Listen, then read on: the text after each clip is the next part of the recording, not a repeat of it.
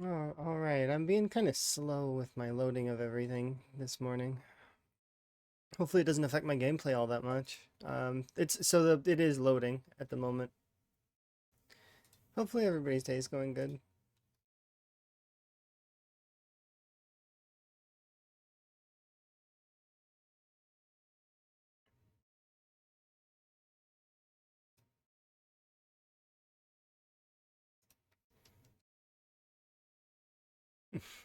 Oh,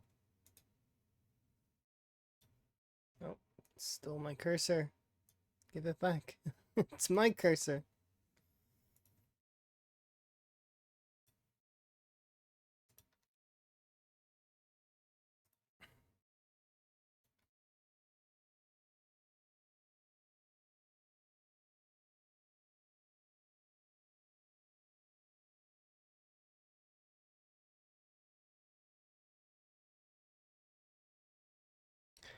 Today has been an interesting start.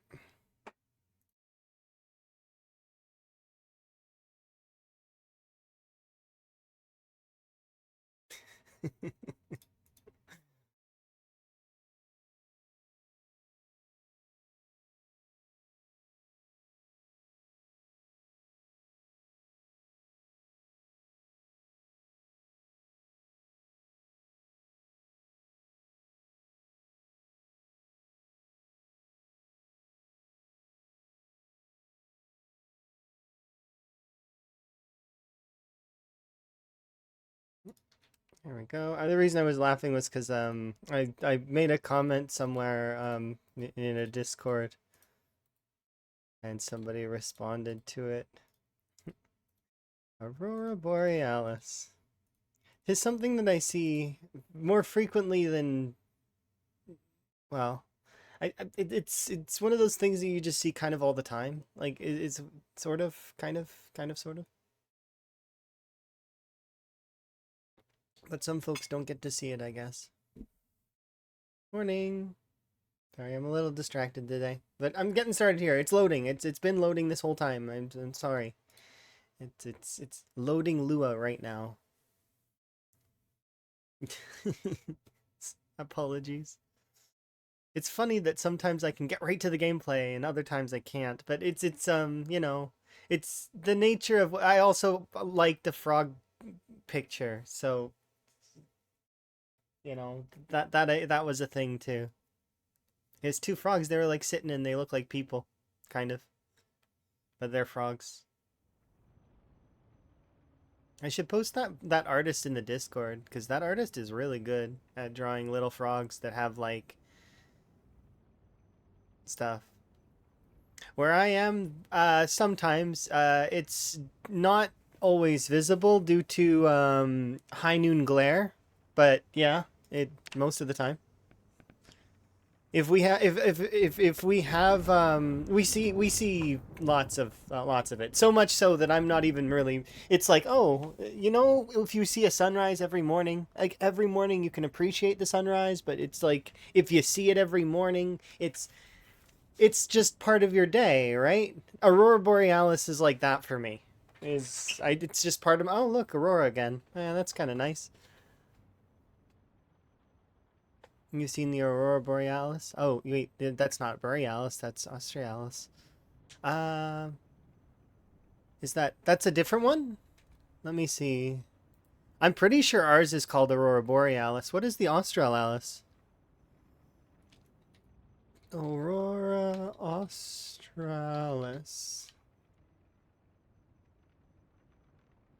Ooh, occurs in the southern hemisphere. The southern lights. Well, I figured there would have to be southern lights if there's northern lights. Okay, yeah, that's neat. I've not seen that. Oh, it looks different. It's like, ooh, this is nice. It's like very pink. Yeah, the Aurora Borealis is less pink, more green. Like I said, I've seen it so often that it's just one of those things that it exists. I've taken pictures of it and sent it to like telemetry and stuff because it's like, yeah, it's just one of those things where I see it. Like I said, it's easier to see once you get on the highway. or once you get out of town, because high noon glare blocks out quite a lot of it. It's light pollution. This is too hype music for me right now. Please stop. There we go. That's better.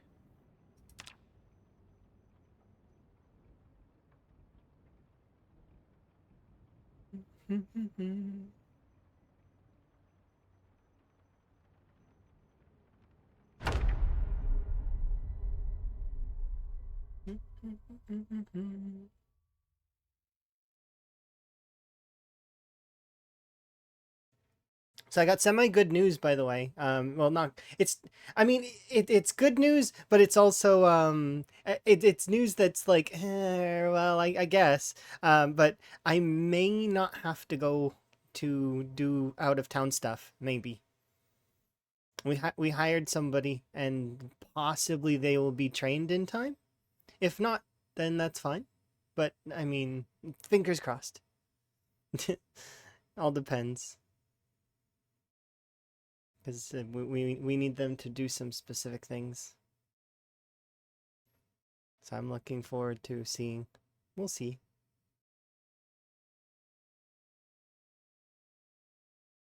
You played Stardew Valley for the first time? Don't worry about, like, it's your first Stardew Valley farm. Don't worry about min-maxing your farm. Just, like, play and have fun and get to know the NPCs and just have a good time with it. Like, I mean, a lot of people will close the game and restart and keep restarting their day over and over again to get the perfect day. And you don't need to. Just let it happen. Let your days go. Enjoy the game. Who's your favorite NPC so far? Do you have a favorite? And if you don't, like, that's okay. And if you're not the kind of person that enjoys having a favorite.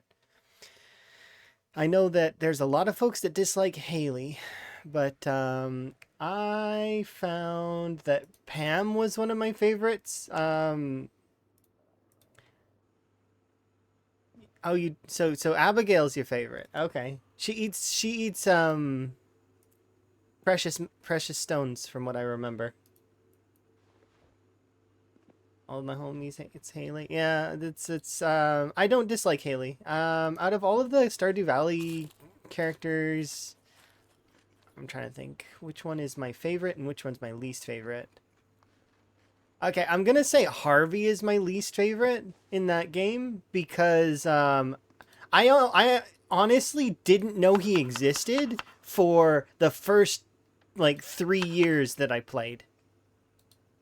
Like I think I've only ever made it to year 3 or like just before year 3. It was like year 2 point, like it was year 2 winter when I stopped playing Stardew Valley, and I didn't have like I had all of the NPCs discovered except for one, and I couldn't find him anywhere.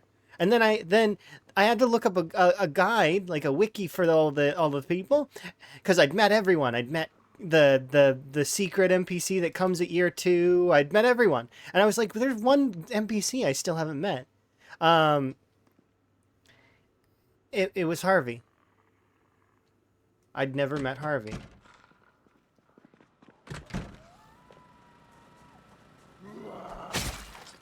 because I never went down in the dungeon ever, and I never got sick ever. So like he just didn't exist, and I never seen him. Like I did never ever once cross paths with him. He might have been in some of the cutscenes, but I never ever seen him. Yeah, the doctor. Never seen him. Not once in 2.5 years of playing that game. In the game, like didn't see him. Not once. He was like a ghost.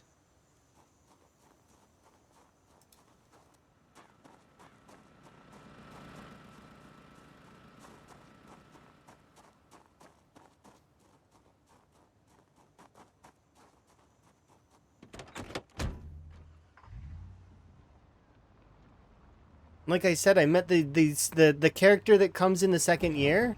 I met that character first before I met the doctor. That little creature that lives in the sewers, met that character first. He is like this. He's like Ninja Doctor. He like gets away. I don't know. Like I just didn't see him.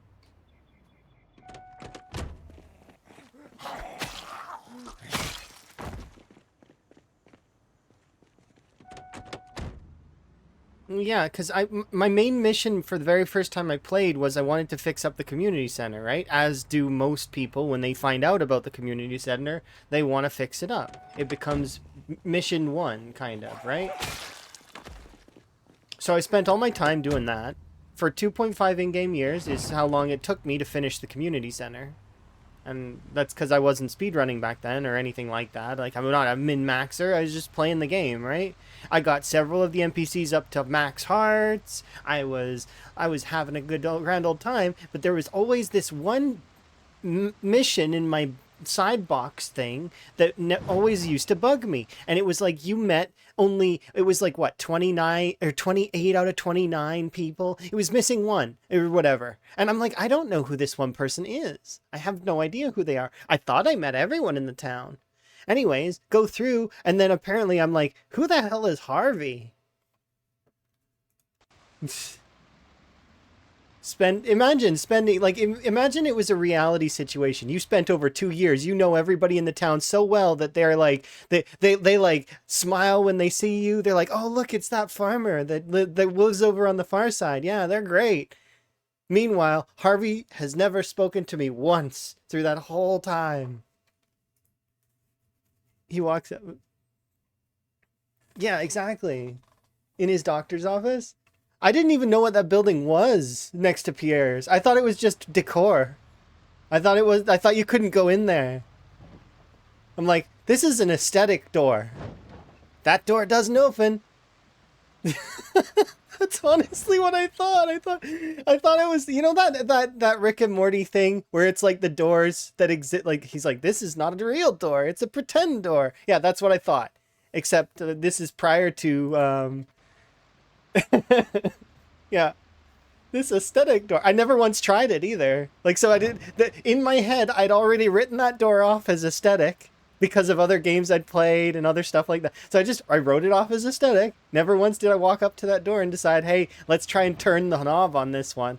No, I just ignored it. Because whenever I wanted to go to Pierre's, I was like, oh, darn, it's Wednesday. Okay, I gotta walk away. You get it? Yeah, you get it. Yeah.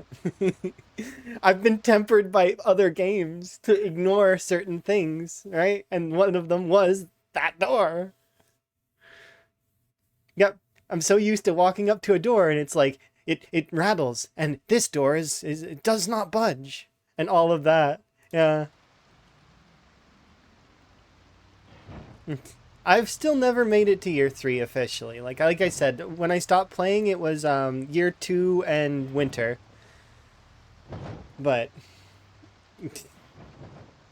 I did quite a lot though. I had my greenhouse, and my greenhouse was doing good, and I was enjoying the game. I really do like Stardew Valley. I think it's a fun one.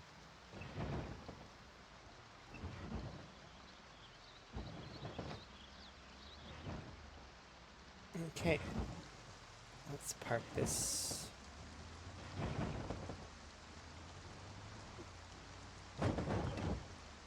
There.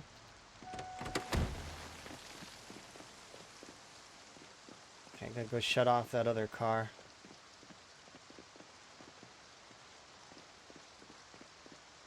But yeah, it's one of those things, right? Nice corpse party. Yeah, we did on Guns Unlimited yesterday.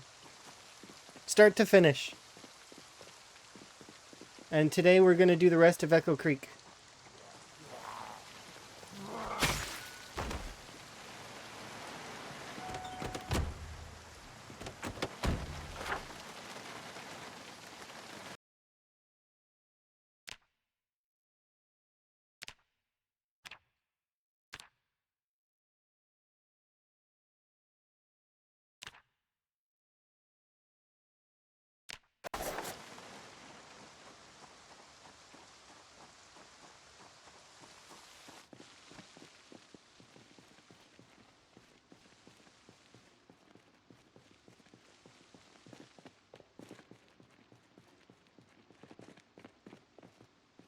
Oh, this is looted.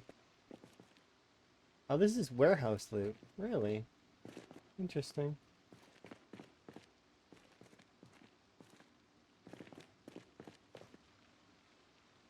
Hmm, fascinating.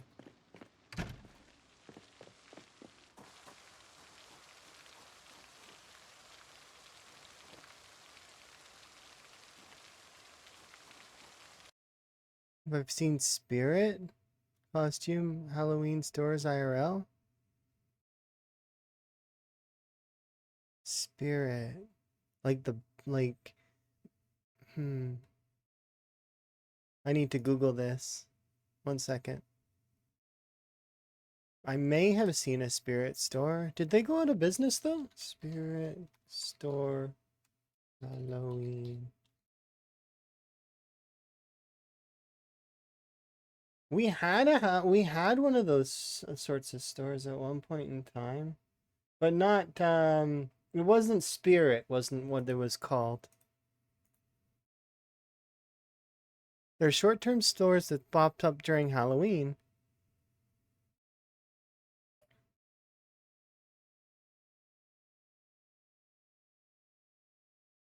Yeah, that sounds like an American thing, maybe, but maybe Canada has some of that. We had this store that was kind of like that, but a lot of stores kind of change here a lot. So, the one store that I'm sad about, here, I'm actually really sad about this store going out of business. We had a nice little tea shop. It was like a little tea and shop, and it was nice. And it went out of business. I feel like I was the only one buying shit from them.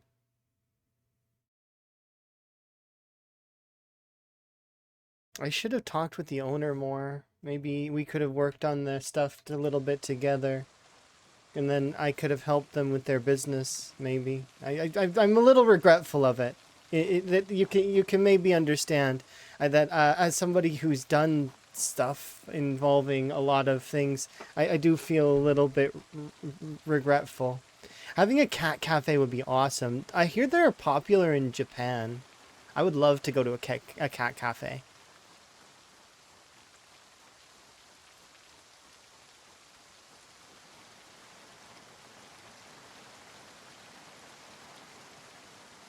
Yeah.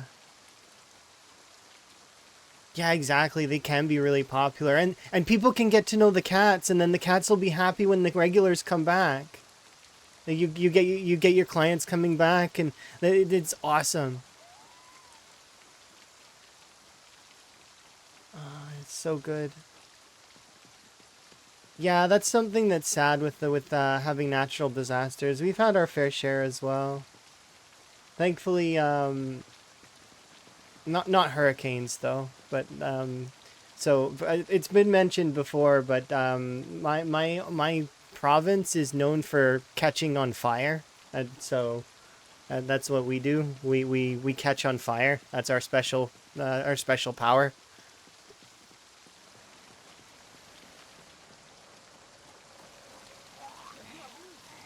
Every community has a special power.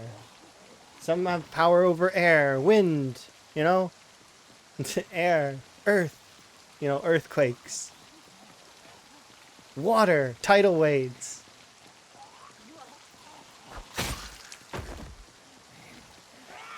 Ours happens to be the Fire Nation.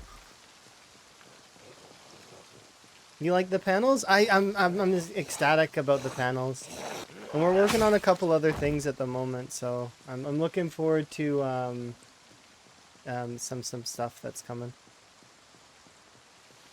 The nations live together in harmony. Yeah, exactly. And then human beings decided to try and live alongside those elements, and the elements said, "No, we're going to destroy your homes, ruin everything around you on a whim."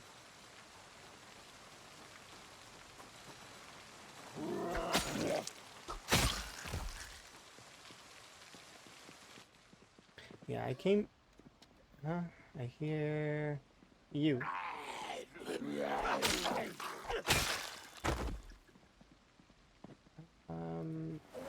Let's just like this.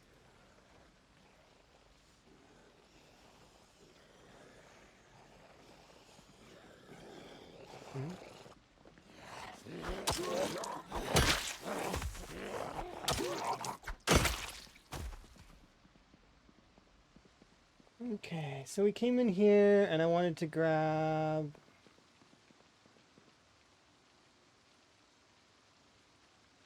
choke tube.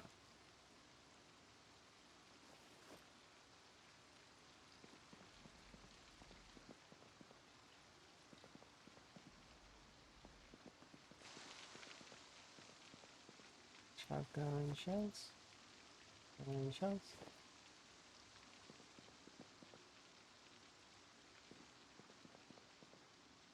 M14 magazine. Ooh. Oh, you can't put a laser sight on a shotgun? Why can't I put a laser sight on a shotgun? Can any gun nut tell me why I can't do it? I should be able to. Why can't I put a laser sight on the shotgun? Tell me why. Go ahead. I'll wait. Give me a reason. I put a ×8 scope on a shotgun. You can't tell me I can't put a red dot sight on a shotgun.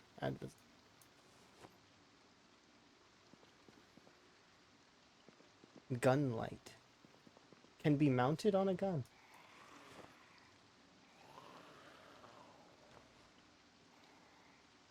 Hello? Zambi? Hello, Zambi. Where you at?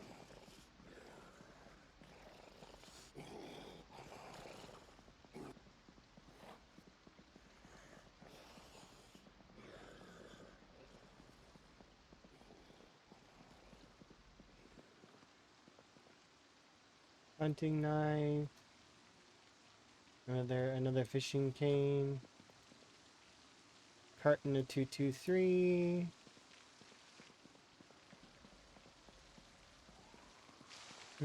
Hello? Zambi? Oh, hello.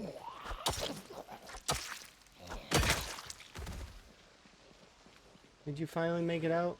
You did. Congratulations. It took you forever to find your way down those stairs. M16 assault rifle. What kind of ammo does that weapon take? Is it 223? It doesn't tell me. Oh, maybe there's an M16 like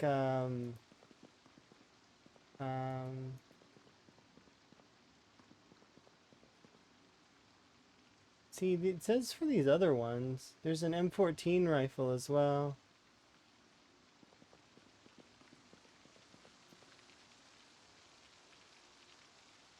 It says this one doesn't have it doesn't have a magazine. Needs magazine to operate. Because there's a carton of 223 here. Does that... So M16 is 5.56? What's the difference between 223 and 5.56?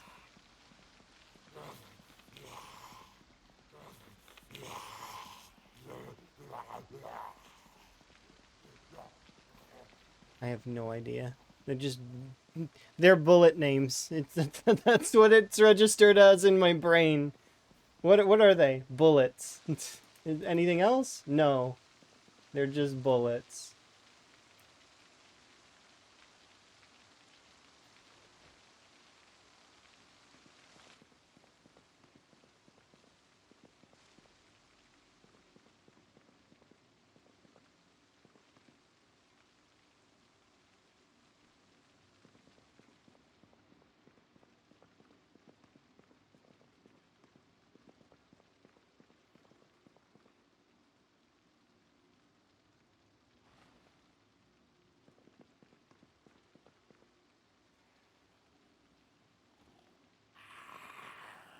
Olive drab.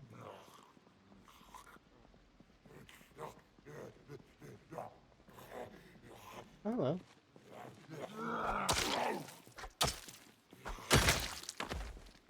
And 223 is a larger sniper bullet. Okay, so then it wouldn't fit in the same.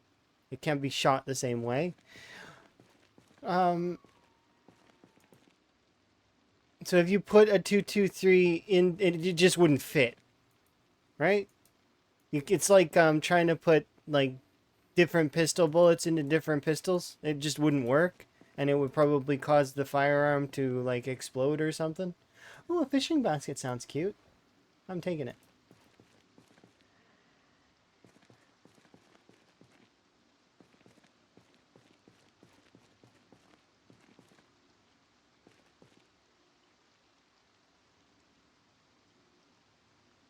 I'm gonna bring these things to my home. Interesting. Hunting overall sounds kind of cool. Surprisingly, there's not that much shotgun ammo here.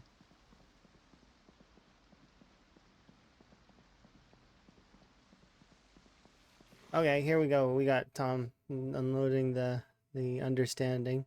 They're very similar. The main difference is that one is Remington and the other one's NATO cartridge. And it's the pressure in which they're loaded and having a higher pressure. And due to a slightly longer chamber, making it generally recommended for 5.56 in a rifle chamber on Remington due to potential damage to the weapon. So in theory, though, you could still load it in there. It's just going to damage your weapon, right? That's what I'm to understand. It still would go in, though, right? Or blow it up. Would it blow up the weapon, or would it just damage it? How many were at the gun store? Roughly 3,000. 2,500-ish. So not many. It was kind of light. Light on the pop. But of course it's going to be light on the pop. It's Apocalypse. It's not meant to be heavy on the pop. Excuse me.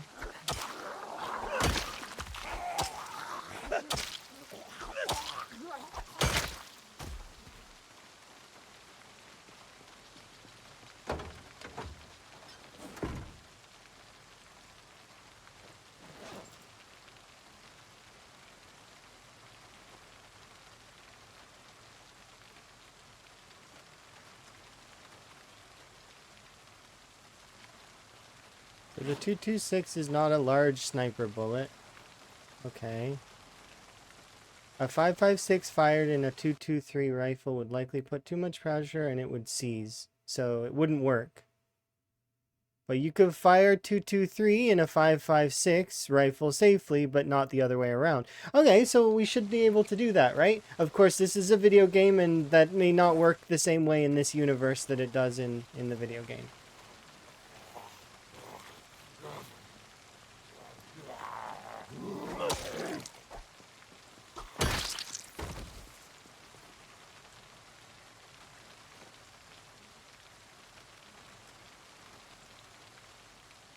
But in reality, you'd be able to fight one, but not the other. They might have it to swap in the crafting menu. Okay, that seems kind of neat. You got my glasses.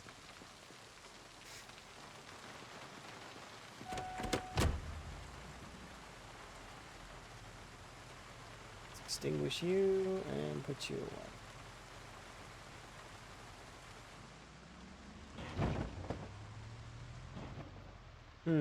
Well, I picked up a few boxes of shotgun shells. So that's kind of nice. What's this building?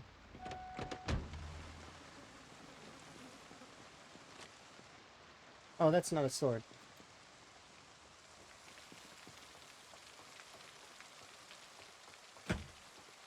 Oh, this is just an office. Oh, this is one of those offices where they sign for the... Okay, well, you gotta come in here. All right, now you gotta sign your paperwork. Sign this here. Overly large office to make somebody feel like they're, you know...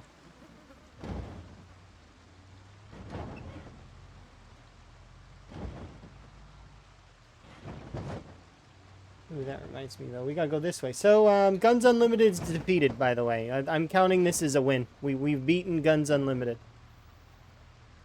It probably doesn't work interchangeably. Okay, well, I mean, that makes sense from a game logic standpoint.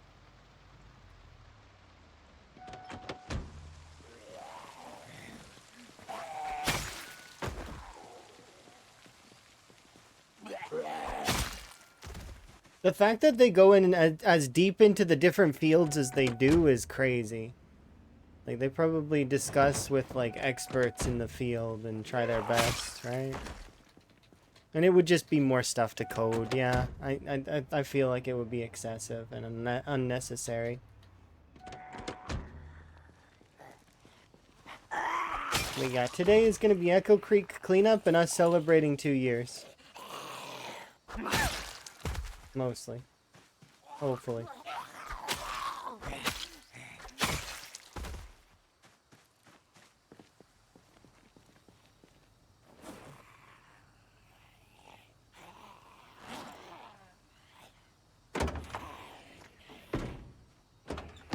We also need to go and get more swords.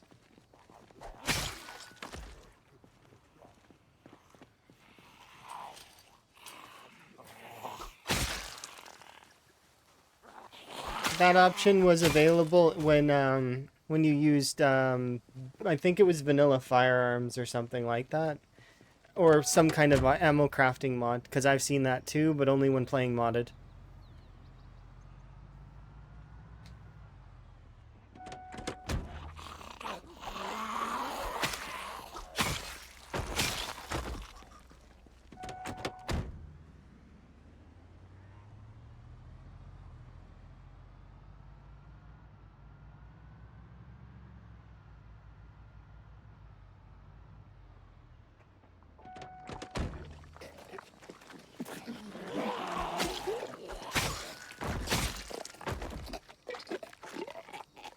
If you don't mind.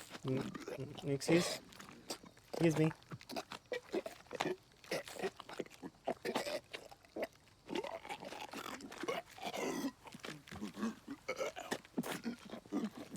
Excuse me, sir.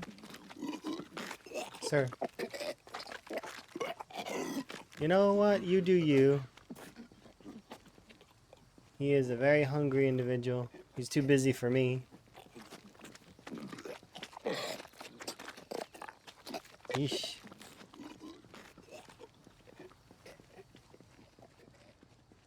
He's like the most focused on his meal.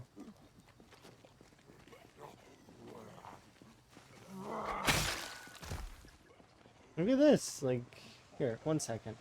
Oh, he stopped. I didn't want to interrupt his meal, you know, that's kind of rude.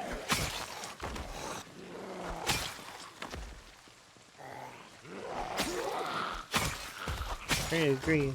The cinnamon wind does smell. Probably with her nose.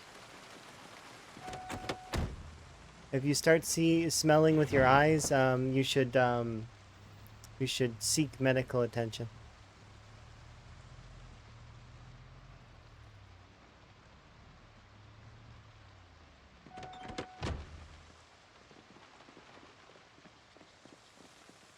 Duke's just stating the obvious. You smell with your nose. I smell with my nose too. How hard was it to start blacksmithing? Once I knew the path, it wasn't hard at all. It's just knowing the path is the first step to walking the path. If you don't know the path, you ain't gonna get through right quick, you know? It's one of those things where you gotta know how to walk the path. So, in blacksmithing's case, you need to... First, you need recipes, and if you don't have recipes, you need access to a lot of metal. So you're going to need access to a lot of metal anyways, so get metal. You want metal objects, and they have to be bars or sheets or like quarters, all of those things. Get the metal. Once you have the metal, then you can smelt the metal down. That's not going to get you XP, but it'll get you at least started so that then you can create... The easiest, freest recipe that you can create is the iron band, or the small iron band. So those are the free ones that you can kind of start with, making iron bands. If you have the recipe to do spoons, make spoons instead. Because you can do spoons, then melt them down. You're going to lose a little bit of your iron doing so, but you're trading iron for XP at that point. So smelt down the spoons, make more spoons. Rinse and repeat until you can make fine spoons. And once you can make fine spoons, well, then you're going to be close to level 5 at that point. I recommend reading the metalworking books. But and then once you get a little bit further along the tree, once you hit level 5, you can make swords, like the really garbage swords. But it requires you having the schematic or the recipe. Otherwise, you got to keep training. And eventually, once you hit higher levels of metalworking, you can make the better swords. You're excited to try it all, but you're going to start with a primitive forge, and the first thing that you're going to be working towards is you want 16 half bars. I think they're half bars. Double check the recipe, make sure I'm not wrong, but you want 16 half bars, and they have to be the same kind of bar. So the iron bar is the easiest way to do that. So saving up 16 iron bars, and then you want to have the tools to make an anvil. Once you make an anvil, then you can make the simple forge. Or if you happen to have the resources to make like if you happen to have the fleshing tool and all of that stuff, then you can skip the simple forge. If you don't have those things, though, you're going to need to make the simple forge in order to make the tools that are required to make the advanced forge. That is required. If you don't have the steps skipped, like I just said. Because you can skip the simple forge if you have the means. You can't skip the simple furnace, though. You have to make that. So it's not. You need only a little bit of clay, and I actually will never probably make the primitive furnace ever again. At least I don't think. I'm gonna only ever be making the simple furnace, because if I have the recipe available. Because simple furnace is how you get the anvil to start. Because here, look at the recipes. Right, this one costs 6 clay. Oh, they really reduced that, huh? It's 6 clay, 4 stone and clay bucket now. This one's 40 stone blocks, but the cool part about the stone blocks is, and you need a mason's trowel. Now, if you don't happen to have found one of these on a zombie, you can make a mason's trowel now out of wood. I think it should still work, but I don't know for sure. Then you just need 1 clay, 1 sand with a sack to make the clay cement, and then 40 blocks of stone. Those stone are chiseled. You can chisel them out of regular stones or flint nodules. Now, the cool part about that is, you know those large stones that you find? You can turn those into 10 stones. So yeah, this is going to give you a lot of things to chase and a lot of things to look for. I'm going to tell you right now, just go in and try your best. And if you get stuck, you can ask, but I mean, I know that you're going to want to just go for it. And the learning is going to be the biggest part of the fun. So, and then once you have the method, that's it. You've learned, and that's that game at that point. You won't probably need help with any of that anymore, and you'll just fly through crafts. Because at this point right now, I know exactly what I need to make whatever I want in terms of those things, and then I can just kind of tick them off, you know? And be like, oh, I want to make an advanced forge? Okay, tick, tick, tick, done. And then, as opposed to before, where I had no idea how to craft it, right? And they've made it better over time.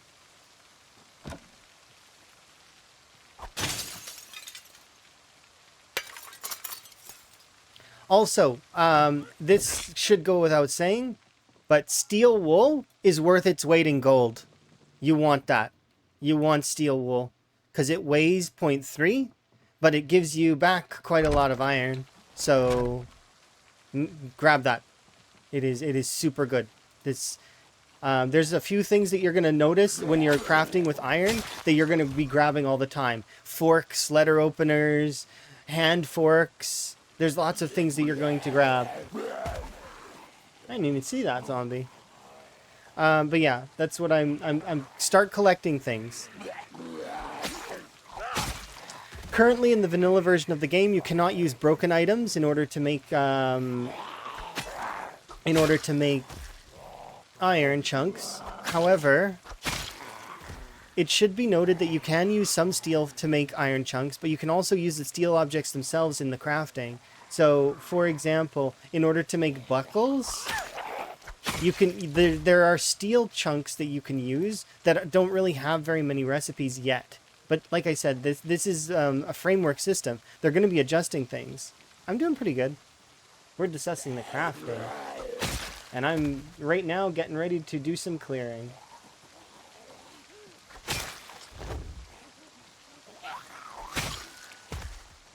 But I also need to get some more iron because we're running low on swords.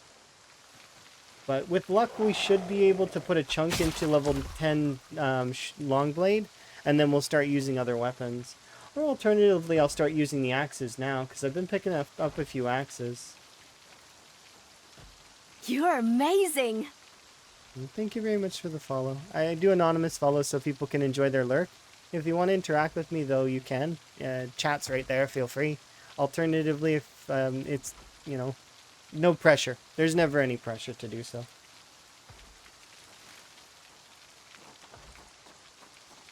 I want to make sure that my stream is good for the lurking folk.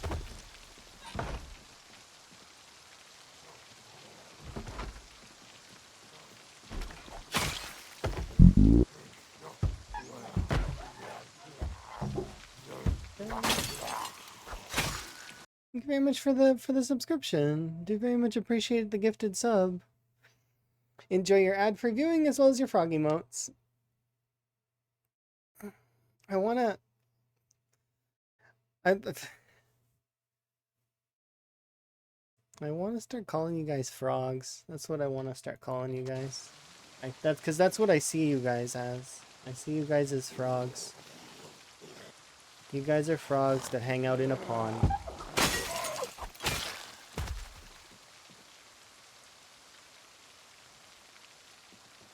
Yeah. The chill frogs that help, like, and are there.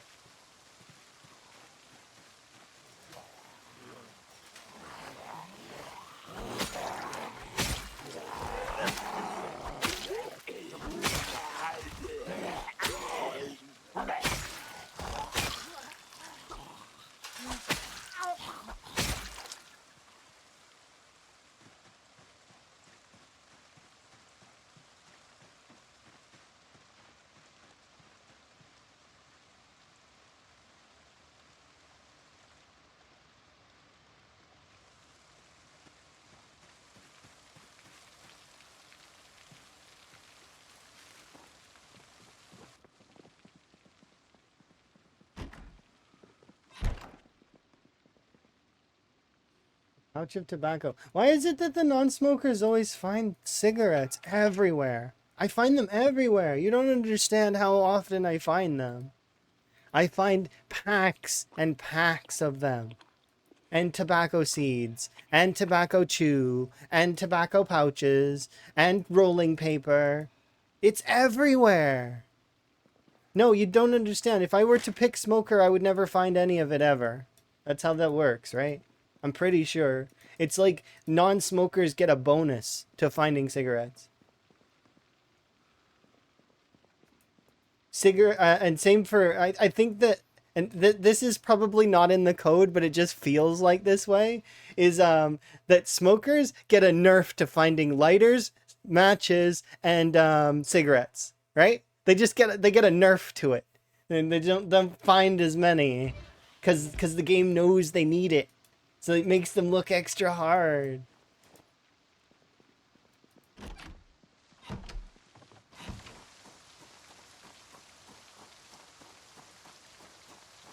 No, smoker doesn't work that way. Sorry. I apologize on the game's behalf. But you can't just... When you're a smoker forever. Unless you like play with mods that are like dynamic traits or stuff like that. At least as far as I'm aware. Maybe one day in the future they might. But I don't think so. Some traits are just permanent. That's why I'd never take something like restless sleeper or, you know, those traits are permanent.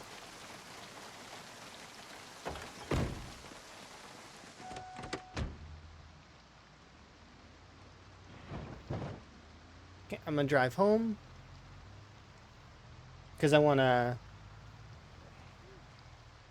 Yeah, I'm gonna drive, I want to drive all the way back to Rosewood, I think. So we'll kill these couple of zombies in my path. But we're almost out of swords, so I wanna go do a quick restock.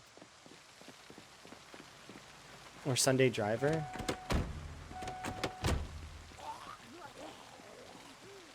And did they change it? No, it didn't drop off after a month. No way. That's always been a modded thing. It's smoker's always been permanent, I'm pretty sure. You can ask more seasoned veterans though. Like, oh, yeah, Lamprey should be around still. Go ask Lamprey. I'm pretty sure. But smoker's not a trait I take. I think I've taken it like twice, so it's I don't know for sure, but I'm pretty sure it sticks around forever and that it's a modded thing. And it's never, yeah, as far as I know. Lardine, I trust Lardine's info too. That was a mod. Yeah, sometimes that gets a bit confusing too, like what's modded and what's not. Sorry. And also, Smoker was really, really badly bugged to start in Build 42. And it's gotten better since then. They've fixed a lot of the bugs that were on Smoker. But they still reduced its cost. So Smoker gives you less points than it used to. And even if it had its higher point value, I still wouldn't take it. Because it's too much work. It's like giving yourself an extra meal bar. Why would I do that to myself? Outside of roleplay. I mean, I could see Van being a smoker. But but no. Van, Truck, and Minnie together, when they were growing up, that Van was the, the I'm going to do good and the track star and the, I'm going to do good in the world. Truck was the troubled child, you see. Truck was the one that smoked. For sure, 100% Truck was a smoker. And Minnie kept the peace. She encouraged the habit, kind of, because it kept him out of the harder stuff.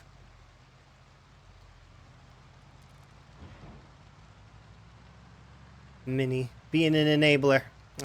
That's why Truck went to Minnie instead of Van.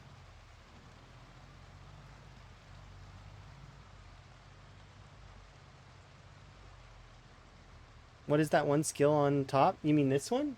This right here? That's Long Blade, but this is a mod called OSRS Retextured. Here, I'll let you look at my mods really quickly. I still haven't updated that because I keep forgetting to. But here, you can have a look at my mods right here. I only do visual ones. This is the one you're looking for, OSXP Drops Retextured. But these are the mods that I have. There's nothing here that changes the game significantly. The only things, it's only visual stuff. So one changes my map markers a little bit. One changes my moodles a little. And then the rest of it's all just cosmetic. Like links to my kill count so that you guys can see kills and stuff. So I did mention this earlier, but I'll say it again now just really quick. I may not stream next week. I'm not a good artist. So the thing is next week or this weekend, I was supposed to go out of town to assist with some stuff for the business, right?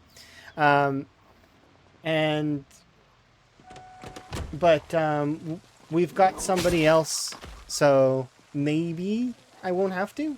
And if I don't have to, then it'll be fine. We'll be fine to stream. But like I said, I'll keep you guys informed as best I can on the Discord, as well as I try to mention it when I'm live as well, so that you guys are informed. Because I keep you guys in the loop as best I can. For even the folks that can't go on the Discord, they deserve to know, right? There's some folks that just don't go on the Discord, right? And other folks would probably be appreciative of that knowledge. Okay, we're gonna chill here for a second.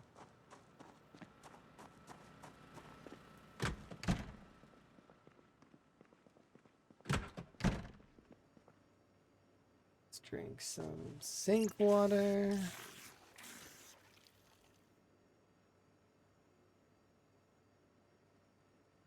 You'll go back to Link. Are you building up points? Is that what you're doing? I appreciate that you're collecting gold on the side there. Channel points. Must farm channel points.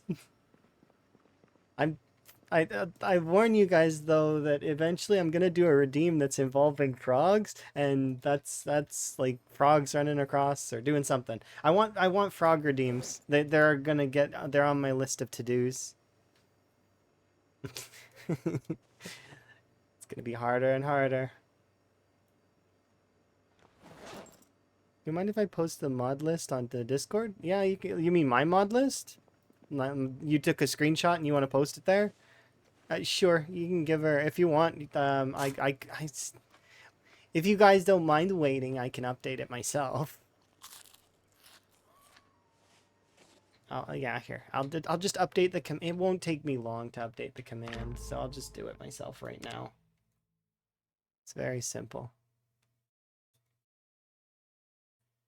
It's just I keep forgetting to do it. That's all. Because it's something that's mundane part of the playthrough. It's like just remembering my mods. But here, I'll just really quickly use my screenshotting program to grab this particular part of the screen.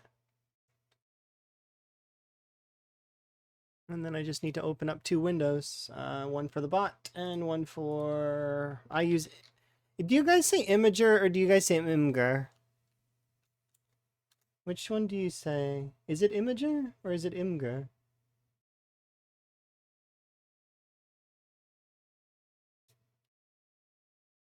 Let's see.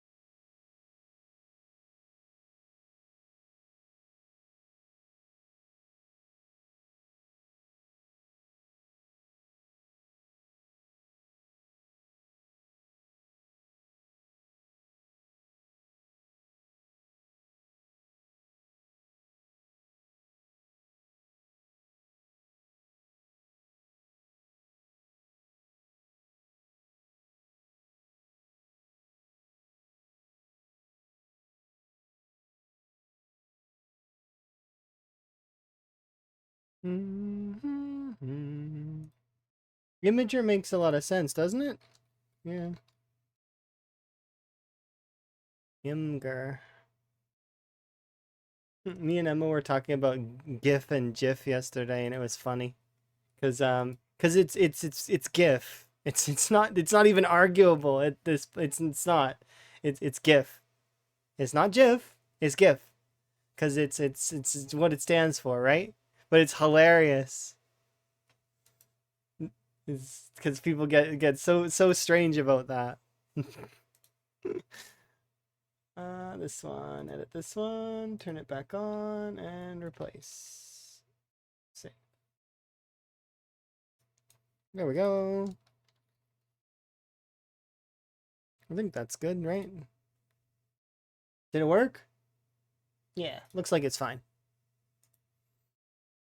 But I appreciate you doing that. Like you planning to like post it on the Discord and stuff. I really should do this stuff myself though. Yeah, no.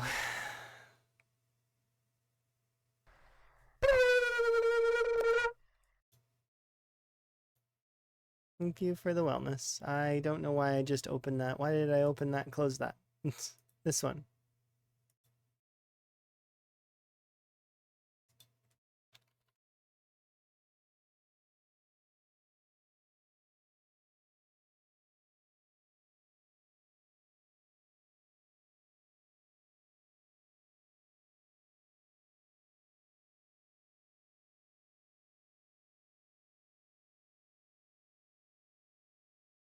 There we go. Okay, I need to stop distracting myself. So I'm going to close this and this and this. Okay, there we go. No more things open. No more distractions. Back to Van. Sorry, apologies. Distracting myself. I'm having my own certified squirrel moments.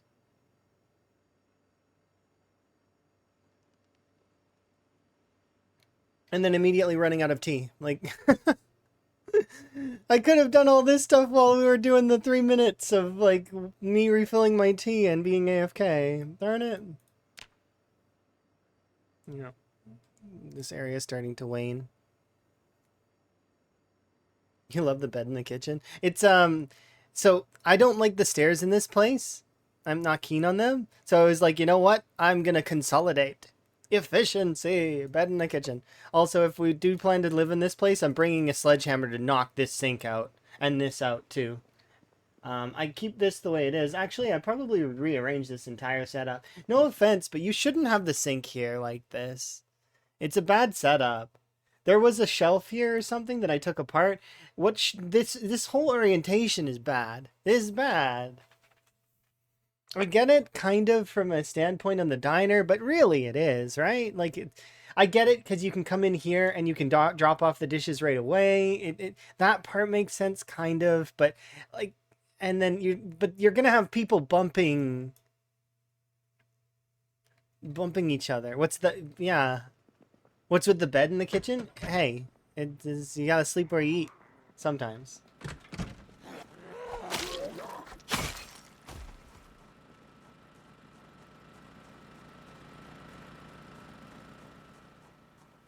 But you stay upstairs? Yeah, most folks will stay upstairs, but I don't like the stairs. Here, I'll explain why this base is great and then what its weaknesses are. So this base is great because it's got a place for your cars. It's got a nice place for your animals that you can put your animals in. Or if you were to fence this area off right here, this is a good spot for animals as well. You could even build like a chicken coop or something there, right? Great for that. And there's an entire back section that you could build for animals as well.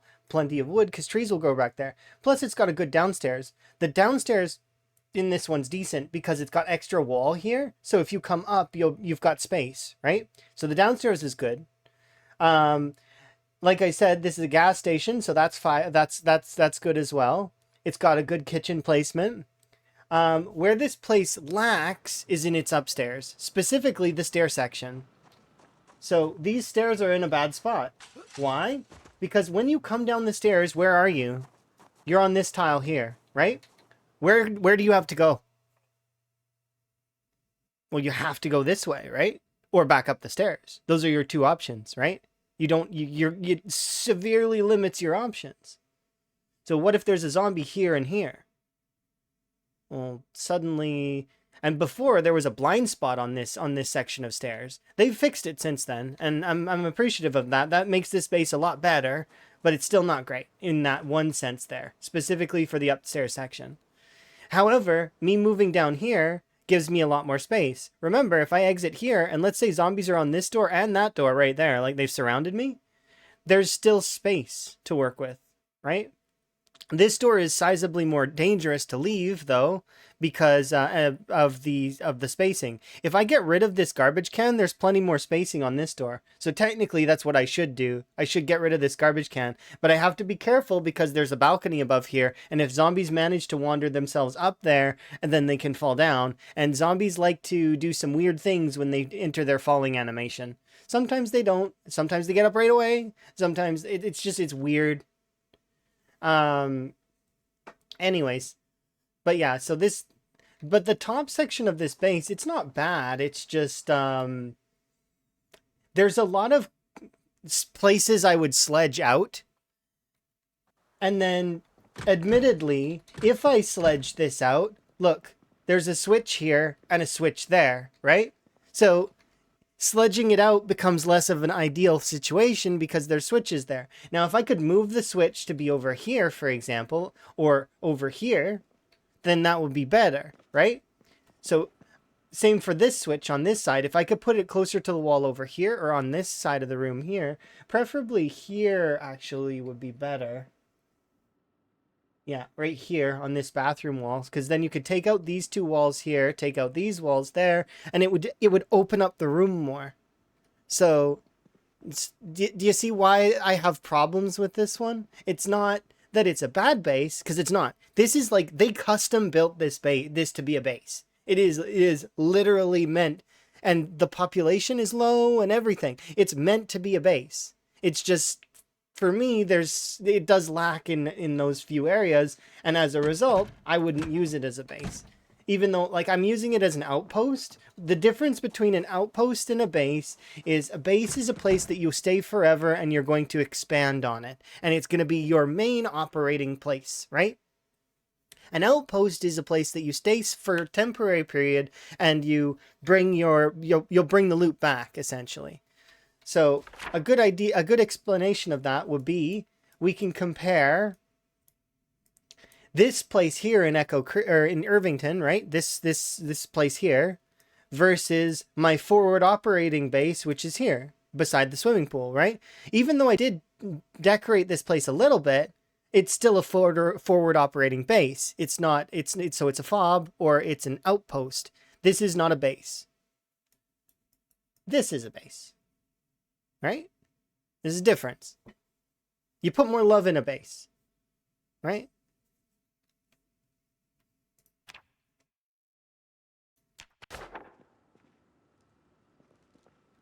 Yeah, this one's going to stay an outpost. I'm not going to actually flesh this one out at all.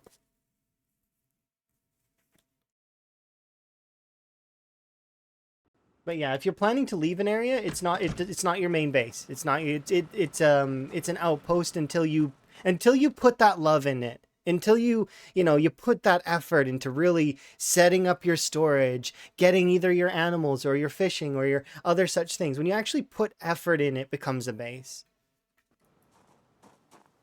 It becomes home. The place that you live.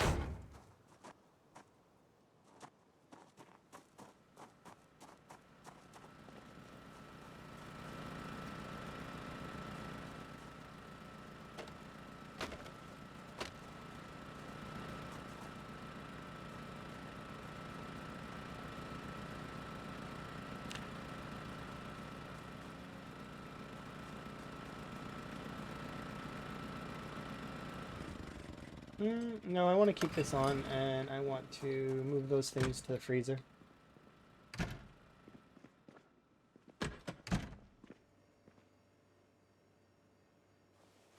I'll bring you with me, put you in there.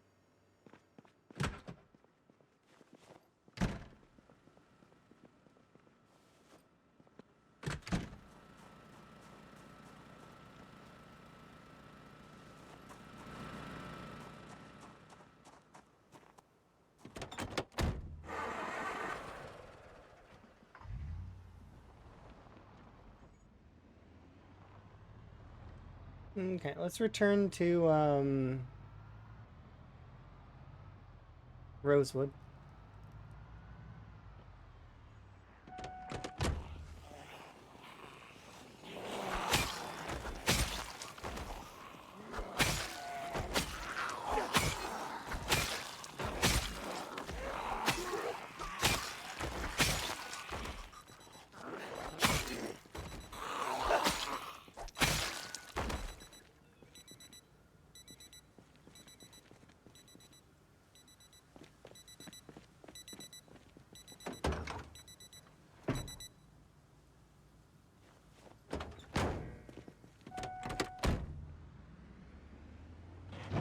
You have your bed in your kitchen in reality?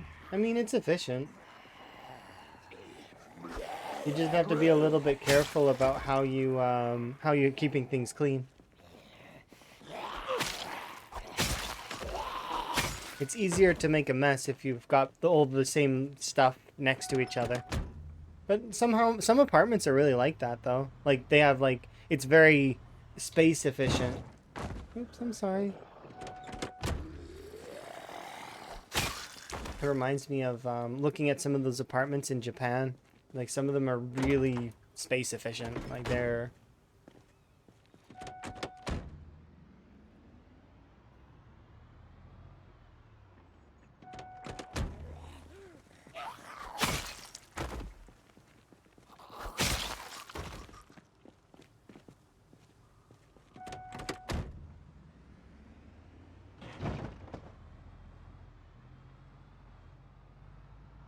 Mm-hmm.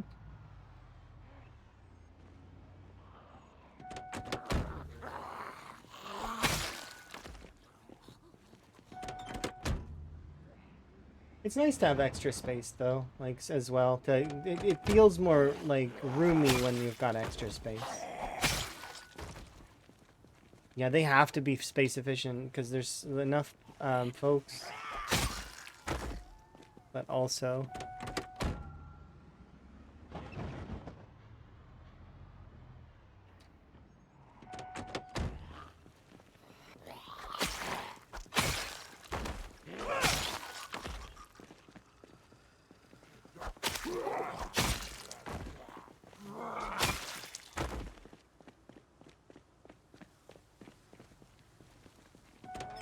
Like a shipping container? That sounds kind of cool, actually.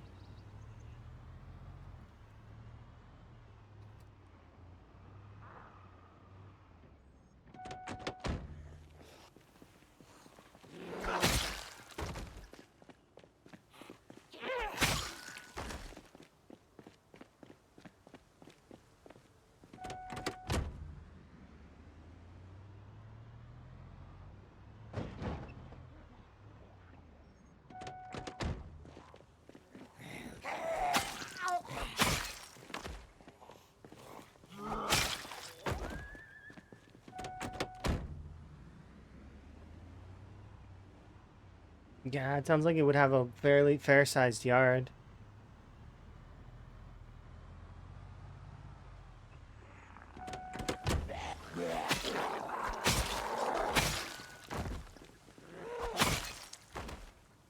It's nice when the dogs can kind of just go and just like go and have a good time and play and they have space. Having space for your pets is or having stuff that's specifically for your pets, an environment that makes them happy can make you happy too. Because it's like they're so happy that that it like it's like being happy by secondhand happiness.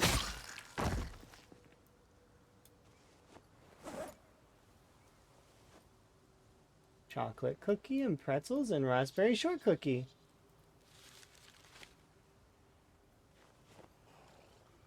And a duffel bag.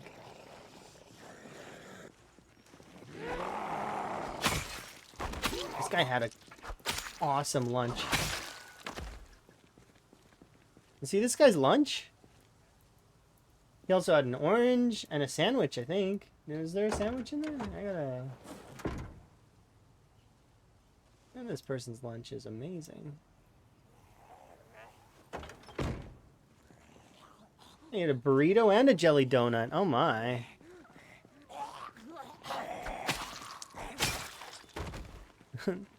Dude is living the dream. Look at this guy. He's like, he's got a whole, he had a good lunch. Gold fork? Yeah, gold fork. We're at the lavish life of luxury at the moment. That is the stage that I'm at. You'll see our base here in a second because that's where I'm going back to so that we can fix up some swords because I am running low. I need to restock. Good old Higgins, though. Higgins has been working himself, like, quite confidently trying to make sure that crime is taken care of. Also, I need to do 1,000 XP in mechanics today. I said I would start doing mechanics, so we need to do at least one rotation of mechanics, just so that I'm slowly pumping that number up. And then also, I kind of want to do a little bit of fitness, but I'm kind of waiting until they fix... I'm just hitting everything. I want to wait until they fix the weight system before I start my fitness because I feel like it's cheesy to kind of abuse the system right now at its current state. I don't like to be cheesy like that. So it's yeah, it's less fun.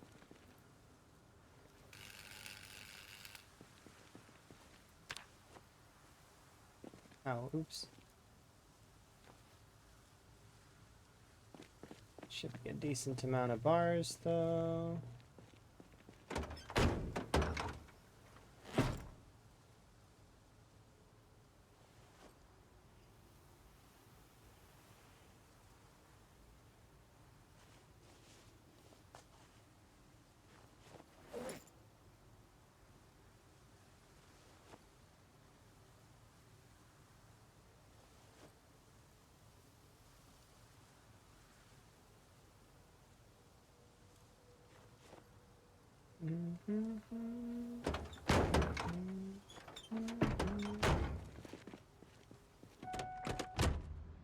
There we go.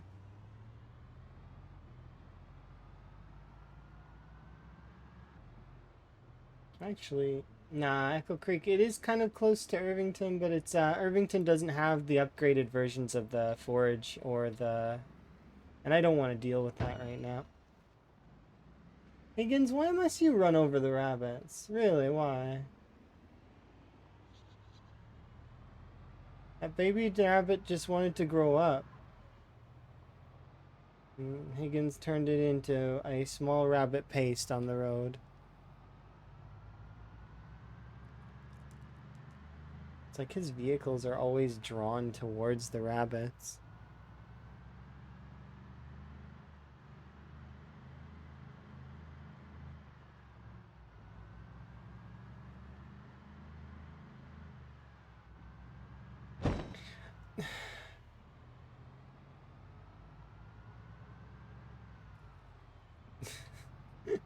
I can't even, like, what am I supposed to do? They're just showing up in the fog. I can't see them.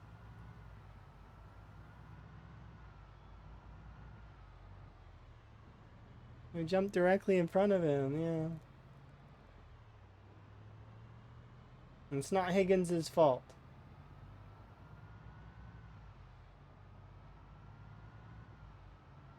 Not this time.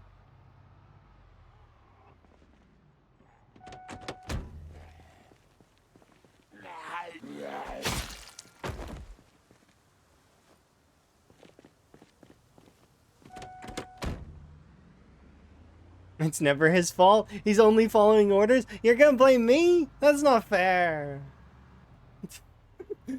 Yes, I have full control over Higgins, but it's not my fault. No way. I'm not taking the blame on that one. Higgins is his own entity. Yes, I don't want him to die. Yeah, but he is his own. He'll die when he wants, though, I'm sure. Maybe, maybe not. I don't know. I'm too stubborn. That's the thing. I don't want to. I want the game to take me down, and it will. That's how it goes. Zomboido is always like that. It'll catch me at a moment when I'm not expecting it, and then suddenly I'll be like, oh, and then I'll die. I think. I wonder if they're gonna give us the ability to take apart those vehicles that are car crashed like that. Because I don't think we can do anything with those currently, right? Let me double check. Because I'm pretty sure we can't. But we may be able to take them apart for metal. I would love that. Even if it's a fraction of the metal, like if some of the metal is like broken and you can't use it. Like the scrap metal. But I think that they have intentions of making it so that we can kind of use everything. Somewhat similar to my Z-Bay playthrough where I had mods that let me do that. The only difference being is that there wouldn't be a computer Z-Bay. I don't think. If the devs ever went that route, I would be very shocked. I don't think they're going that way with the game. But being able to reuse everything, possibly. Because even like the scrap wood, you can use it for carving, and it's good for a lot of things at the moment. So I would expect that. And all of the junk items seem to be getting a little bit of flavor as well, like...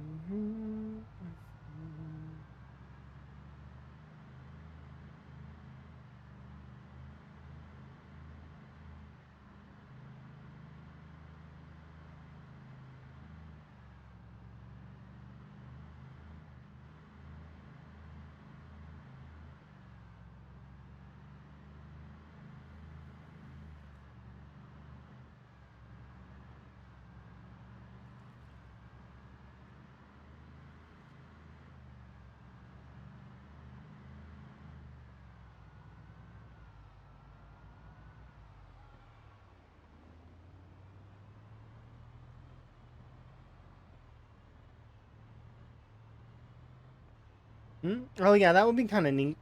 Turn on the water treatment facility, for example.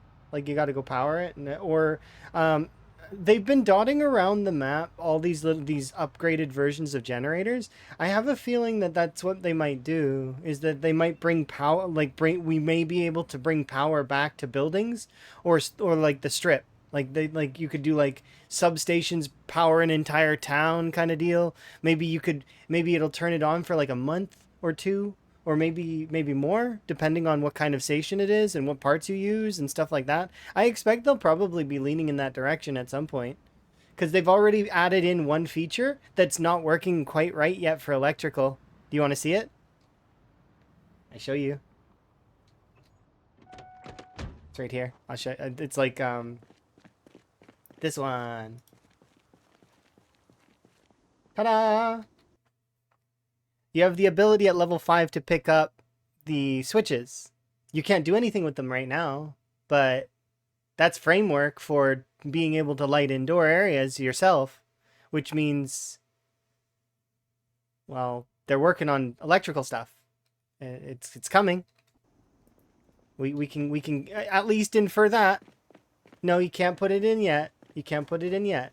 So if you pick it up with your level 5 plus electrical, that's it. You've got a switch in your inventory. That switch is gone from the wall now. But yeah, don't pick them up. Don't pick up electrical switches yet. But it's cool that that's being already kind of set up. And then, like I mentioned before, they've thrown in a lot of stuff that seems maybe like it's aesthetic, but probably is not. Like they've been dotting around the map generators and substations, and they added in like that entire water treatment facility, right? So like I expect that that stuff is all going to be functional at some point, probably. Maybe you can even like when they in build 43, when they finally implement NPCs, you could have a team of NPCs running those facilities. And then perhaps you could get a quest from one of your NPC sort of areas. Hey, they're getting assaulted by zombies, and then you have to go in and you have to go and help them. I would love that sort of stuff. And if you don't, then they get overrun, and then you have to go and like reestablish. See, that kind of stuff would be so cool. That's the style of NPC stuff that I want. But in saying that, I know that that's ridiculously hard to code, and that that's not coming for at least another like while. This is one of the reasons why I'm said I need to work on my mechanics. I am a very bad driver. Sometimes I'm a good driver, but the thing is it's I don't focus on it all the time. When I'm focused on the driving, I'm not terrible, but my focus splits, and it's not because of chat. It's just it's the same as if I were to drive. I need to make sure that I keep my focus, because if I don't, I'm gonna veer off in a direction, and then yeah, so it becomes very. It's one of those things where it's like, I don't know. I get bored with it, right?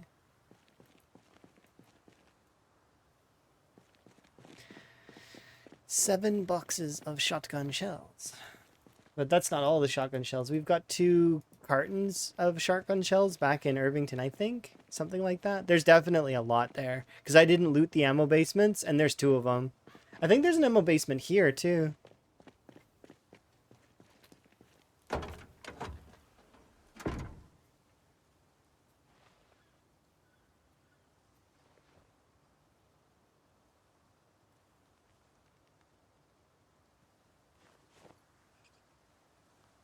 Need to unpack quite a lot of these things. We'll eat that when we go inside.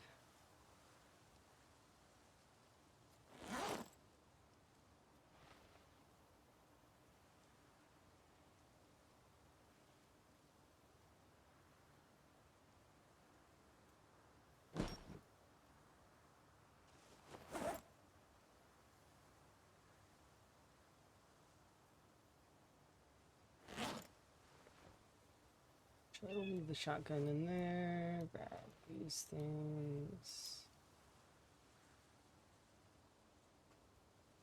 Trending bag's empty right now. Need the wire, need the yeast, need the everything else.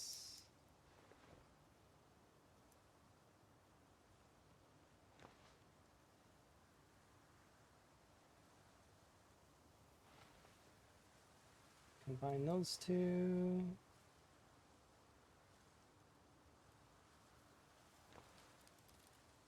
Alright, we can go inside. I don't want PC to add too much stuff that makes it. They would optimize it though. The devs have always been absolutely phenomenal about optimizing their game. So they work really hard on that to make sure that anybody can play. And if you're ever having problem, it's probably because you amp things up too much. Let's be fair.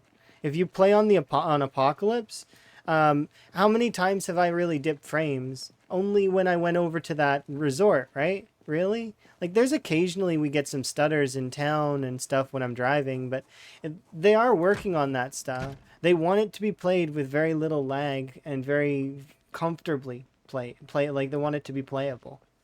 It's notable. They do a good job. The devs are great.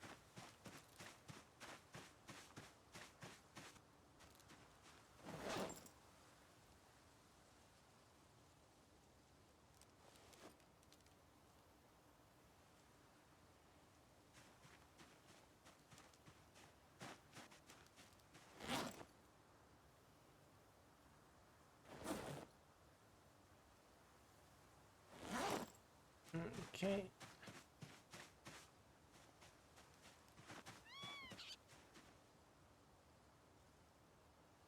Yeah, a lot of this stuff is gonna need, but these three rods can go there.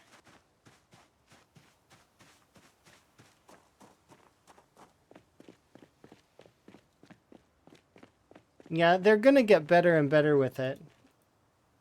And a lot of folks that opt into Build 42 need to remember that it's unstable every single time. I see a lot of folks making like complaint, like, oh, this is a broken game, and it's like, no, you opted into the unstable branch.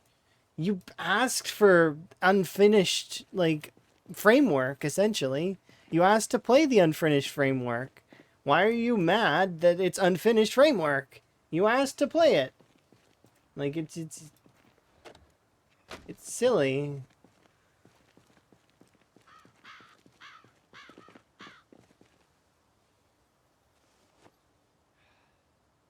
Like, I don't mind some of that stuff, but it's like some of it's very frustrating to read. I have to sit on my hands a lot of the time when I'm reading things, especially on like places like the Reddit.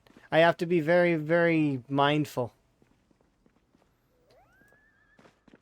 Because it's like, it's hard. Some people are very frustrating, and it's strange to read what they've put.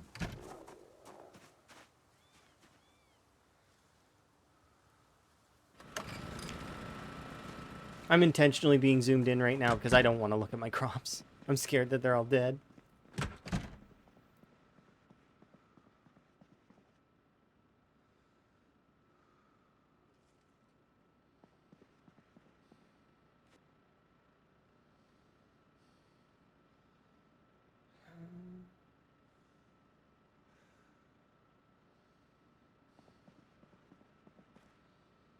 Okay, this little basket's so cute.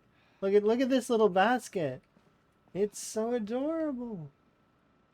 It's like a little reed wicker basket. I'm gonna put you there. It's super cute. This one's camel, but I mean, it is still just a hydration pack, so I'm just gonna put it in the hydration packs. Everyday smithing. Apparently I haven't read this, so I'm gonna read it again. I'm pretty sure I can make all those things, but you never know, I guess.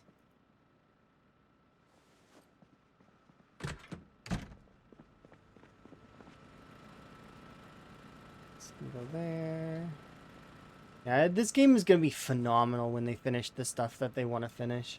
I am so looking forward to how absolutely amazing it'll be.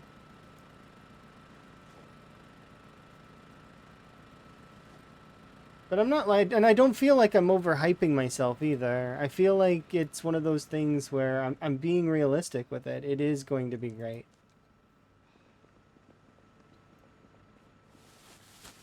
Not that it isn't great now. I think it's really good now. But there's always room for improvement in everything. So I do like to bear that in mind. That what could be great could also be improved upon still.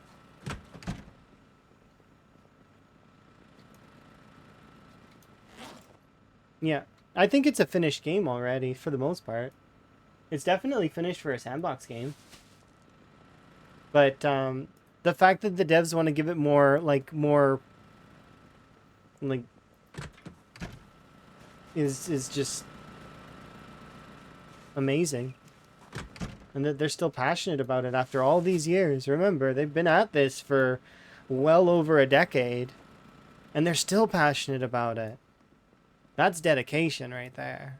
Dedication to their craft. Can you imagine doing anything for 10 years? Anything. Go ahead. Anything. You have to be passionate about it, right?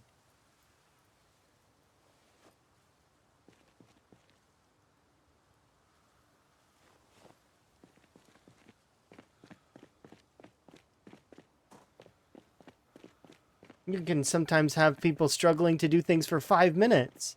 I can only handle that for 10 minutes. It's like, now imagine.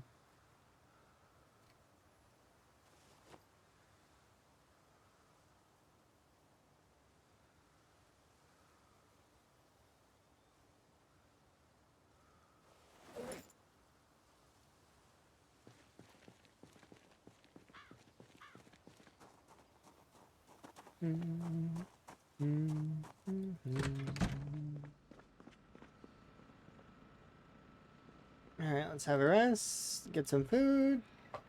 Alright, so what's my plan for right now? I need to readjust my thoughts a little bit.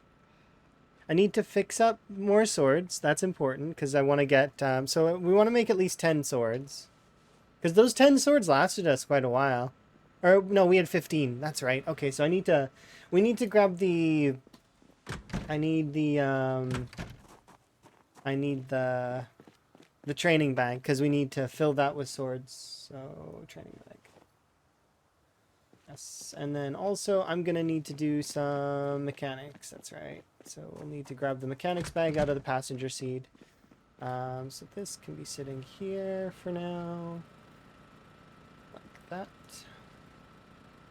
Okay. And Higgins, you are a mess. Let's go wash you up. I'm going to wash you up for this area. And oh, they're all seed bearing. Heck yeah. Okay, we'll harvest all of those then. And we'll harvest half of the potatoes now. And I'm going to be leaving the generator on here because I'm going to be freezing a lot of this stuff.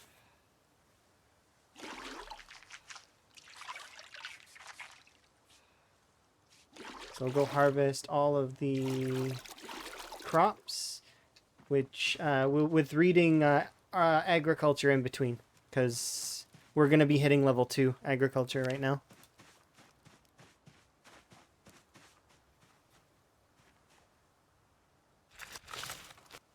Right? Because these are seed bearing, right? Yes, they are.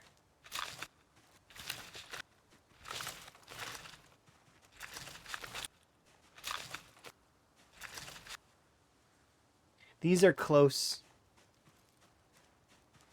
Meanwhile, I'm going to let all of these seed.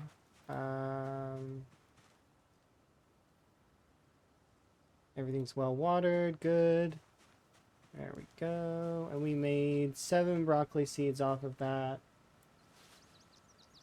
I need to double check which ones are to be planted in September.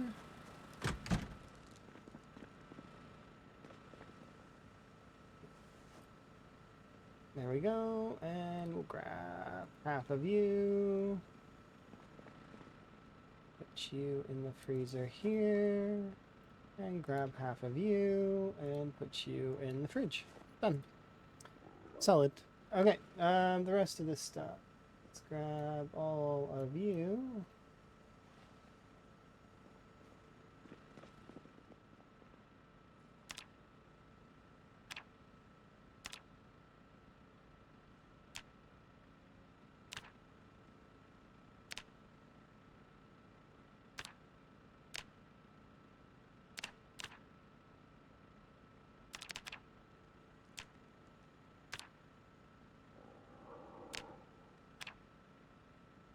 Solid. So this can all go over here.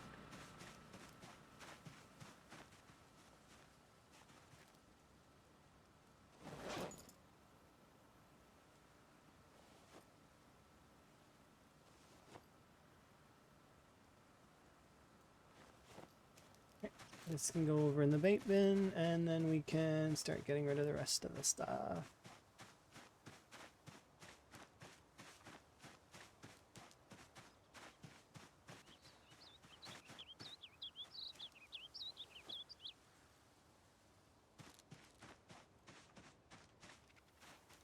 You go grab a garbage can that can be over here.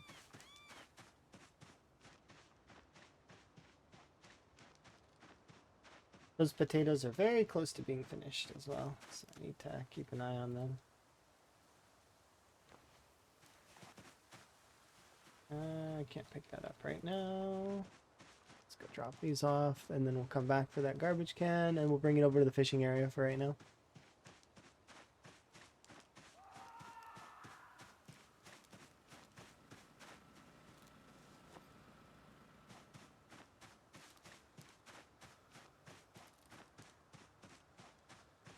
Hello.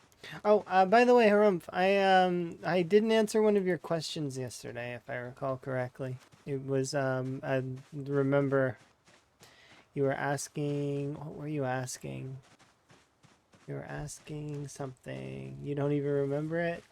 It involved, I'm trying to remember myself. I just remember that I forgot to answer one of your questions. You were asking me something. I don't remember. Yeah. Okay. Yeah, that's fair. But I still feel bad. So I was like, I want to make sure that like, if you remember your question, that I can answer it. But you don't remember the question either. I'd have to go back and look for it. It's one of those things where it was one of the things that I think I forgot to answer, and I wanted to see.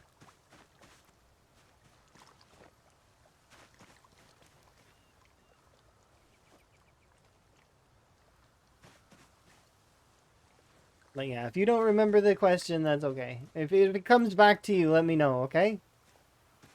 But what did it involve? It involved, oh, I remember now. It involved encumbrance. You were asking me about bag encumbrance and what happens when you, like, can you get an encumbrance reduction if you put a bag in a bag? No.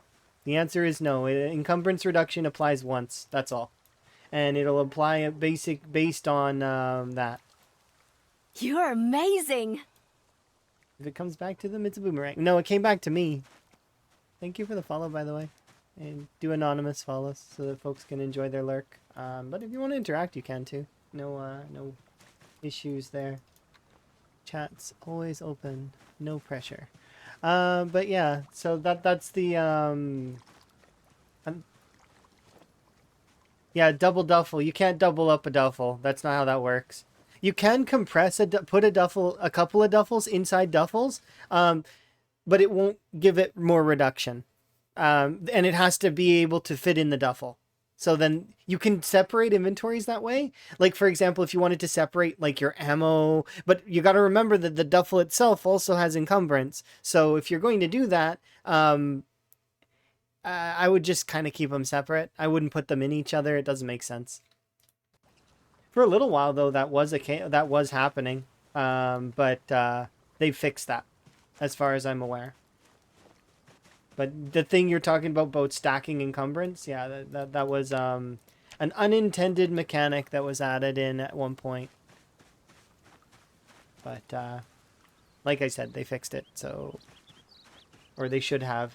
If they haven't, then it needs to get reported as a bug. But I haven't seen that myself, so.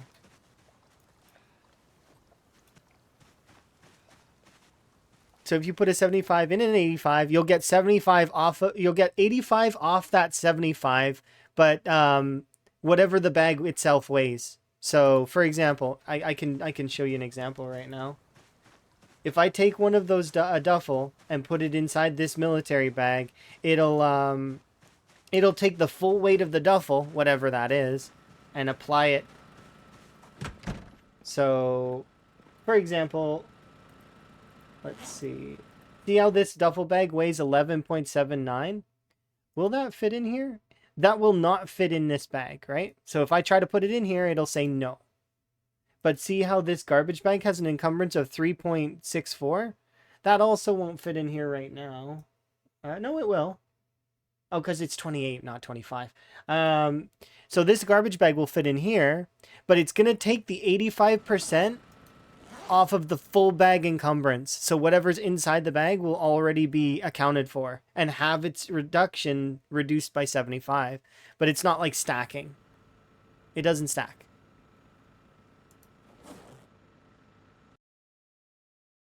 Does that make sense?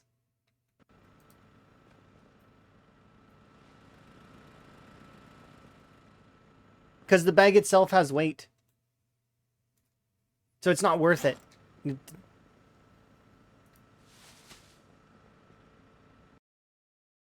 Because they take that into account.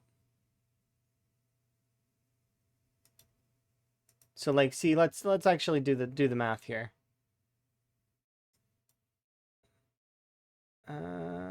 This is almost nothing, but there's 3.54 in there. But if I were to put the bag itself, how much does this weigh? Does it tell me? It should be more, right? No, this is a 50% encumbrance.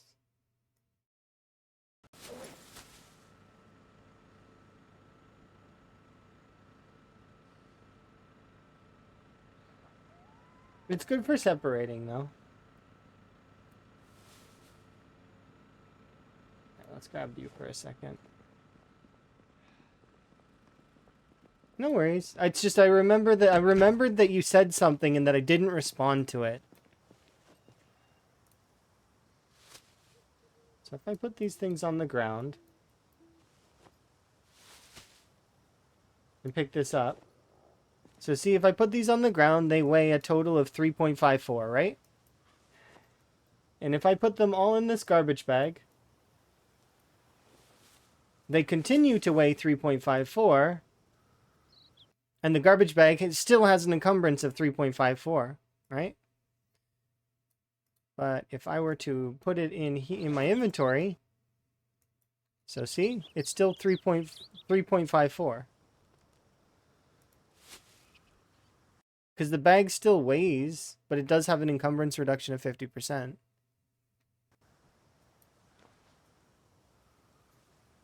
But yeah, so if I were to put this in here, it would be the same thing. It would still be 3.54 or 3.56 or whatever it was. See? So now we're at 27.56.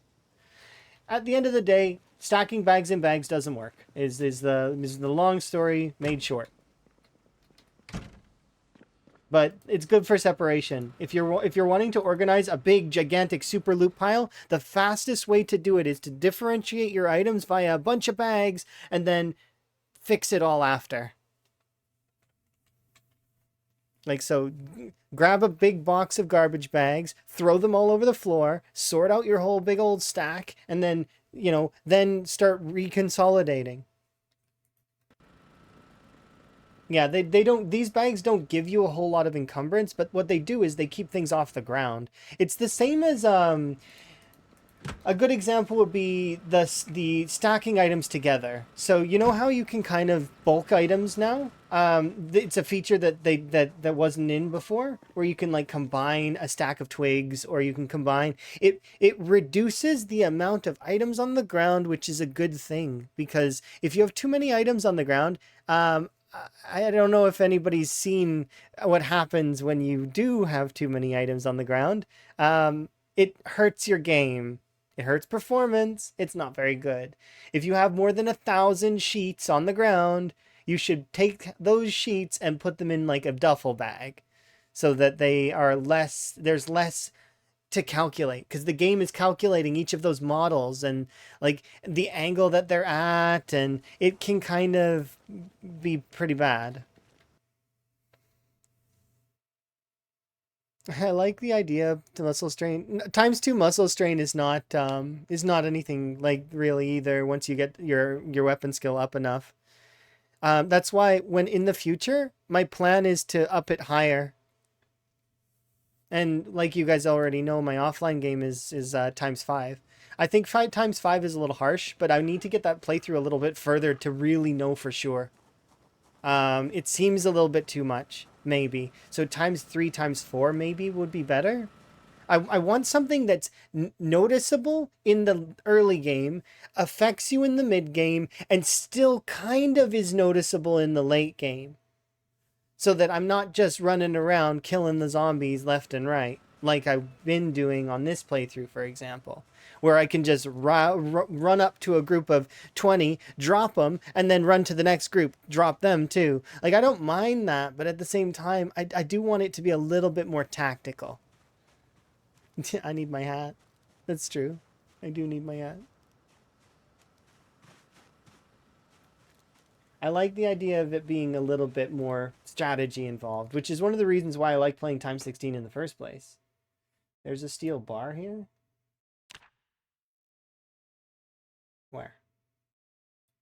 Here, I'm gonna grab this. But yeah, hopefully you're gonna try sprinters with low hearing vision. So stealth is enabled? Kind of, but be warned, it's one of those things where sprinters are, they're just sprinters. There's no way out, no way to really splice that. They just are sprinters. They're their own game mode. Even if you're trying to play stealthy, there is times where you're not going to see them and they're going to come up from behind in groups of 3. Just be warned. Sprinters is one of the, like, if you wanted to say that there's a, it's challenging and then also it's, I'm trying to say this the best way I know how, but it sprinters can be very, not disheartening, but Zomboid is brutalizing on its own. Sprinters is like adding more brutalization on top. It's like extra masochism.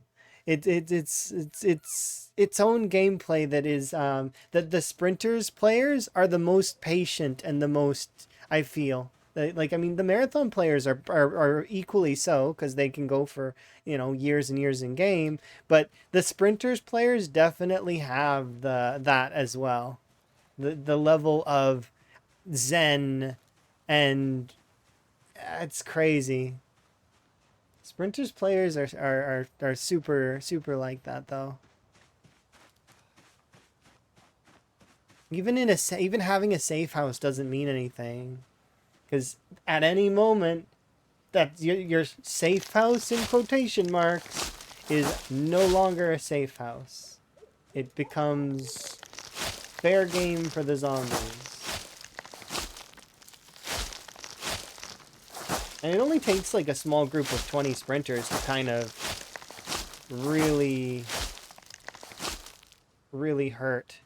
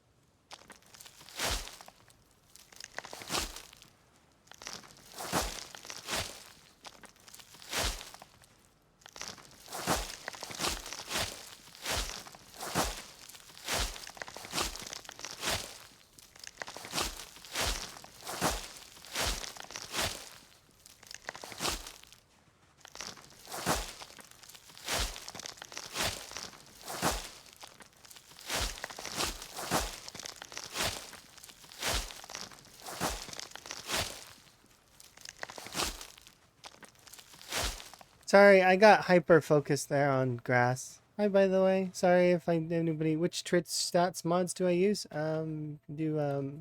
We did this command, so go ahead. You feel free to look. Um, yeah, conceal yourself, hoping you don't get shot. Understandable. One of the OG ones isn't showing up in my reason. Oh, yeah, because the original odd author mess sent in a takedown request at the just like they said that they could. The another Twitch stats mod. At least I think that's what happened, and they said they would take it down if Mess requested it, and I think that's what happened. I think Mess was like, "Hey, can you? It's my mod, and I just uploaded a new version. Can we not have duplicates?" And then I think that's how that went. I don't know exactly, but I'm gonna guess that that's probably how it went. Cause I don't know Mess personally. Twitch stats is not. What? Isn't it? I'm gonna go out on a limb and say it is working.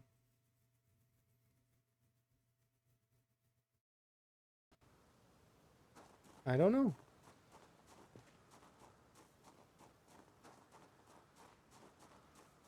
You don't see Mess's one in the list?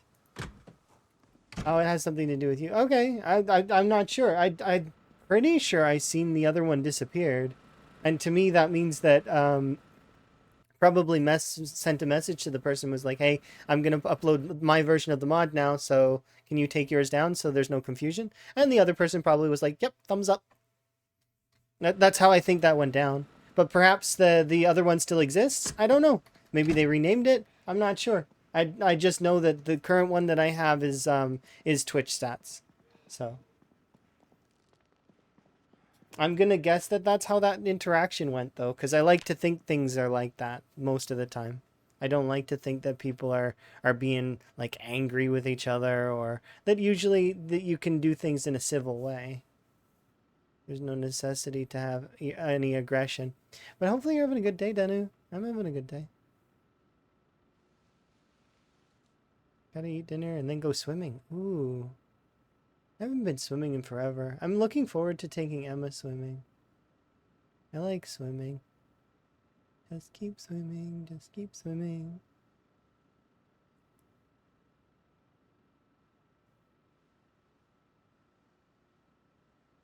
Okay, that's good. I'm glad.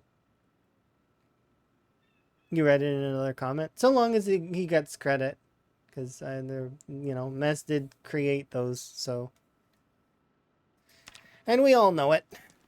That's one of those things where it's part of the Zomboid community. We all know where that stuff came from for the most part. Kind of, sort of, right?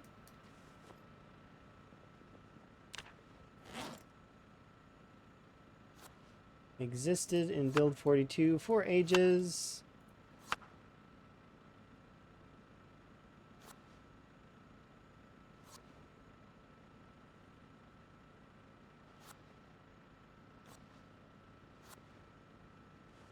There we go. Thaw out half of them. There we go.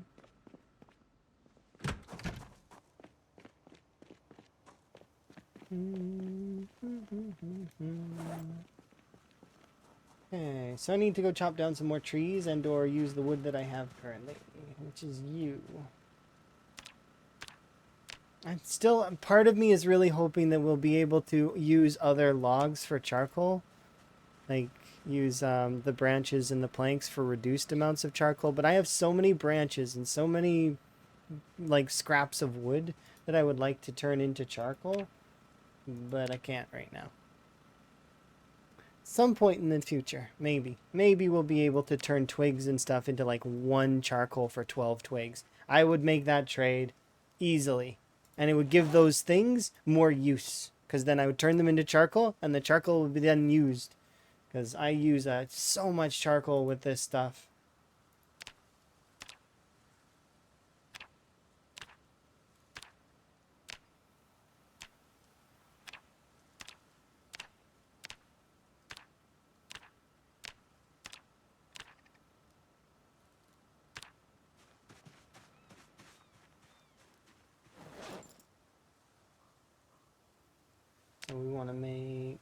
bunch of iron bars. I can make 3. Oh wait, 1 second though. I need to make 1 iron cube block and make it into a sheet. The reason being is I need that iron sheet for creating some more stuff.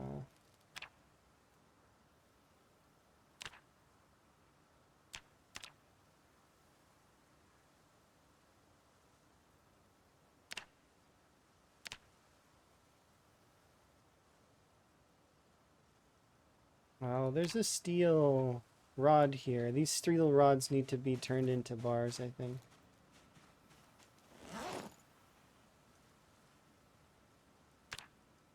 Can they not? No, they can. It's just I don't have charcoal.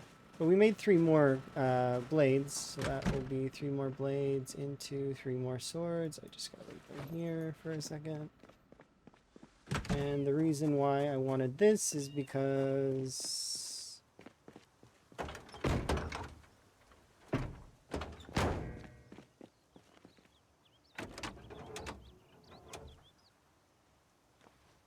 There we go.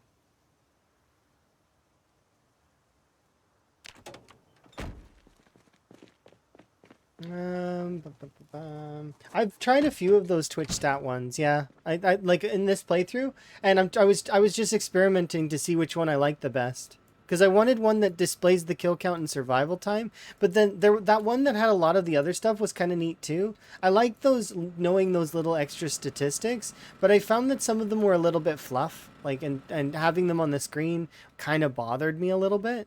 Because, you know what I mean? Like, I don't mind having those in a detailed menu that's separate, but having them on the screen was just kind of like, eh. It's too much stuff on the screen, right?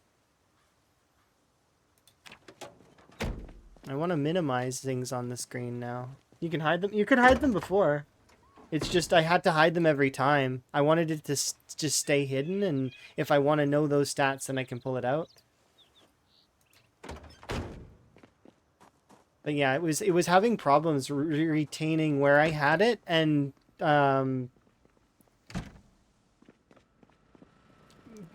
remembering which things I wanted hidden. Okay, so now that that's done, I've got done there. Before we continue, though, I do need to refill my tea, so I am going to do that, and then we will make more swords. That's the plan. I'll go take apart some things in rosewood, and we'll make more swords. Be right back, though.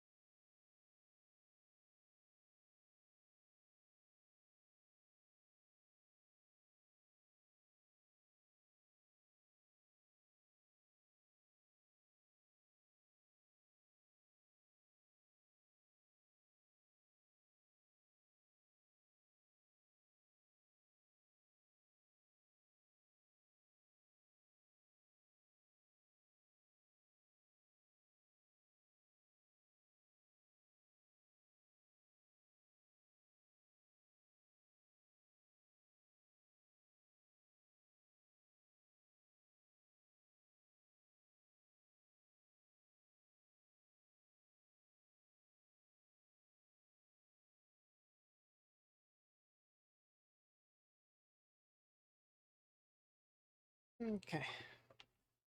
Turn to what we're up to.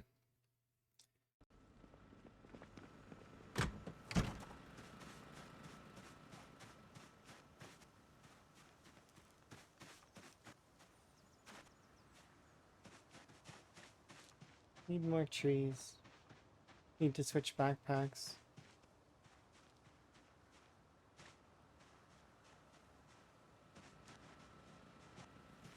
Yeah, swap backpacks.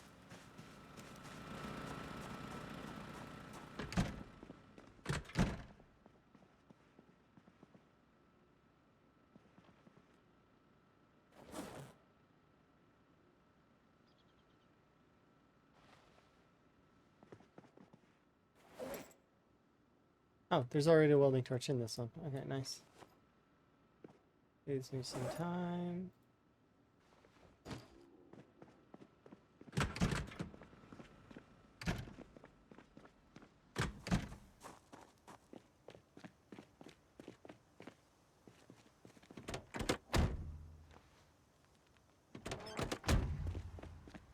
Oh, did I start you? Oops. No. Okay.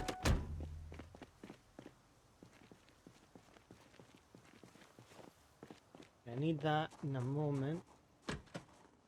Hello. Hope you have a nice day.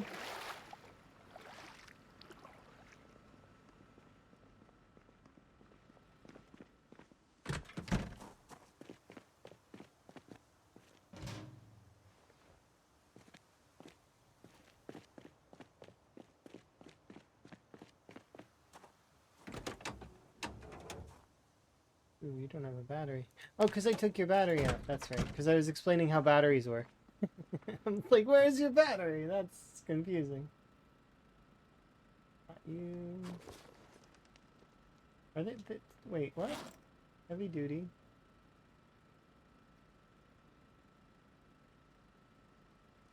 This is not a heavy duty, right? Standard. Okay, thank goodness. I was like, wait, what? Double. Alright, let's do this. Install you there. Uninstall you. Uninstall you. Put you back in.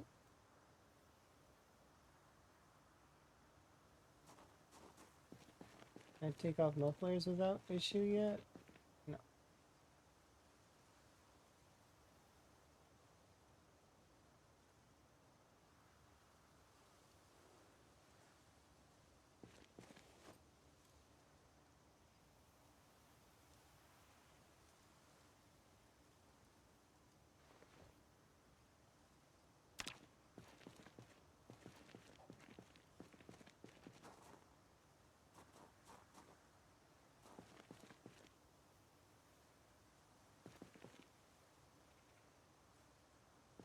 Oh wait, no, don't do that.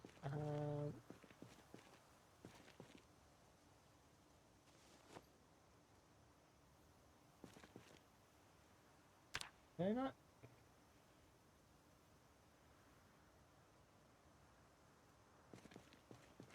Oh, it's two. Okay, I was confused. I was like, where did the other tire go?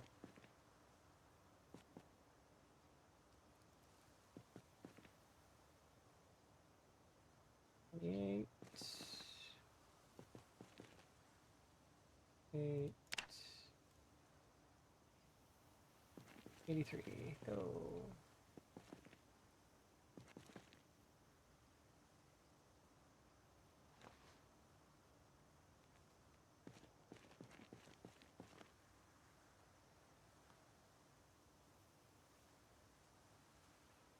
Oh, did I break this other tire? No, where did it go? There it is. Must have been too heavy to put in my inventory. It's okay. Plate in, plate in, plate in, plate.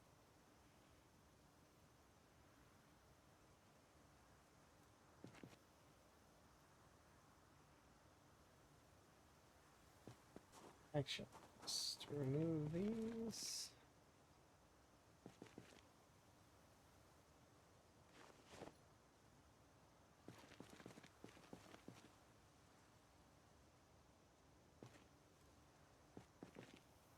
Like I mentioned, I only want to get 1,000 XP in it right now, so...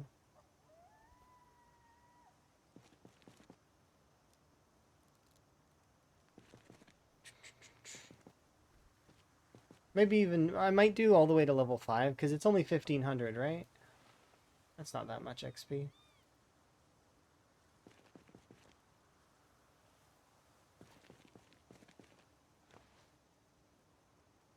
Comparatively to, like, the end of it, I mean.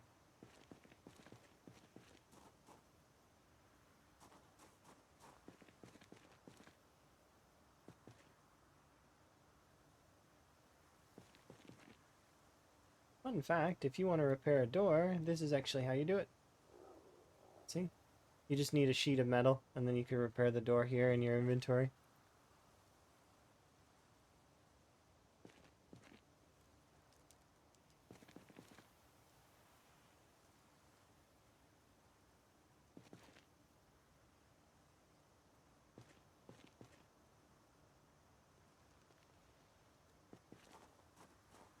Install, uninstall.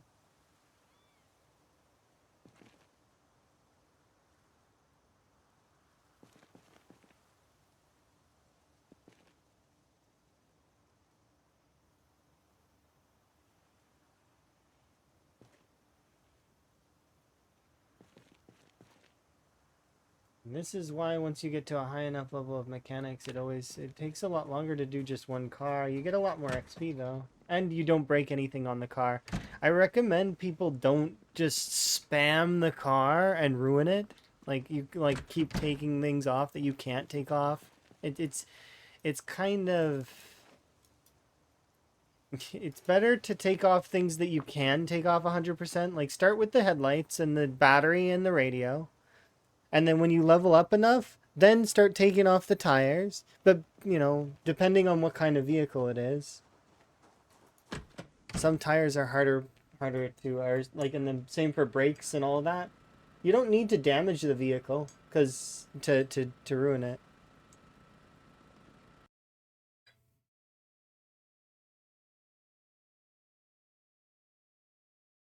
You download the Korean version. I mean, it's a simple, like, you could just hit the check mark on the other one, like, later. You use junk cars to learn. That's understandable. But when you break vehicles, parts completely, those parts kind of just, they're no longer usable for anything, right? So outside of, I guess, the broken windows can be used to be made into broken glass. If they give us the option to reforge vehicle parts in the future, that would be kind of cool. I would love to be able to make vehicles, but... Mm-hmm. Well, it feels that way, right? But you could just be, but because it's a probability matrix, you could just be hitting that bad 50% every time. It depends. It really does depend. It's just like getting scratched. Getting scratched is a 77% chance, right? So that means it should not happen very often. Yet, I feel like if folks get hit with a scratch, they feel like they get it a lot of the time, don't they? You get you get the Nox virus. Why? Off a scratch. It just happens, right? The odds are not with it, but yet it seems to hit that 7% more. It's one of those negative things, right? And it stays in your head a little bit more than something else, right?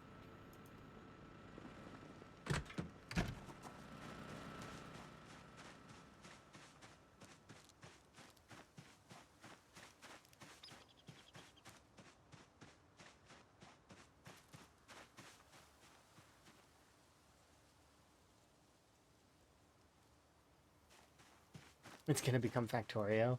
Kind of. Except instead of bots, it's gonna be NPCs. I agree with that. So you're gonna get like little people that work. There's no automation. There will be though. Kind of. I'm expecting NPCs to be automation. But then again, we'll see. I hope they don't overdo it, but at the same time, I know the devs will figure it out. They'll figure out the balance that they want to put in the game. And then we can always adjust it up or down depending on what we prefer as players. So if players want to have it a little bit easier, they can have it a little bit easier. If players want to have potato NPCs, then they'll have potato NPCs.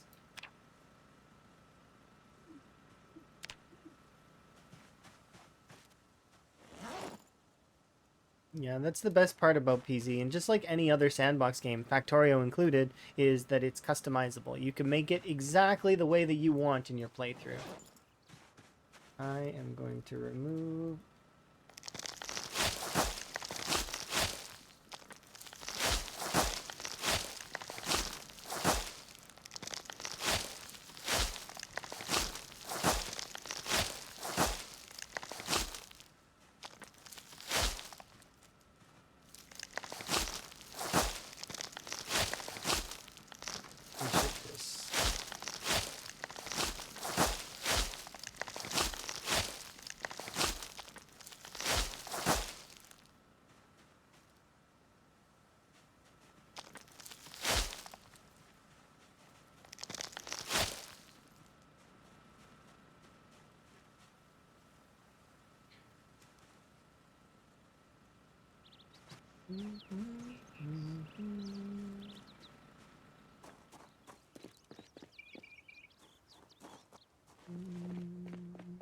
No scythe? Why would I use a scythe? It doesn't do anything different than the removing the grass.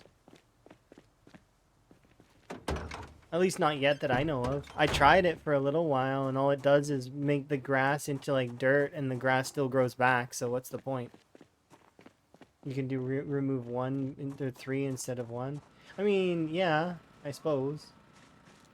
I can speed up time though, so why would I need to remove 3 by 3 instead? I suppose you're not wrong though. I probably could do it. Do I even have a scythe? I don't. Like on my person? I don't think I do.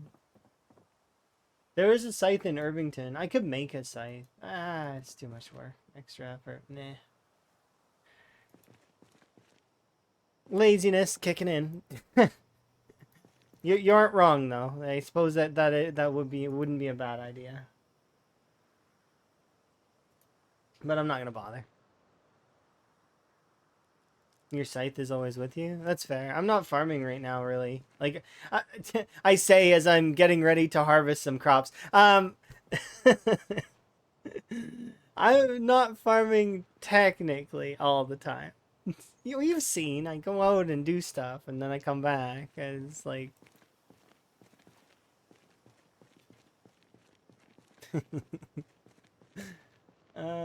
yeah, I would love it if that I could get the ground salted. I want to salt the earth. Let me salt this earth.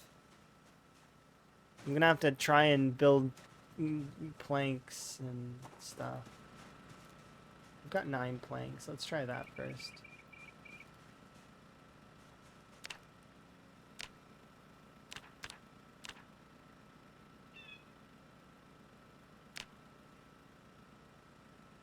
Is there a higher one than the craftsman's floor?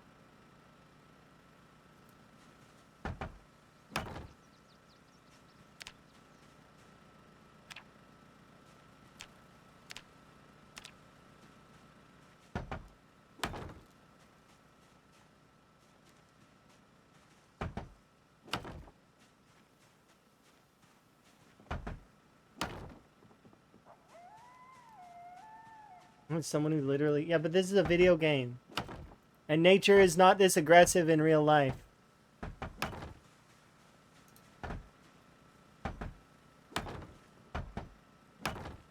Trees don't just sprout up and go, boom, and then they lift up ambulances. That's not how that works. Yes, they do gradually lift up the ambulance, but nature tries to take apart the ambulance first. And then, so the ambulance would be in much more damaged state than it currently would be, right? They don't just go foomp, and then the ambulance is in the air pristine.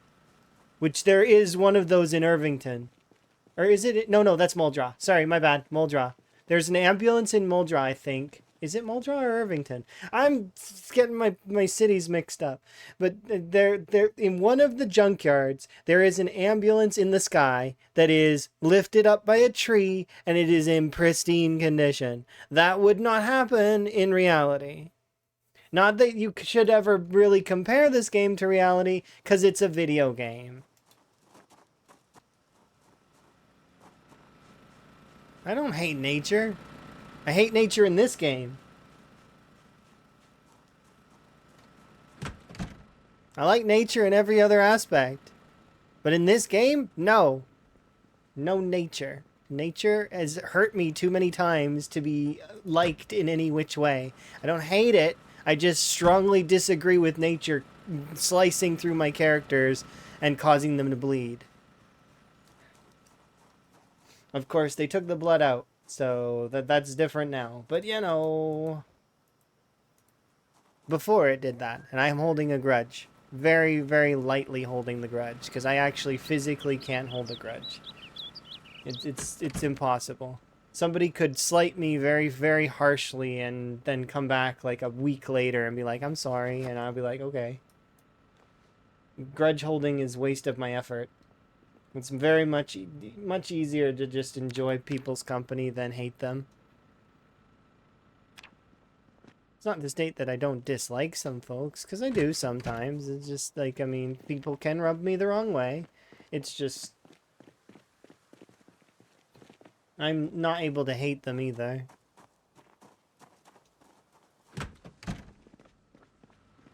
Too much effort. Why would I bother? Much easier to just be neutral and not think about.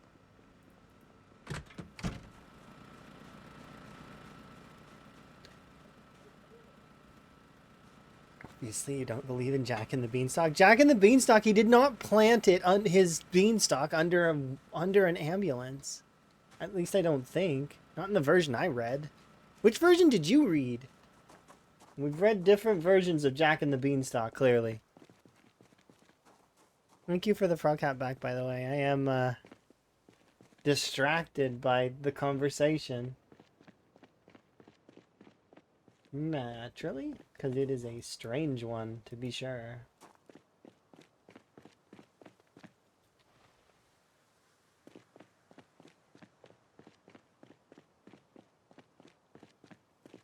Could you imagine having to kill all the trees in a playthrough? That's a playthrough that I don't even think I would want to play. And I'm the kind of person that would do that kind of thing. Out of everyone in the Zomboid community, I'm pretty sure that there's a handful... Oh, did I cut it off? I did, yeah. Oh no, it's too dark. There's a handful of us that would do a run like that. Like, you could convince a handful of us to do it, but I'm pretty sure I'm the one that would be the one to take it as far as I could. Because it's like really boring on paper.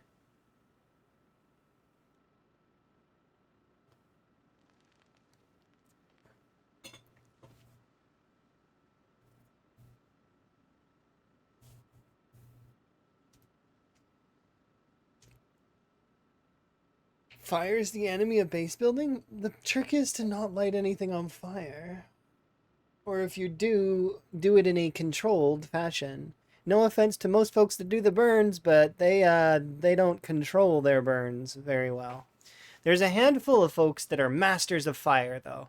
If you want to learn how to do a good burn, you can learn from folks like Wick or Buzz or...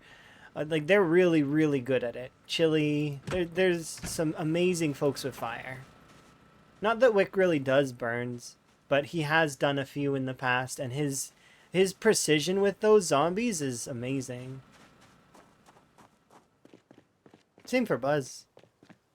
He keeps them knit. That group is held down. Usually it doesn't burn the surrounding area. Not by much. What was I doing? Oh yeah, I was going to continue making the ground happen around this fiery pity area.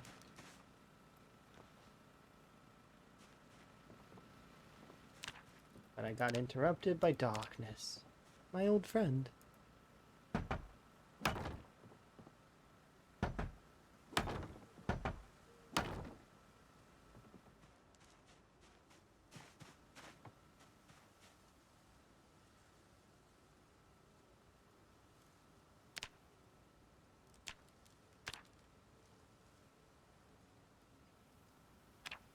Okay, so what things here are not usable? So these things I can't smelt down. For one reason or another, they're not smelt downable. And currently, these have been taken off the list of being able to be smelted down. They were on the list for a while. I wonder what happened to that.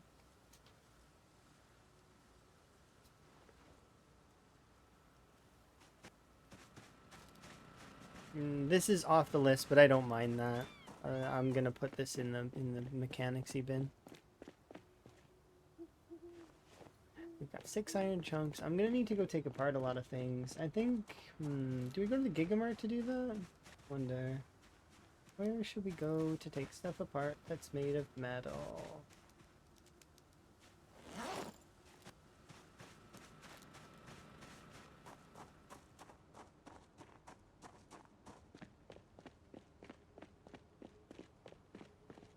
Also, do I want to do it on a day like today? Not really. It's foggy and pouring out, but let's do some vehicle repair.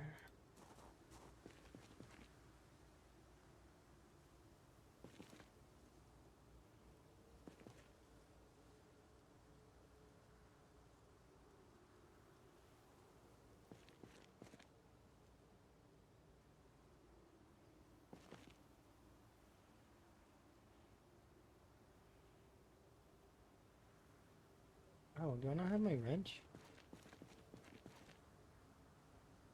Wrench.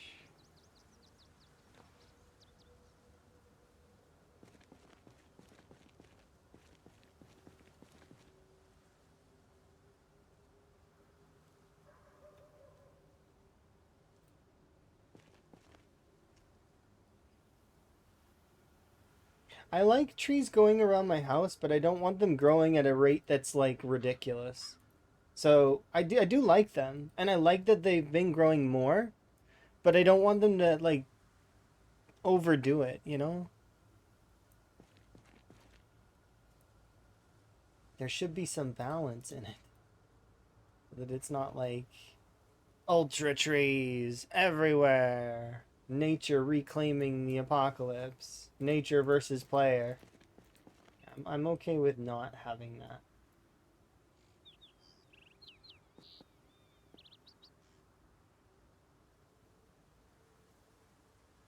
58, 41,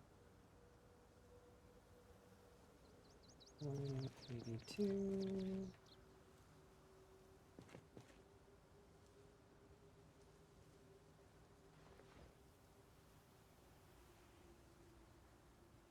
25, 62.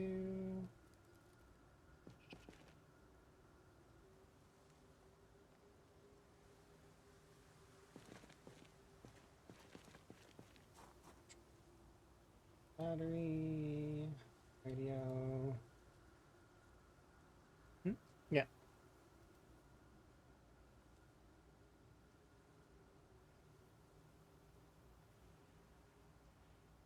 Tail light. Muffler? Can't take the muffler off. Right side.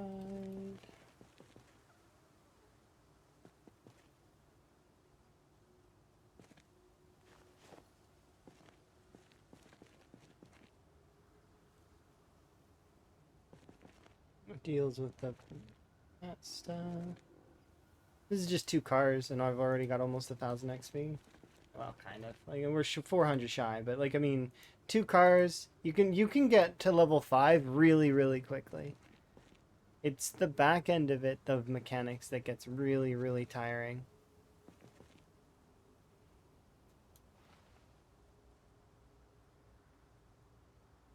Of course, that's once you get to level 4. You really got to grind that first couple of levels on those headlights. Like, oh, just take a break every other day. You do it like once, and then you go do something else for a day and then come back, do it again. Because it's a 24-hour cooldown, right? Right.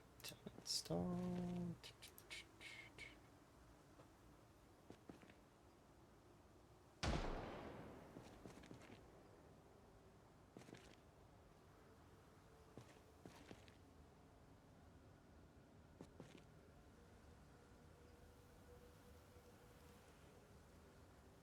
Windshield.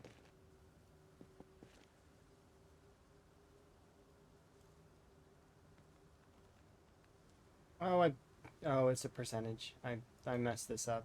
I need to hopefully, yeah, put it back. I shouldn't have taken that off. Oh well, it's okay. We managed to put it back, so that's all that matters. Same for these things. Can I do these yet? No, because I'm level 4. That's right. Let's put these away. Do some of it though. We can do like the headlights, battery, and radio. I took these off by accident because I wasn't paying attention. I was just autopiloting, and that is bad. You shouldn't autopilot. It can't be helped sometimes. Sometimes your brain just starts doing autopilot. The trick is to catch yourself in autopilot.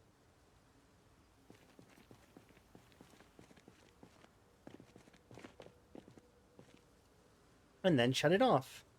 And do some manual control.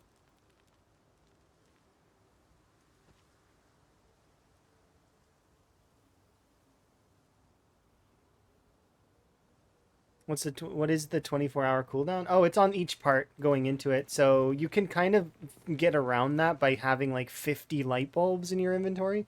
In my opinion though, that's a waste of effort.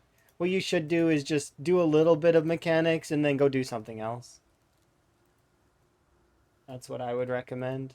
Because once you hit level 4, you can actually, if you've got like 5 or 6 cars, or you know, a few more than that, you can actually, you can get to the point where you do all your cars, and then it's the end of the day, and then you can go sleep, and then do all your cars again. Like, it gets to that point where you're taking off so many parts, it takes up the whole day. So you're able to then get thousands of XP kind of consecutively. So you can go like I'm doing right now. You see, I've done what, 2 cars, like, and I'm not even done the second one. It's already halfway through the day. So, and then you just do it by having. There we go. And that's with doing the ones that you can do. See, I can do these. I can take the tires off and it doesn't affect it. I can take the brakes off of standard vehicles and it doesn't affect it. And then as you get higher levels of mechanics, you're able to take off the tires of the other vehicles too, and the brakes, and so on and so forth, until eventually you hit level 10. The purpose of level 10 mechanics, by the way, is that you maximize the amount of spare engine parts you get when you recycle engine parts off of a vehicle. So, and it gives you the highest percentage of repair for your engine parts when you put them into a vehicle. Thus, you don't have to worry too much about going and collecting tons and tons of engine parts. You only need to use a handful, and you can make an engine back up to its highest condition. Remember, though, you can adjust engine quality. So if your engine quality is absolute garbage, it's going to stay there. Same for the engines that are of good quality. Though engines of bad quality are still have purpose. So they're not bad. The only bad part about them is trying to start them sometimes. Because sometimes they won't start. So you got to kind of be careful with that.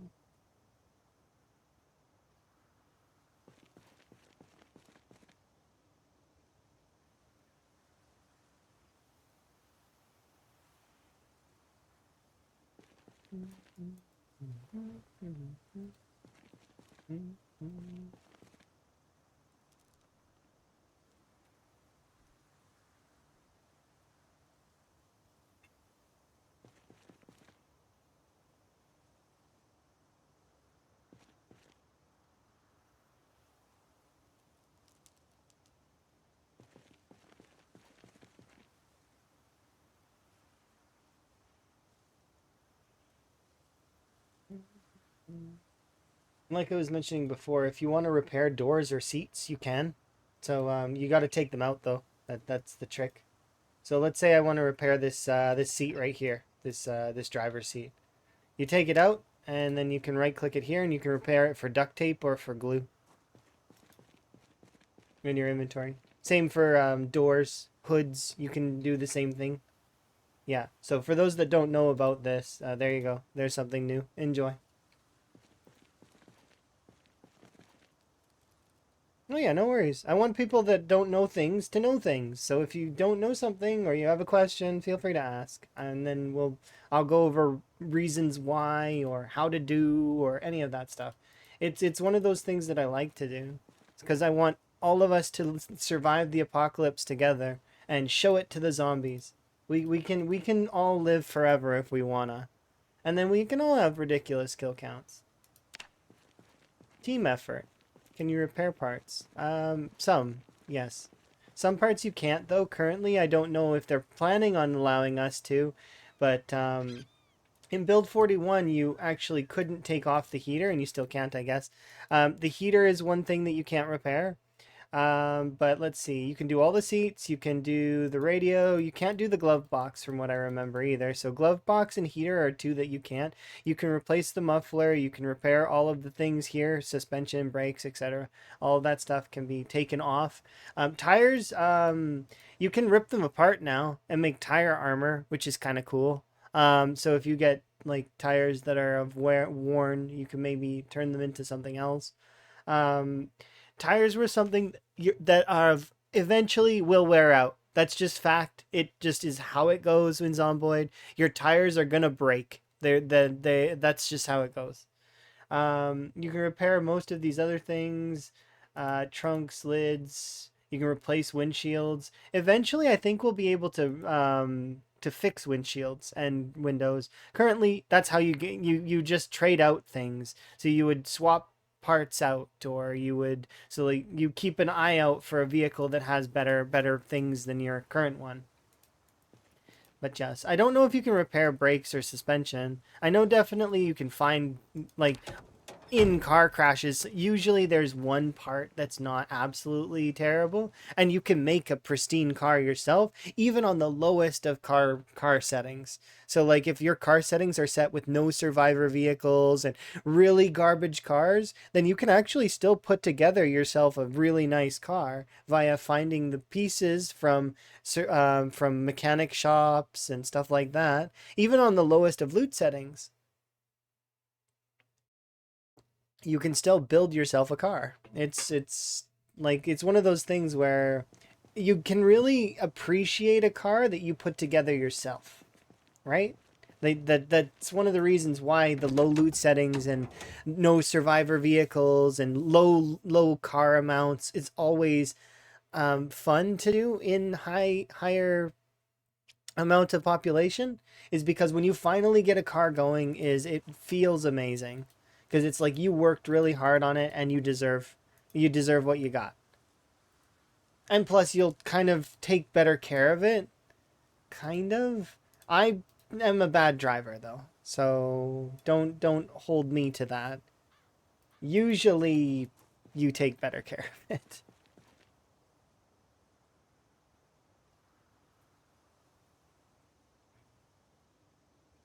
I am an exception to that rule because I'm trying my best a lot of the time, but I do squirrel away from the computer like screen sometimes, and I'm looking around my room or I'm looking up at the ceiling, and I mean you guys can see me where my eyes are going. This is the game, so if I'm not looking here, I'm not looking at the game. But not directly, anyways. Sometimes I'm looking at the game with my peripheral vision, though. And I've got fairly okay peripheral vision. It's not the best, but it's functional. Functional enough that I can make sure that I'm not dead most of the time.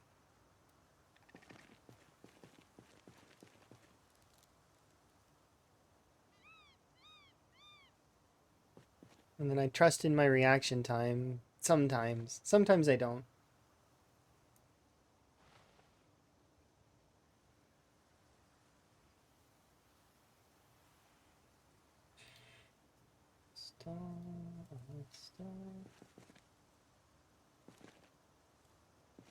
I know I said we would stop at 1,000, but I mean, we're right here. We might as well just finish level 5 off.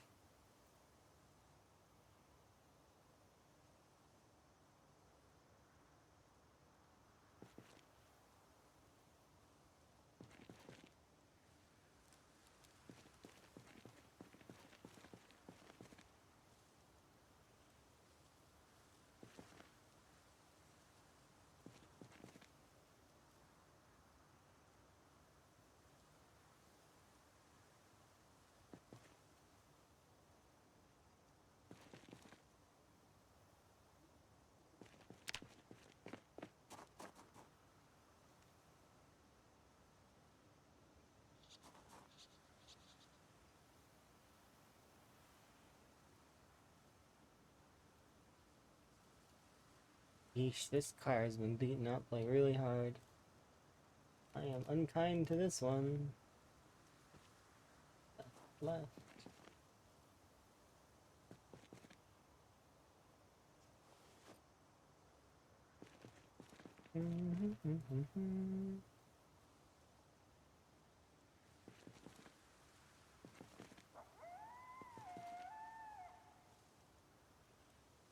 Maybe 1, 6.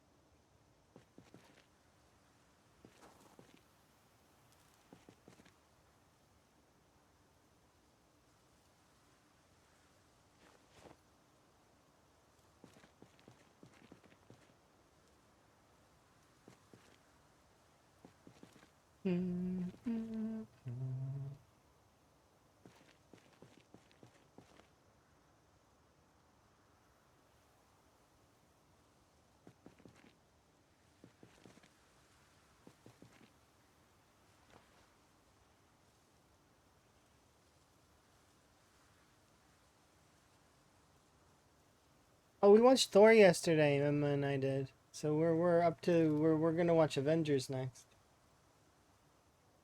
I'm looking forward to it. I know that may seem surprising that I've never seen that movie before, but it was pretty good. Some of those movies, we're gonna be working our way through the entire MCU. Oh, thank you very much for the subscription. Do very much appreciate. Enjoy your frog emotes and your ad-free viewing. No more ads.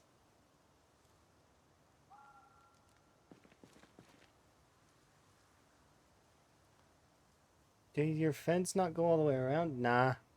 But I've wiped out all this area, and yes, while there's going to be stragglers still left, I do not fear 1 or 2 zombies that shows up on me when I'm doing mechanics.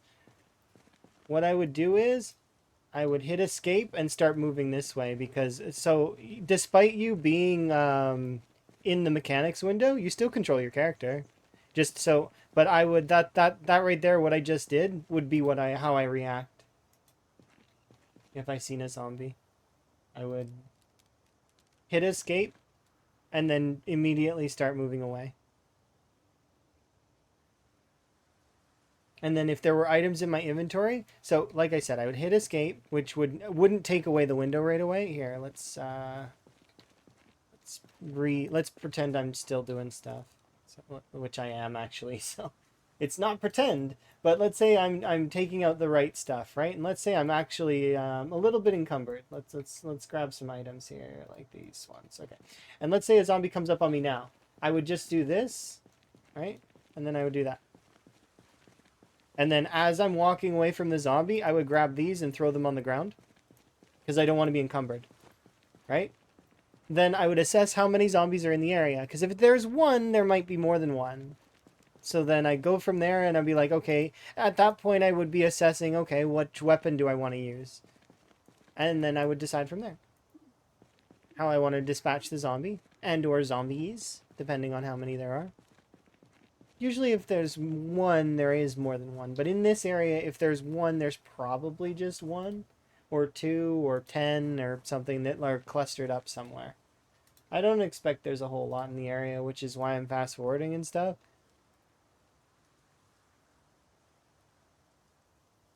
Let's see.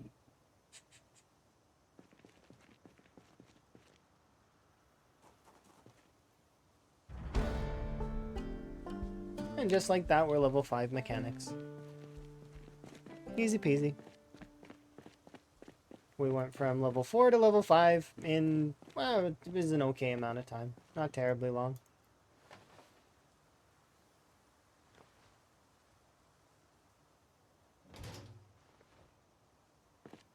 To put this here for a moment though, and did I take the tires off this vehicle?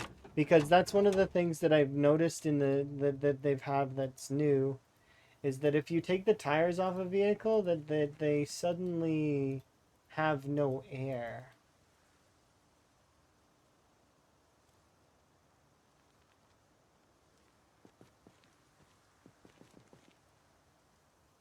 Yeah, thank you again for the subscription. Do very much appreciate it.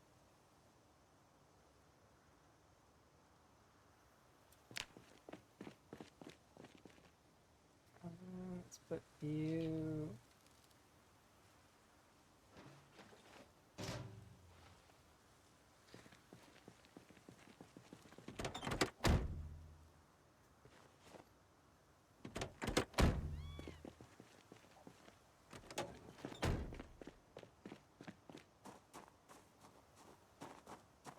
I'm gonna repair the engine with the engine parts we have as well.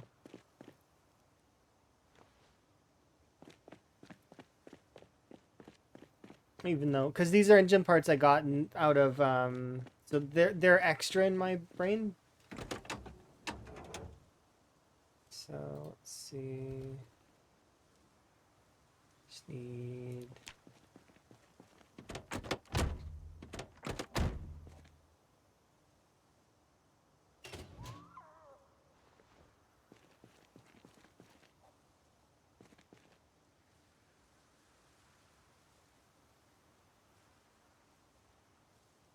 There we go. I raised the condition by a little bit.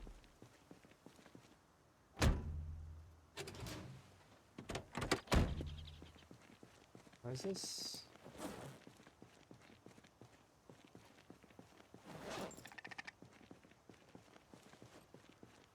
Let's go fix our moodles, and then we will head over to do some metalworking, I think.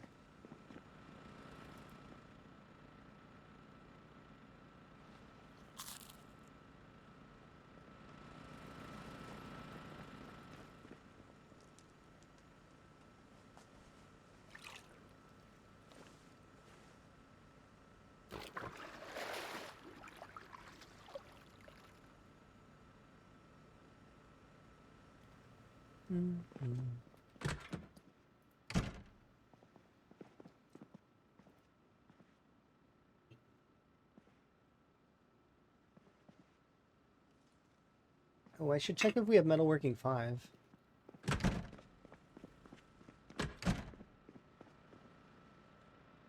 Nope.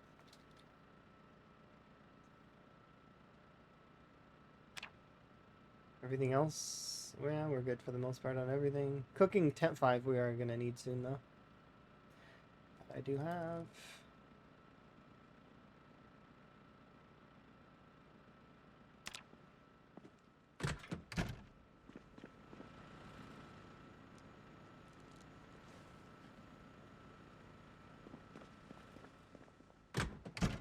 Three.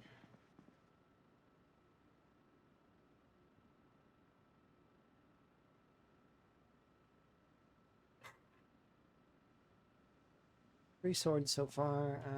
We're gonna need a lot more than 3 swords.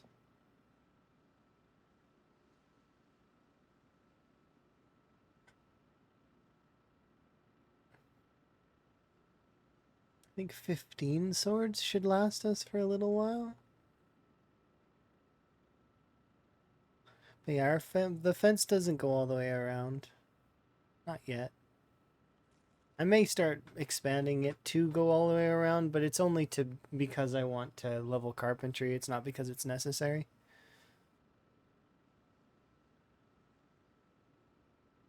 We got one full level of mechanics. Over 1,100 XP in mechanics.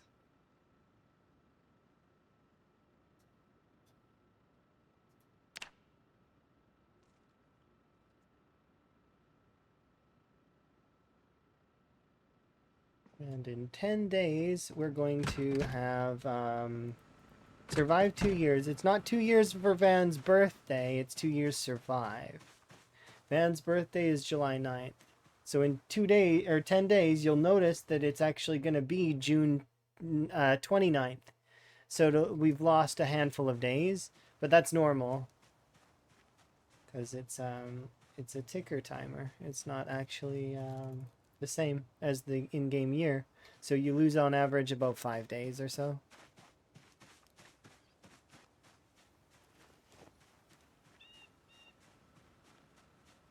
All right, let's have a look at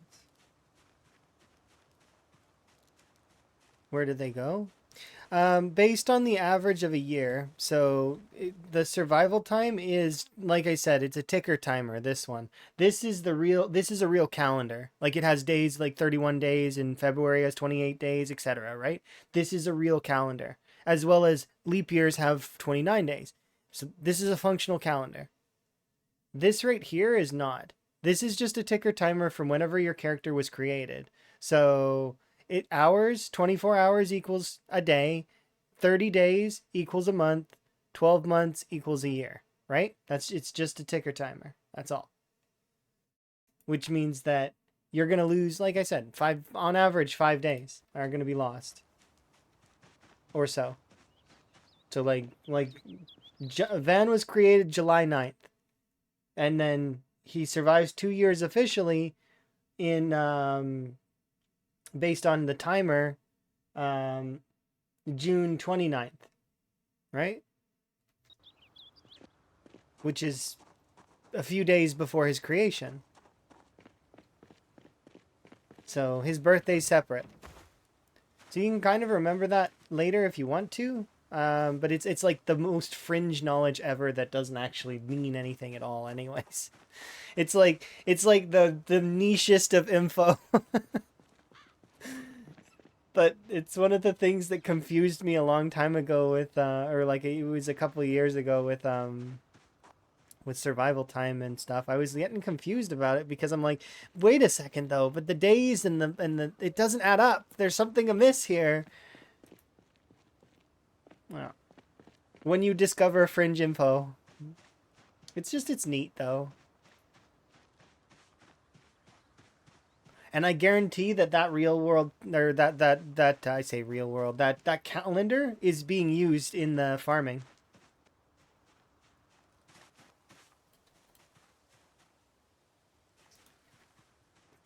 Let's grab you.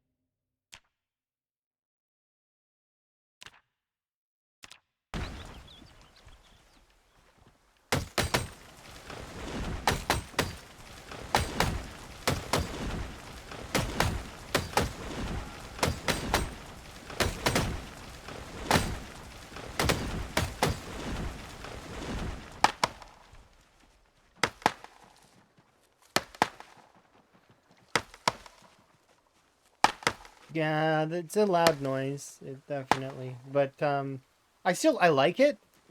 It's just a bit loud.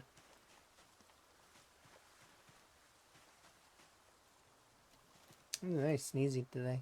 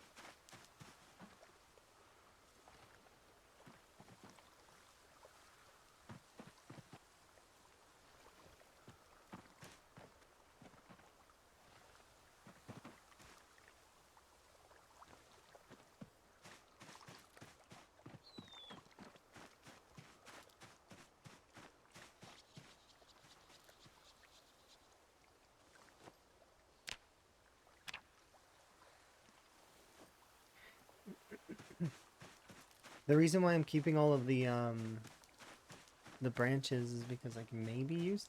I probably not this many, but I mean maybe. I don't know. What if I decide to use like I don't know 8 million branches?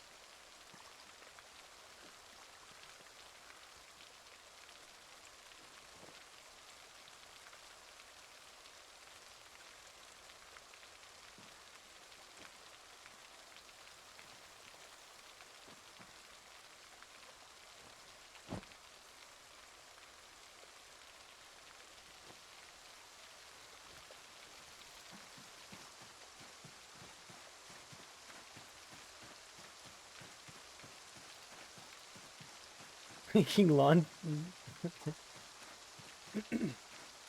become some kind of deranged. I guess. I mean that kind of.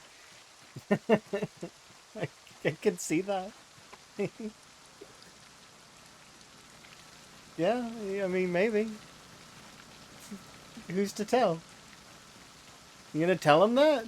Would you tell the person who's been making swords and, you know, slowly converting the bus station into a battle fortress? Would you tell them that? I don't know if you would. That seems like something that I wouldn't want to do. And he doesn't say anything to anyone, ever. He just, every now and then he says, hey, over here. Hey, hey, over here. Yeah. I don't know if I would want to approach that person. I think I would just leave them to their own devices. Let's just leave them alone. Whatever they're doing because they enjoy it. Don't interrupt them. You interrupt them and that's wrong.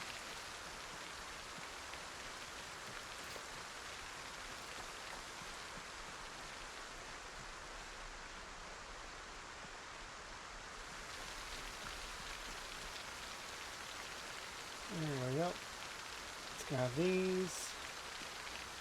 This should be enough for a little while anyways. Well, I gotta go check on the sheep, make sure they're okay. You guys want to name the sheep? I mean, you can. I'm keeping them. I haven't named them yet.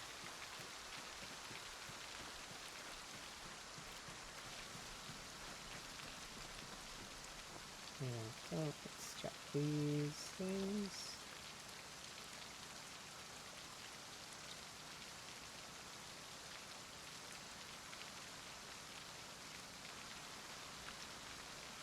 Should they be numbers? I mean, if you'd prefer.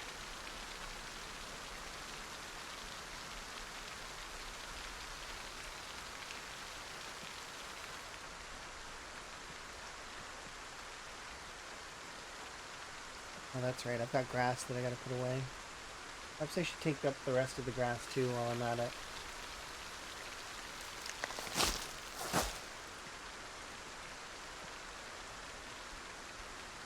here, grass there, grass here, grass there, grass there.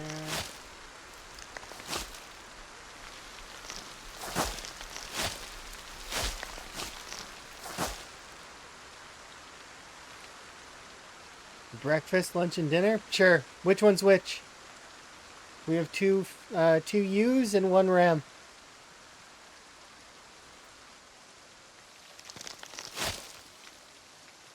Should we make the ram lunch because it's in between breakfast and dinner?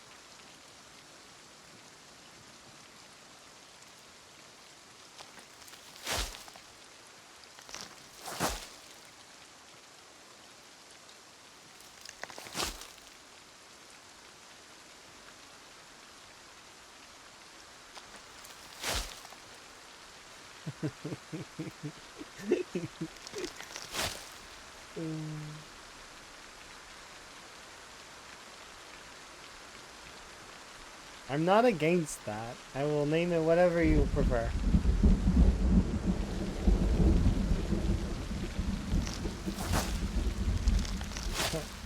Rem and Ram.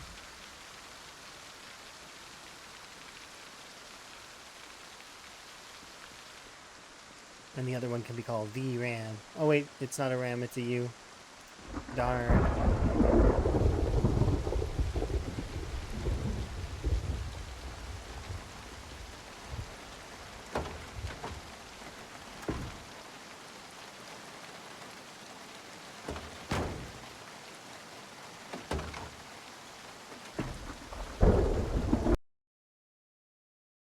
Bag underscore Alice pack underscore desert camo.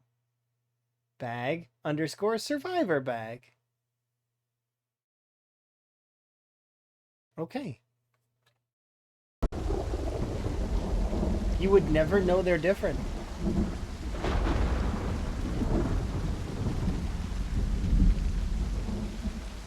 Outside of the fact that they're not stacking with each other. And they should be. But you would probably attribute that to the blood, right? No, because if we wash this bag off, I'm sure it'd be fine. They probably would stack.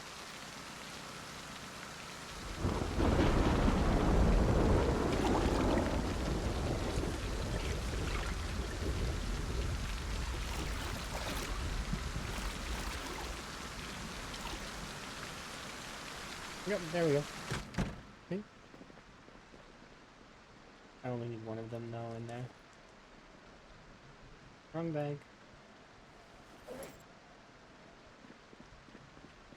We will bring the bag, Alice, pack, desert camo with us. I like all these names.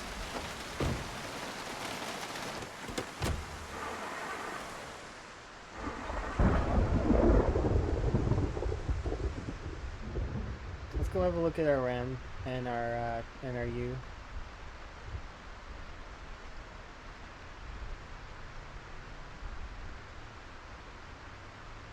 Maybe once you guys see them, you'll consolidate on an opinion.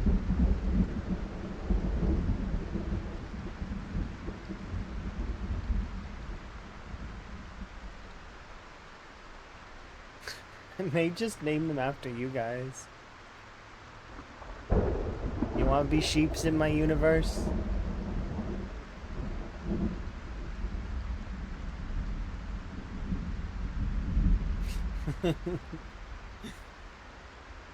You could be a sheep in my universe. It can happen. I try my best to take care of them by not being around at all and leaving a mountain of food so they never starve.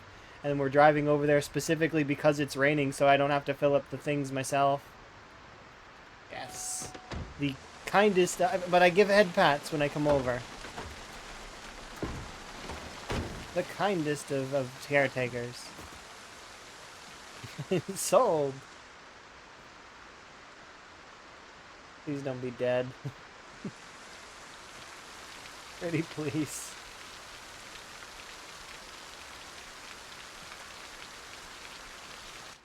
No, they're not dead. They're fine. We pay you.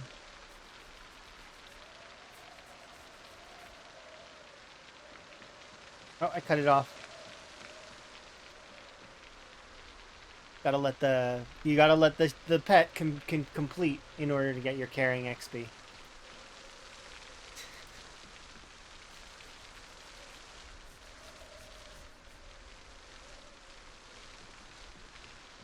That was definitely not an excuse to pet the sheep twice. Nope, not at all.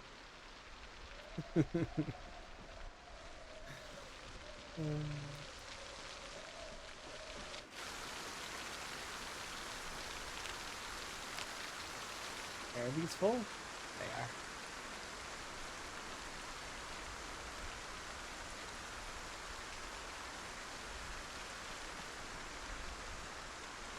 Yes, indeed. I like our sheep.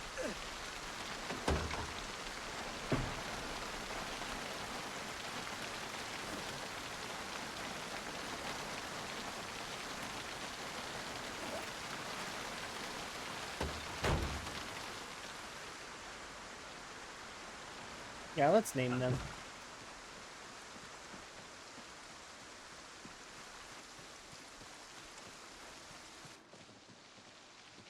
Let's see. First sheep here, you're going to be named Draksha. There we go.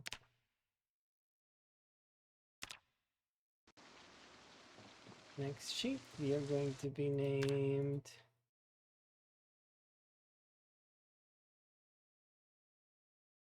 Shinmer underscore. There we go. Coincidentally, there was only 3 of you that responded. So,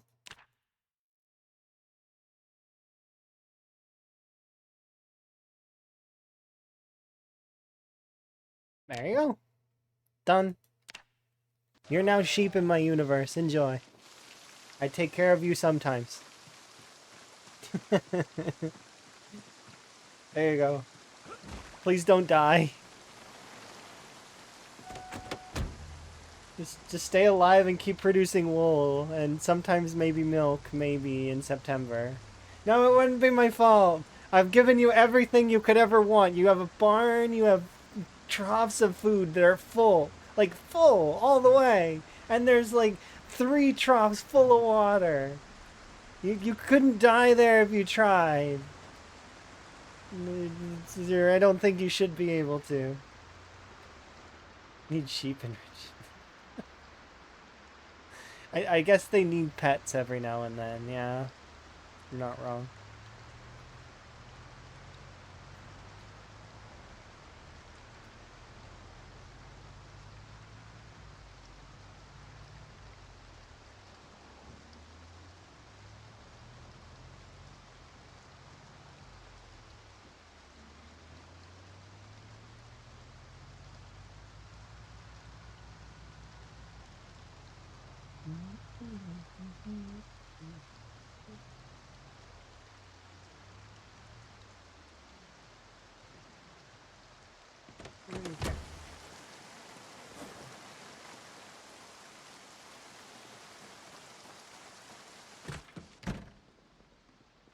Let's put these 6 watches on the ground. Wait. Oh, I put them back in the truck, didn't I? Oops. I was gonna add them in my pile. And before I forget, let's just put this on here.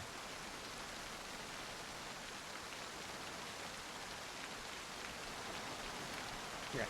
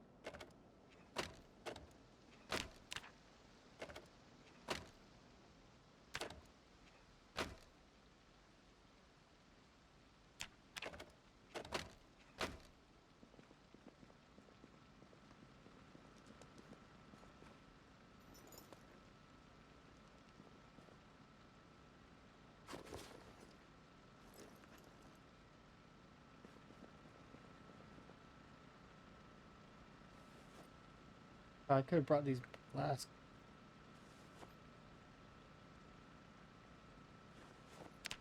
It's okay.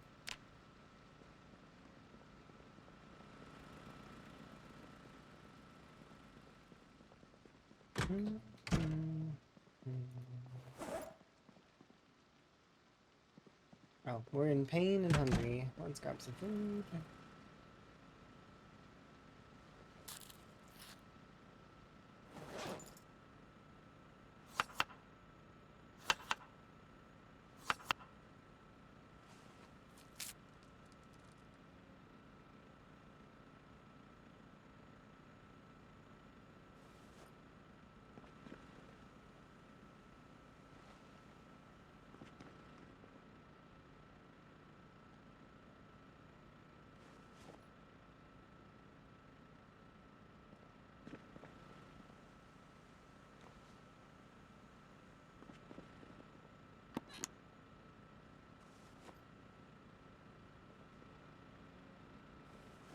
Okay, good is good. Not too far.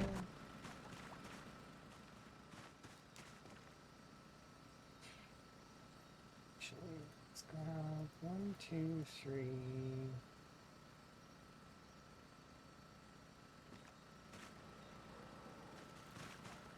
Here.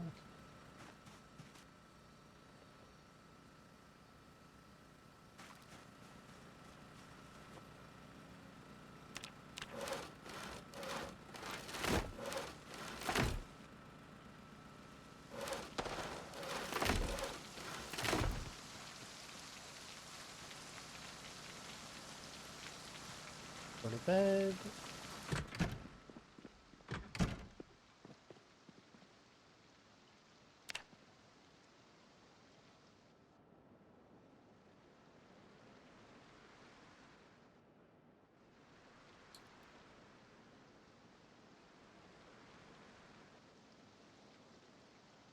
Mhm.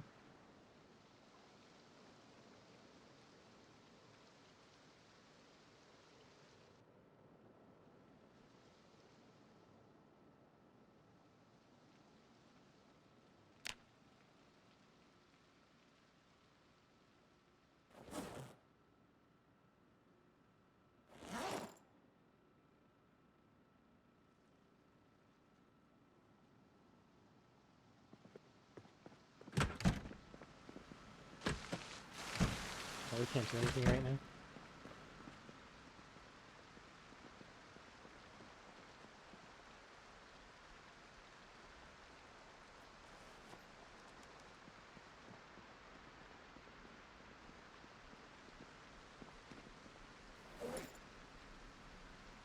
Guess while I wait, we'll sort some stuff.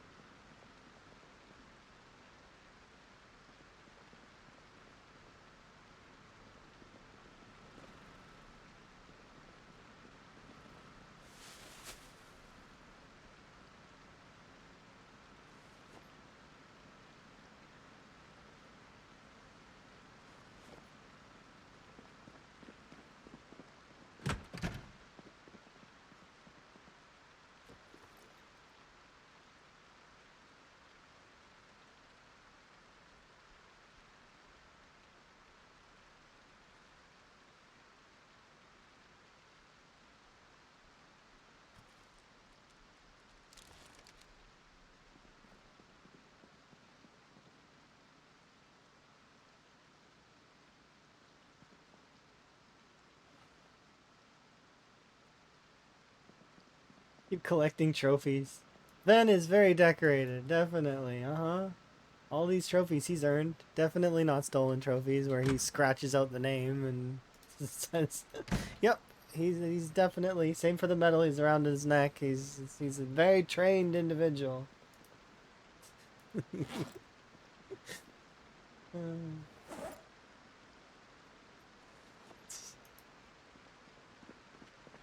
This is my trophy. I earned this. Sure you did, Ben.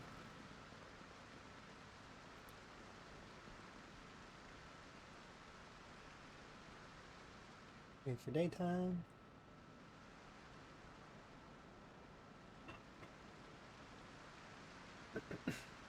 And then we'll get through doing some more of the carpentry stuff. I do need those blades though, right there.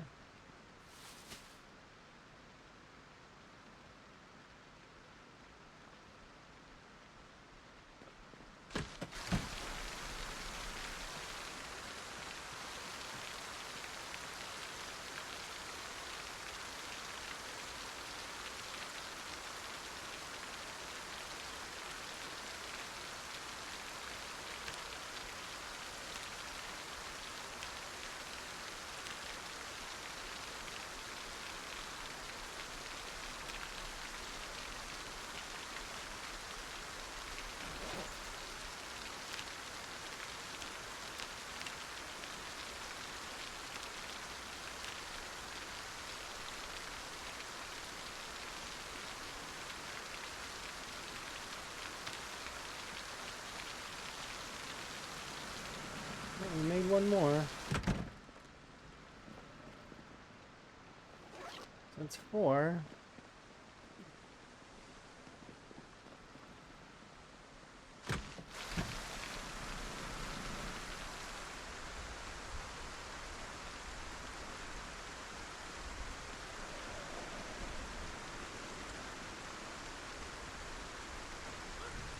Oh, we would level up our agriculture.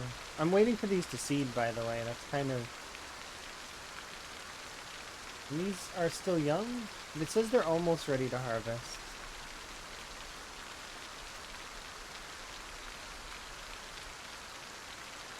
Same for these. Nearly there. No, I shouldn't wait for them, though.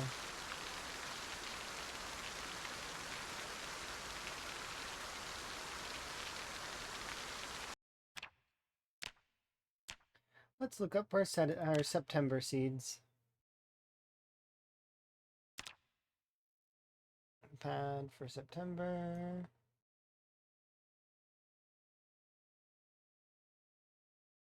Right here, September, October, November.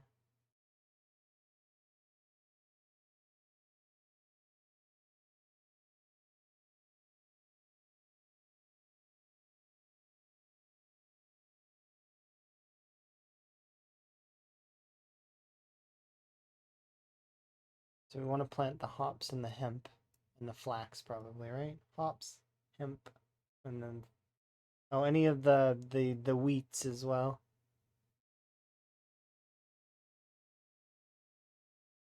Where is it? Be under F. Yeah, September. So flax, hemp, and wheats. So barley.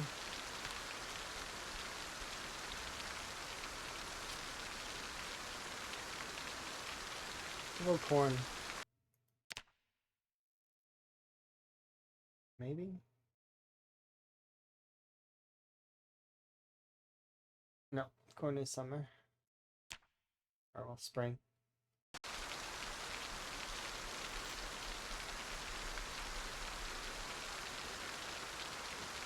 A little tobacco.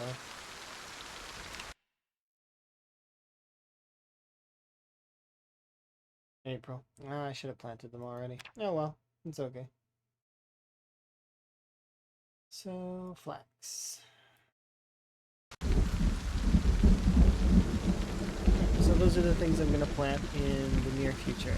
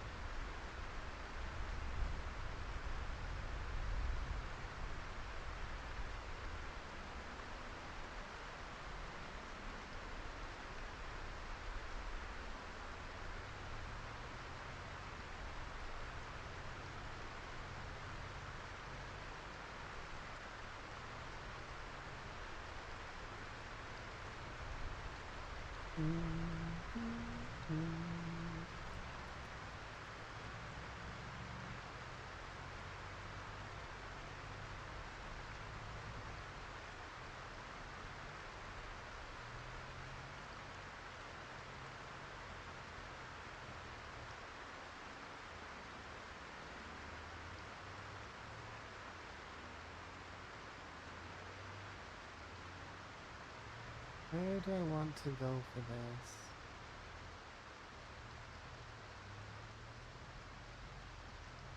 No.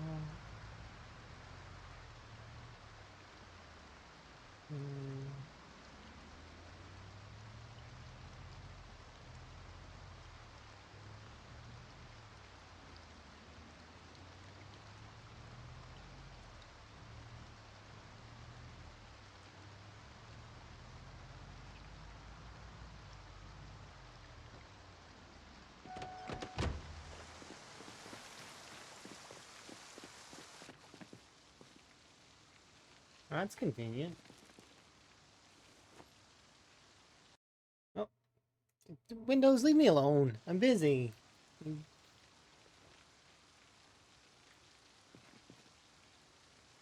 Nerve of Windows sometimes, right? I'm trying to have fun, play my game. And Windows is like, by the way, just let me check on something real quick. Rude.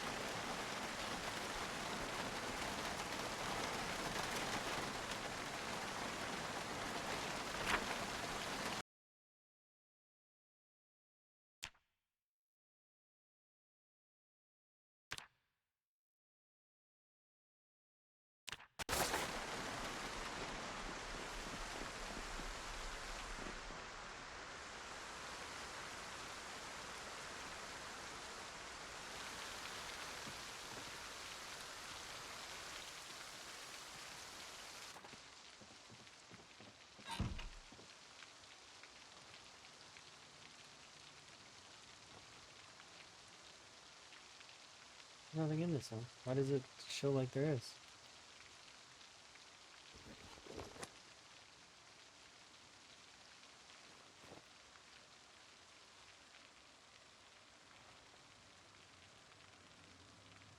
No, no, no. Don't take that down.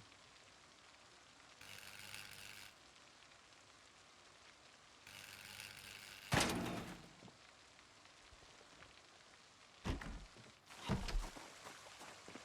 we left that one. Not yet. I'm not doing this for XP or anything. I'm doing it for materials. And then I want to be able to sort some stuff out. And this my no.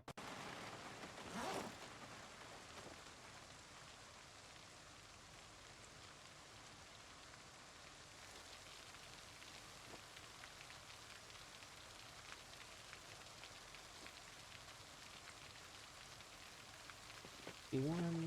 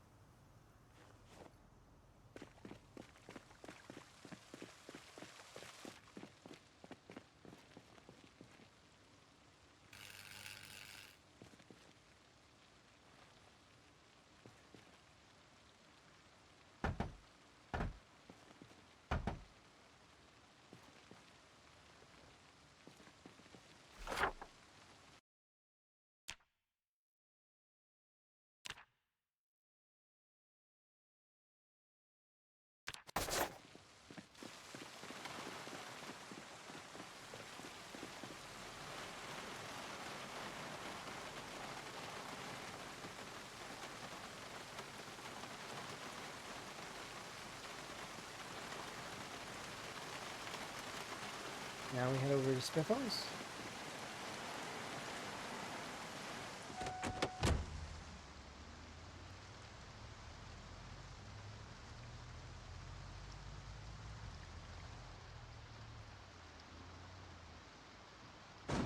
Oops, sorry.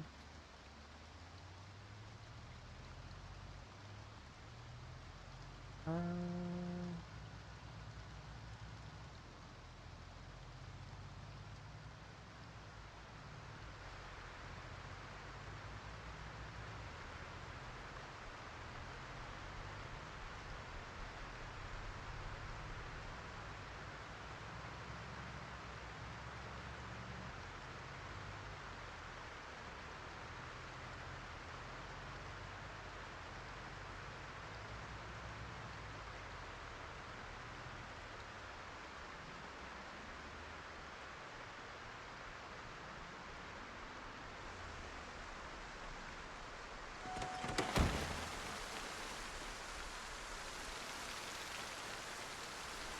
oh.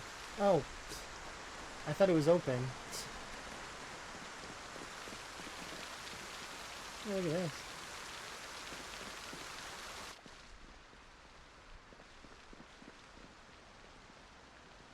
This is what I want though. Right here.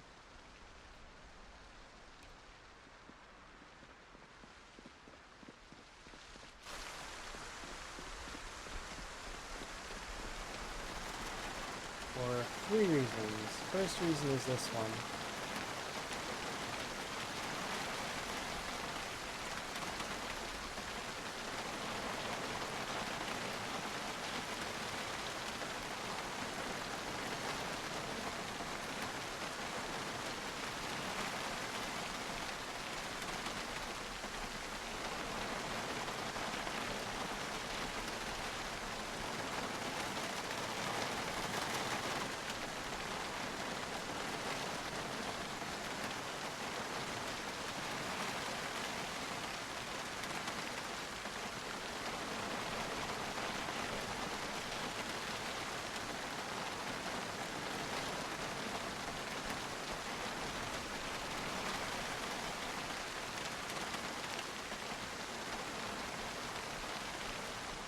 Next one is that we're going to go inside Spiffos, and Spiffos is actually a really great place for metalworking.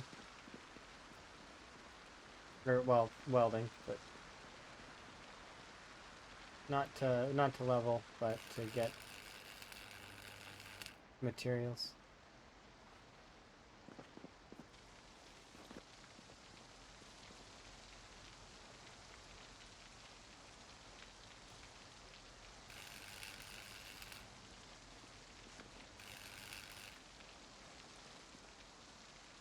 I feel like you used to be able to take these apart. I'm crazy. It's okay, not a big deal. So I can just keep taking apart the tables.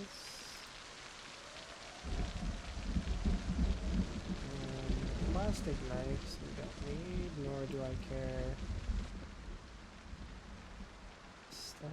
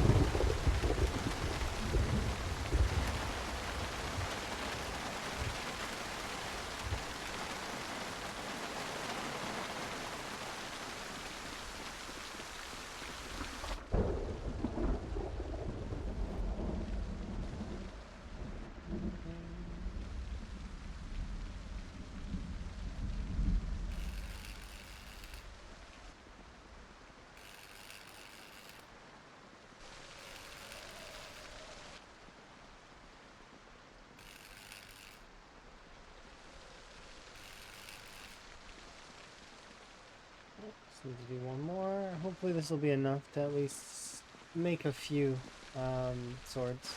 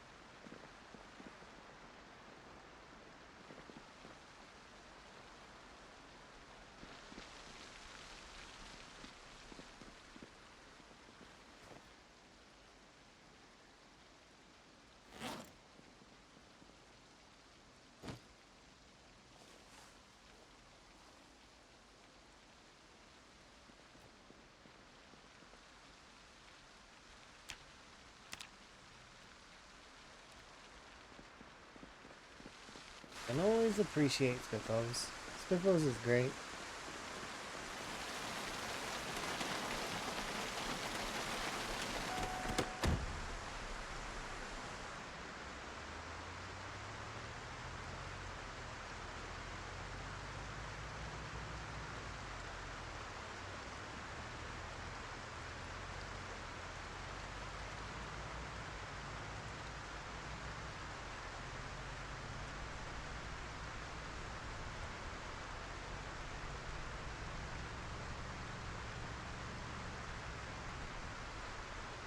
I I want to kill that single zombie that's roaming, but I don't have the time. Because I'm not. I've got a garbage can in one hand, a military bag in the other. It's not the best weapon to bash the zombies with. You can't even hit them. Yeah, strange thing though, if you could pick up the furniture and smash it into the zombies. Two-handing like a rock, or like one of the large rocks, I mean, or like using a fridge. Ruins the furniture immediately. It only works on one zombie, but it would be an interesting kill for sure. Kind of like the sledgehammer. It's interesting, but not something you would use traditionally.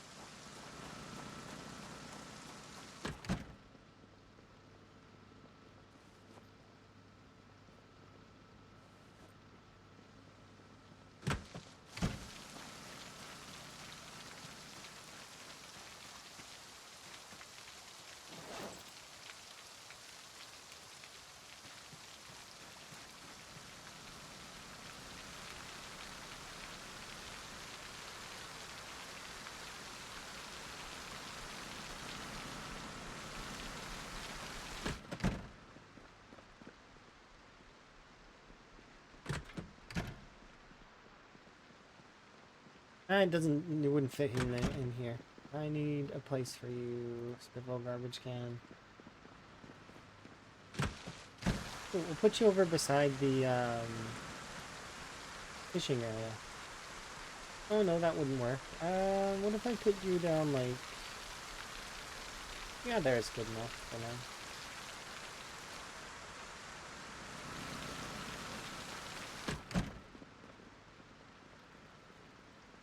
Okay, we'll sort out Moodles in a moment.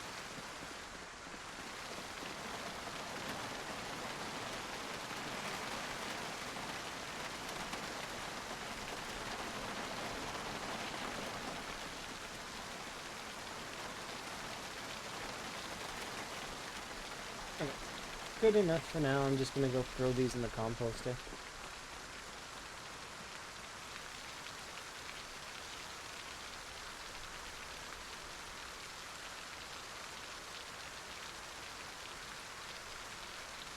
Yeah, there's only 14% compost there. Enough to get one bag, but that's, you know, only 4 uses, not particularly a lot.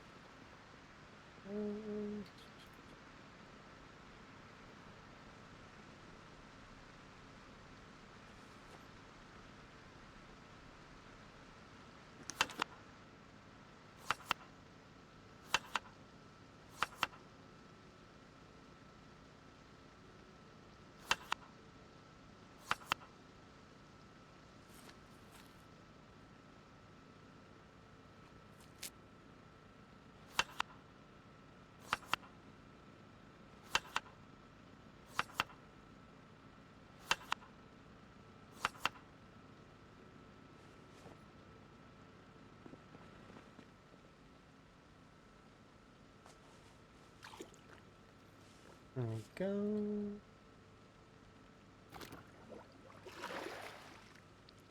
Alright.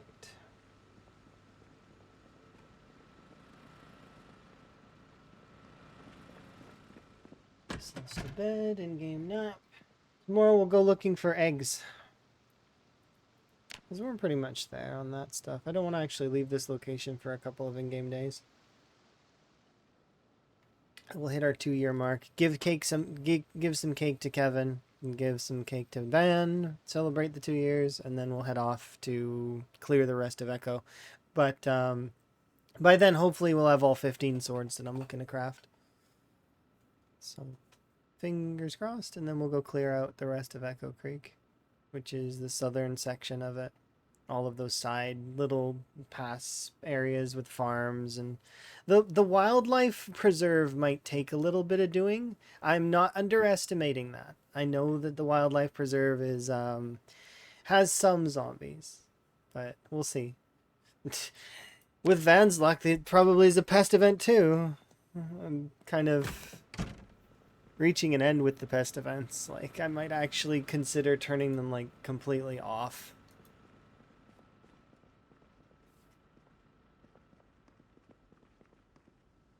Okay, I'm gonna BRB though, because I'm gonna refill my drink. Be right back.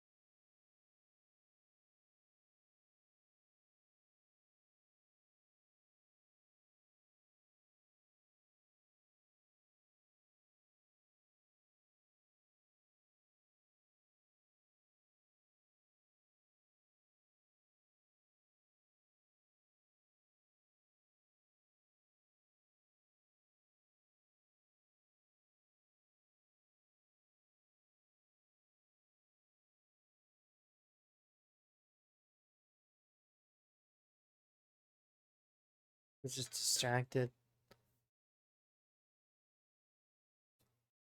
Did the timer win? I missed it.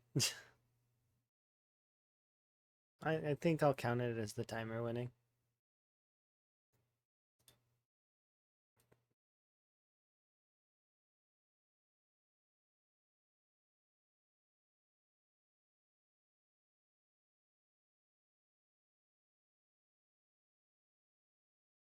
Oh, hello.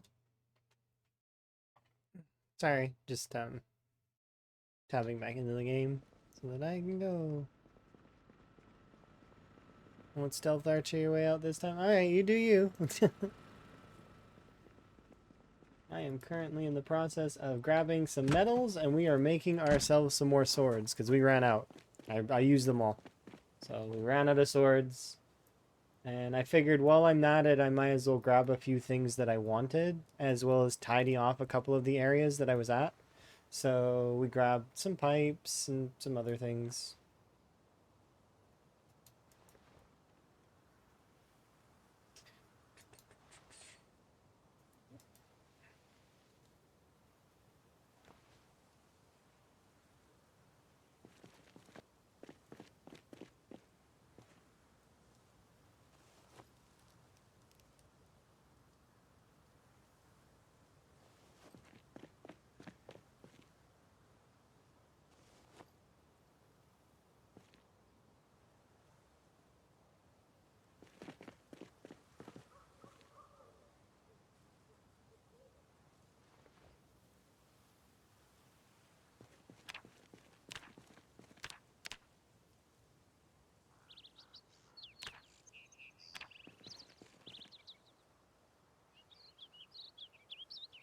Ew.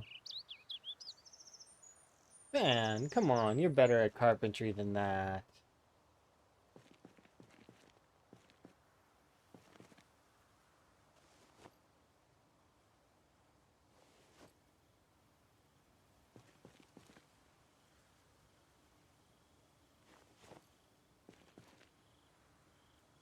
I'm disappointed in Van right now.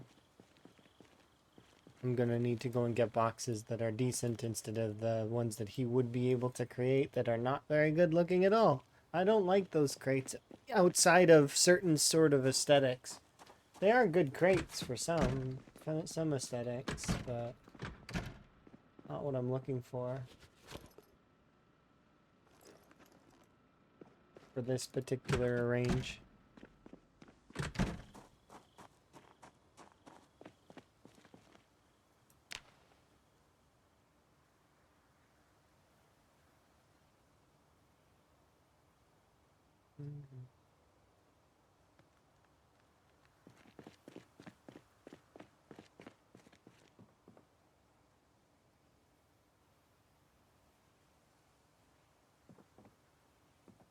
Well, we can take this apart now.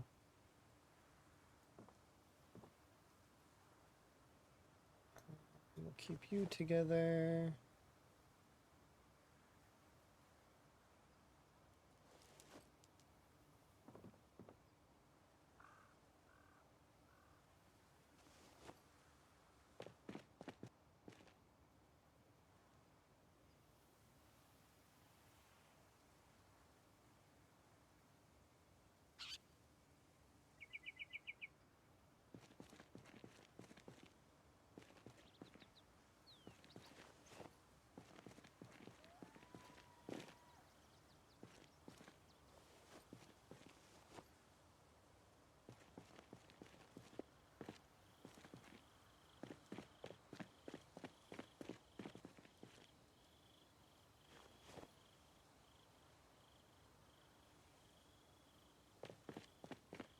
Blade.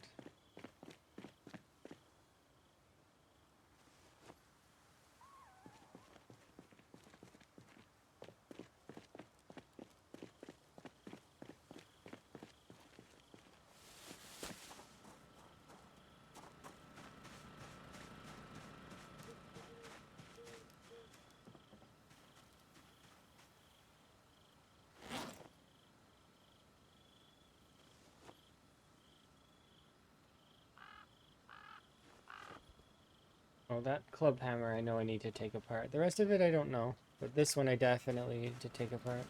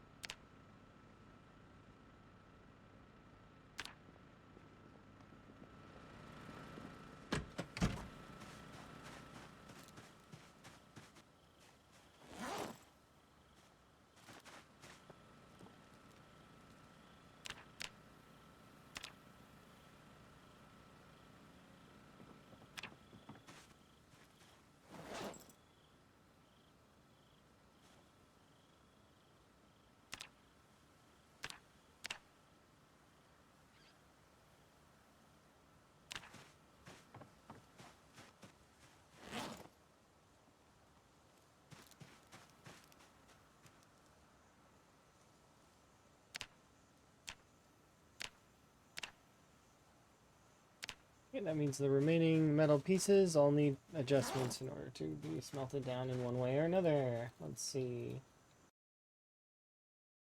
Um, oh, the club hammer head goes there. Oh, you need two. Okay. What about the saw blades? Like the regular saws that I have there. Do I need to take them apart in some way? Yeah, I must need to take them apart.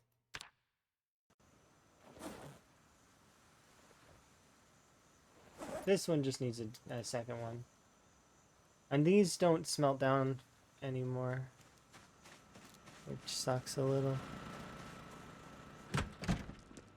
So I feel like they did smelt down before.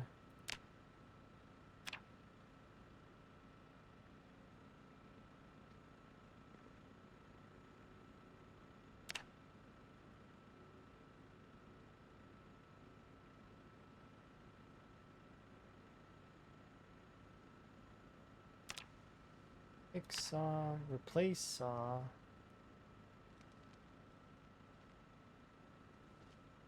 Is there no disassemble saw? I guess maybe it's not that kind of metal, but that's okay. I suppose it's okay to have extras.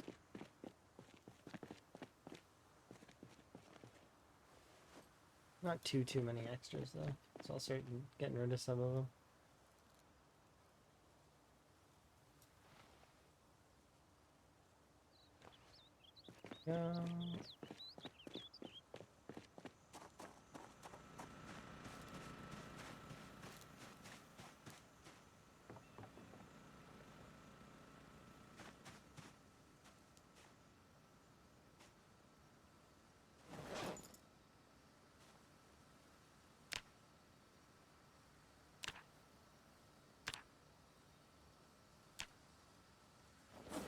Wait, what? Usually, maybe I need to take it apart.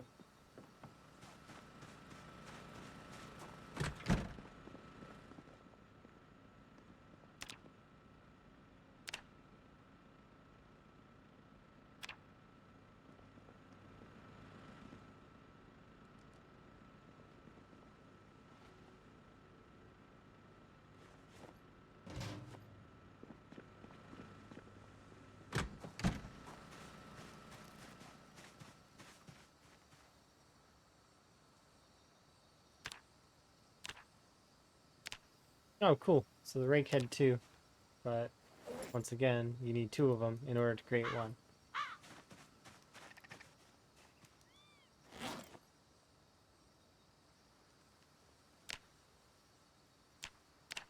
Ooh, not bad. 7. So that'll put us up to 10 swords.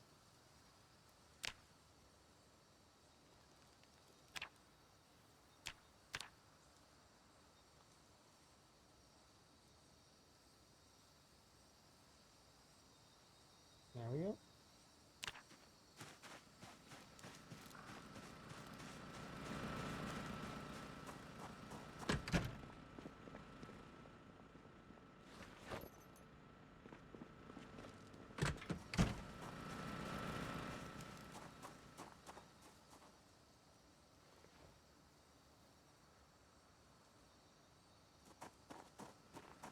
Not counting the one blade that's already in there, so actually it's 11. There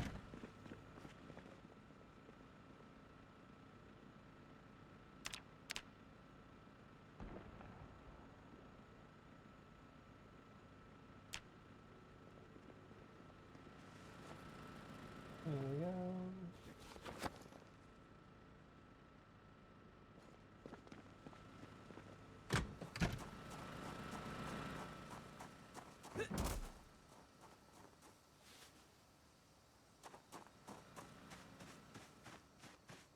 Nope, seating.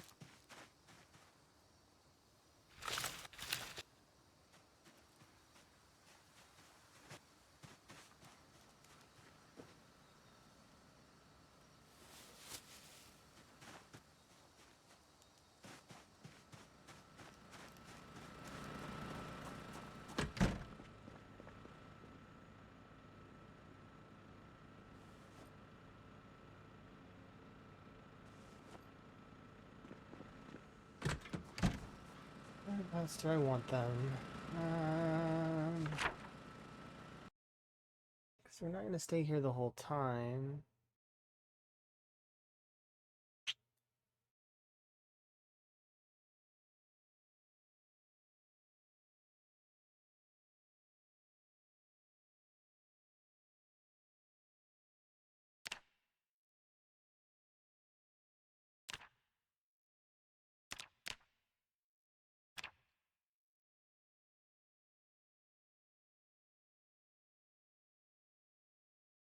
Um,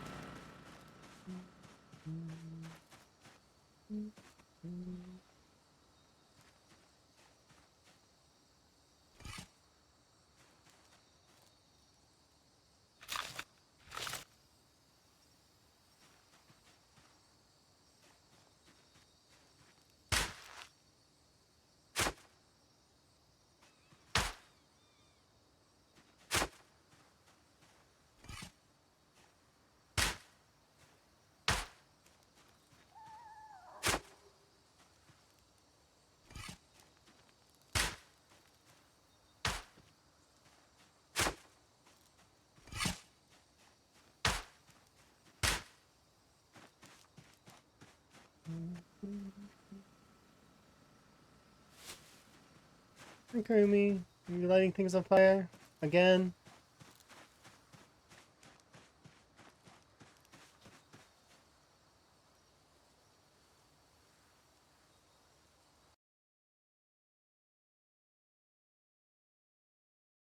See, where is it?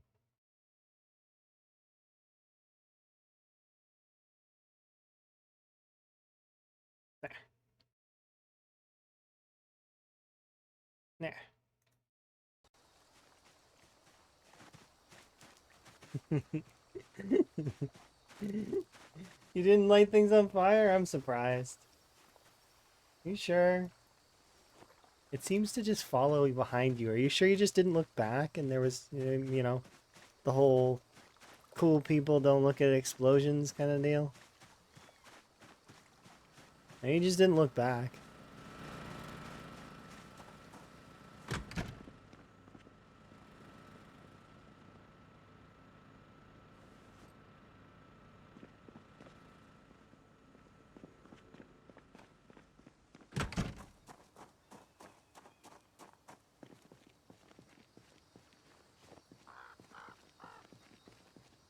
More than a handful.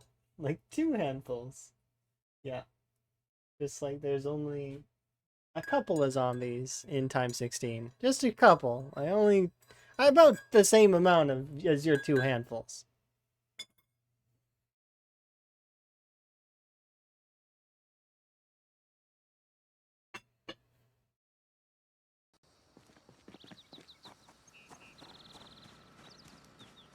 Okay.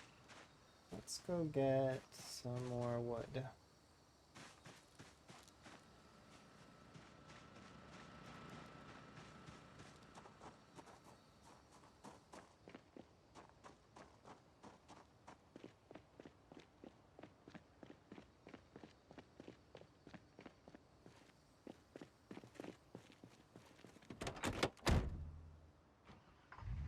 Muscle fatigue, ammo, calories, but not right now. Because calories are broken.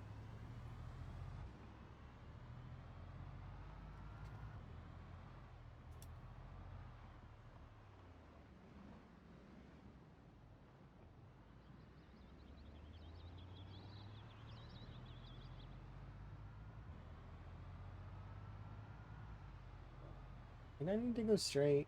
Uh-oh, I need to go straight. Whatever, it's okay. Let it go, let it go. Relax. I need to go straight there, and I didn't. They're broken again? Yeah, they're broken again. I think. This time they're just not, they're none, they're not a number, so your calories don't go up or down. You probably need to catch up. Oh yeah, it's 42.3 now. If you, it's like they've already had like 3 major updates.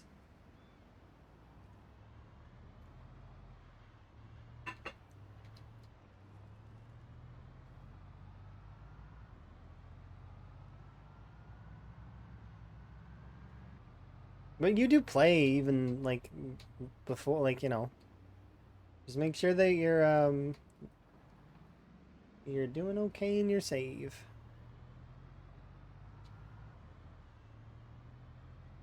There's this fun game that I was playing yesterday that was just really it was a game that I was playing just before bed.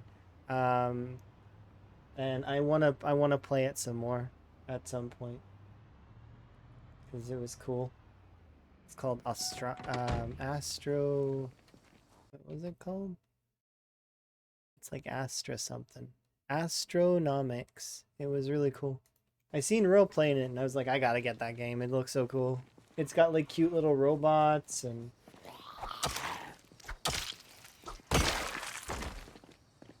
your last save got borked big time. Other than that, it's been smooth. I understand. I've had 2 crashes in recent, but not since 42.3, of course. And actually, the frames are a lot better. They're still, excuse me, sir. Horizontal, if you don't mind. There we go.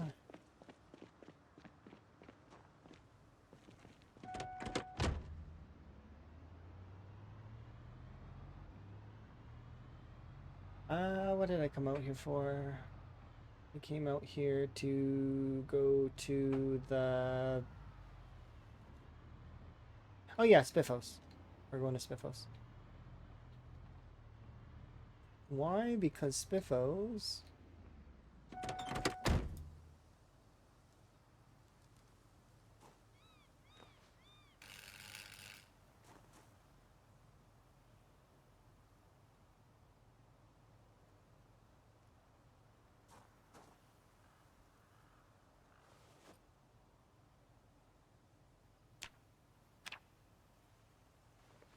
Oh, I want to get some of these metal plates.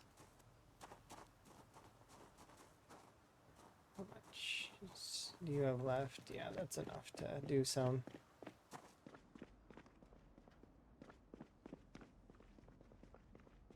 Can I get a Happy Meal? I would buy you a Happy Meal, yeah. If you were in my car, I would buy you a Happy Meal.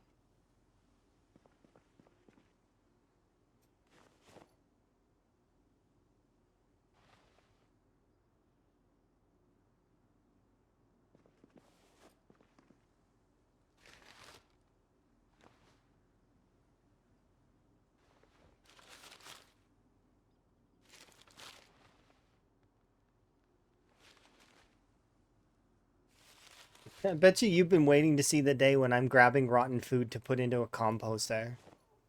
Because that's kind of what I'm doing, because I kind of have no choice. Uh, I want to maximize my ability to farm, and the only way to do that is to actually, like, do the other mechanics involved. So, that's what I'm doing. I'm grabbing rotten food and putting it in a composter. Of course, I didn't do that with some of the fish early game because old habits die hard, but you know, it is what it is.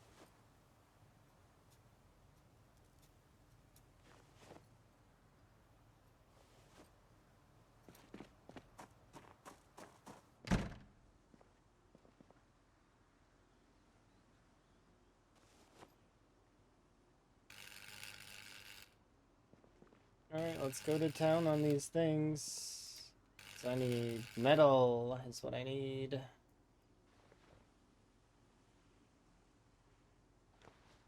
Rest of this stuff I can throw away.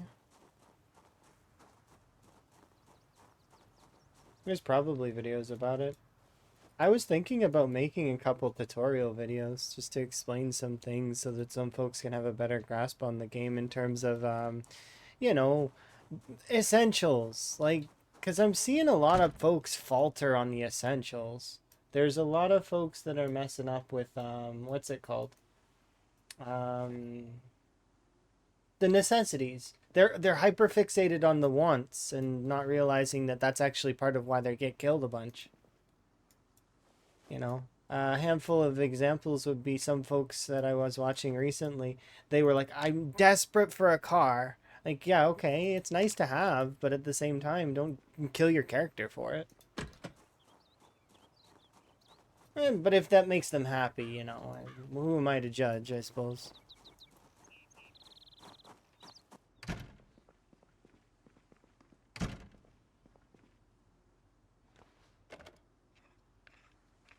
Cannot judge like that.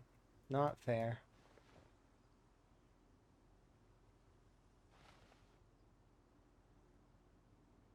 But yeah, it's just a little, like, prioritizing stuff.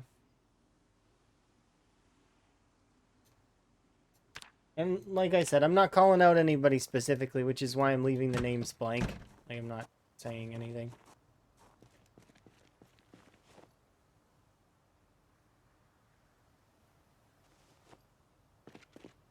It's one of those things.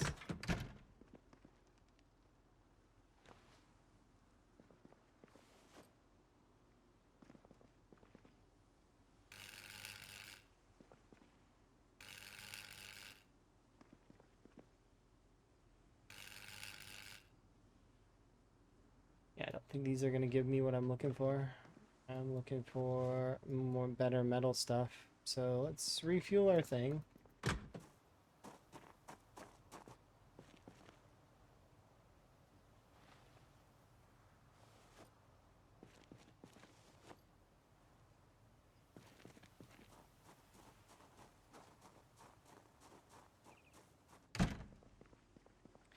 I'd like to believe that the experienced players realize that that's not the only way that they can gain weight.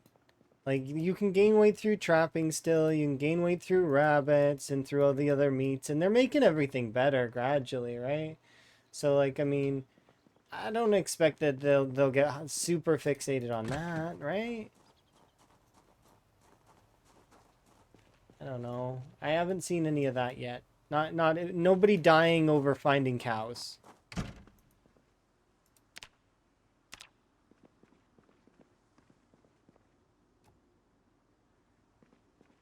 Oh, you can't. Okay, this is sledge only, huh? Oh no, it's pickup. Can I pick this up? I should be able to, right? No, it's fine.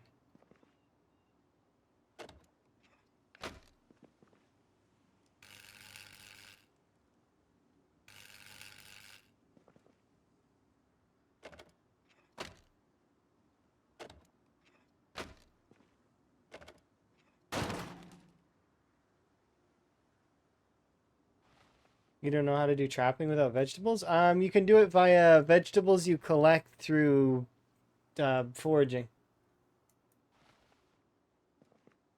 You can forage vegetables and use those. Some of them.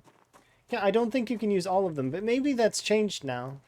I remember that you can use quite a lot of them, though.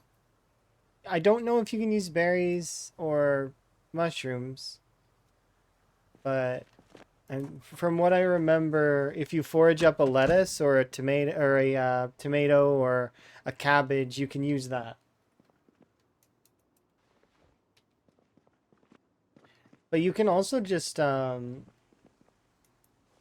they've improved the caloric values on the meats, so you can just any meat is fine. Once they bring calories back, of course.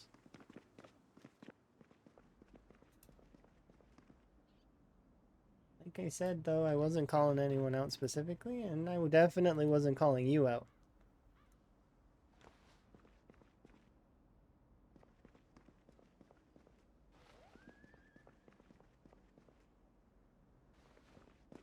Oh,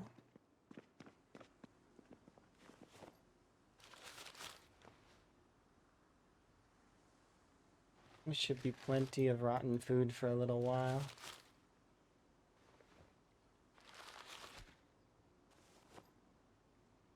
Okay. Saying you're clueless about that specifically? Yeah, there's gonna be a lot of folks that don't know mechanics. That's fine.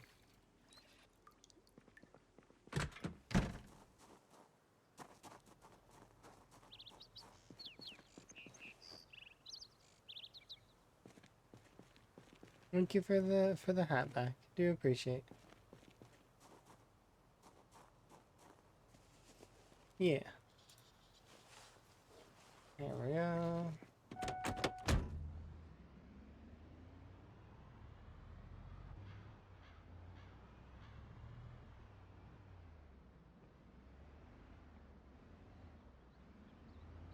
We'll go over to the pizza world and take apart their oven too.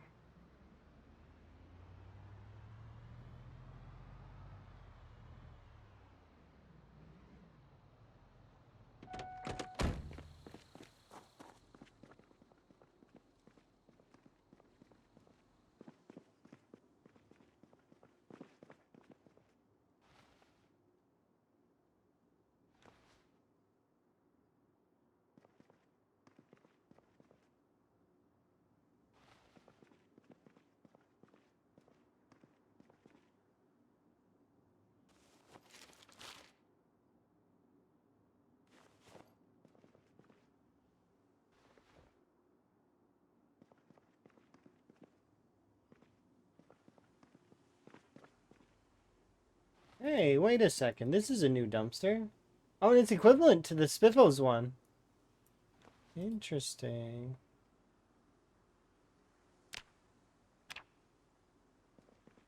Oh, Pizza World dumpsters got upgraded.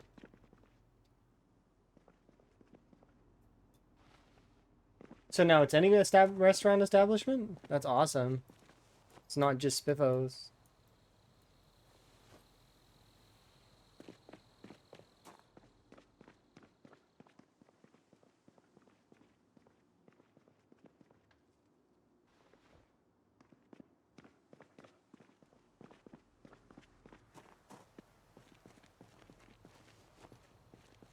Okay, let's take apart those fridges.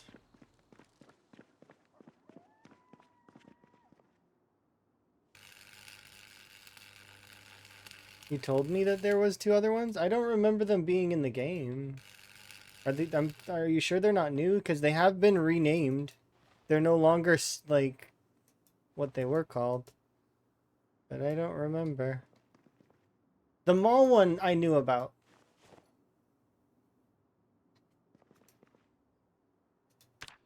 Yeah, that one I already knew about. But this one specifically, I mean, like shaped like this, not shaped like the big circle or the big you know what the mall garbage bag looks like. I don't need to try and describe it.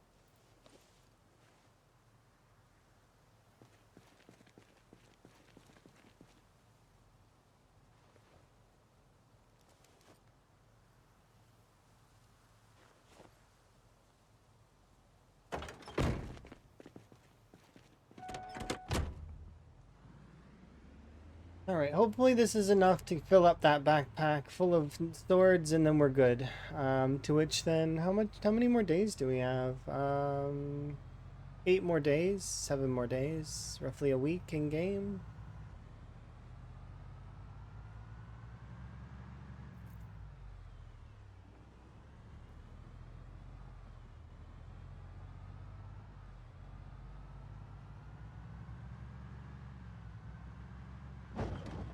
I still haven't found eggs yet, but that shouldn't take long. That should be like tomorrow I can find eggs.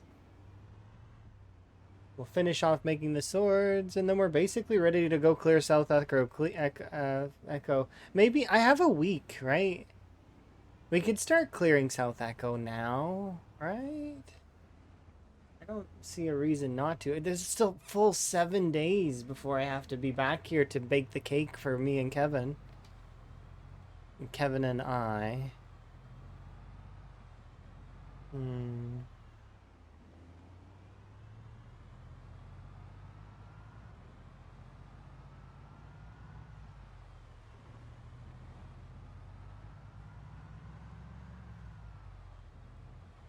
For me and Kevin. I mean, it was correct, but not entirely. I should use my words in the right way.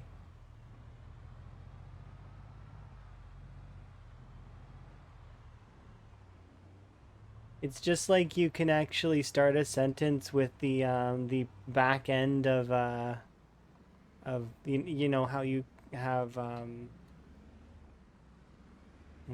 the it's I'm trying to remember what it's called, but I'm failing at the moment. It's the part of the sentence like if or but or those kinds of things. And you can start a sentence with those on rare occasions. It's just it's a less used language.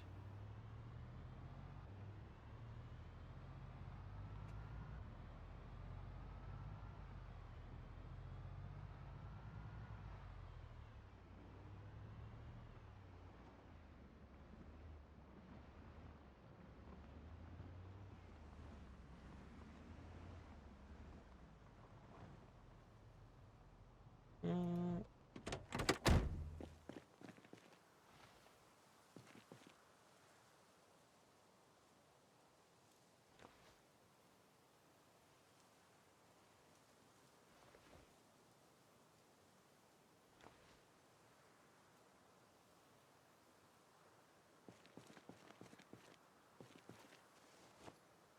let's go throw all this stuff beside the composter so we can compost it all.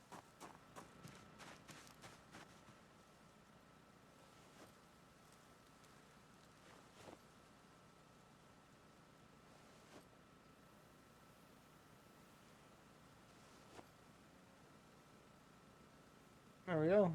I didn't. It's now full. Oh dang! I clicked on the stone mill.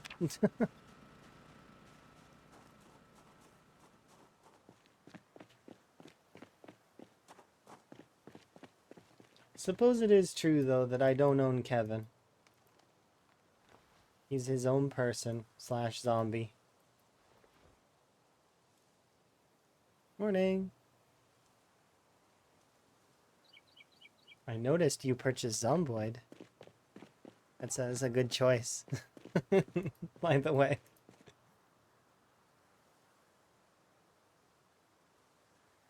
Is a good choice. Have you played it at all? I'm curious. Did you boot it up? Did you try it? You haven't. Okay, that's fair. Let me know how your first couple of sessions go. I want to know.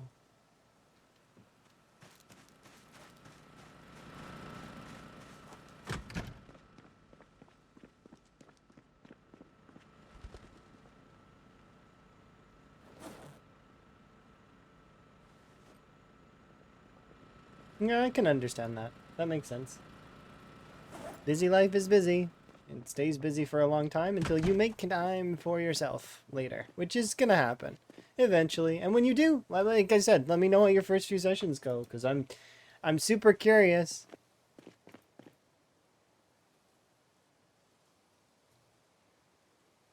Let's see. These can go in here. Which one of these is?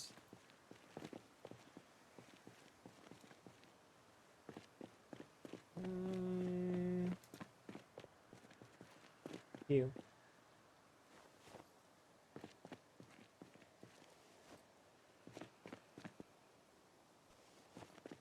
And 3 electronics can go where they belong, in the bag next to the generator. All right. What is your info at? 8551 fuel. I'll top you off, fix you up tomorrow morning when I wake up. We should eat a little something before we go to bed, though.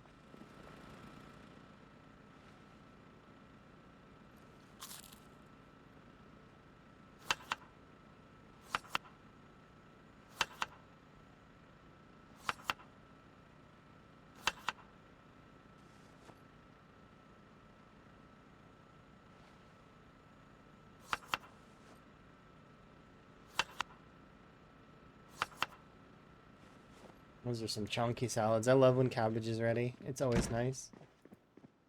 Cabbage really fills out a salad.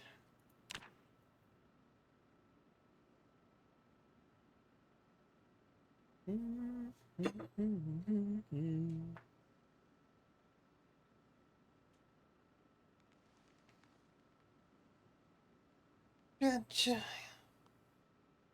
Okay, sorry.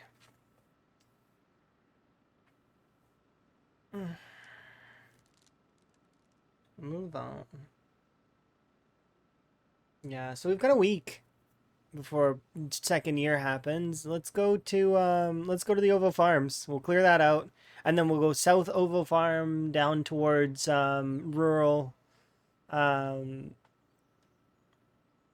Echo. And then we'll take care of all rural Echo as much as we can within a week. We've got enough metal and swords that we should be able to clear out a considerable amount of it. Yeah, I think so. I gotta disconnect the trailer. Van, are you just gonna sleep forever? Can you, like, stop sleeping till noon every other day? Look at him. He's such a tired individual sometimes. He just doesn't want to get out of bed. I can kind of relate to that sometimes. Sometimes. I think we all can sometimes.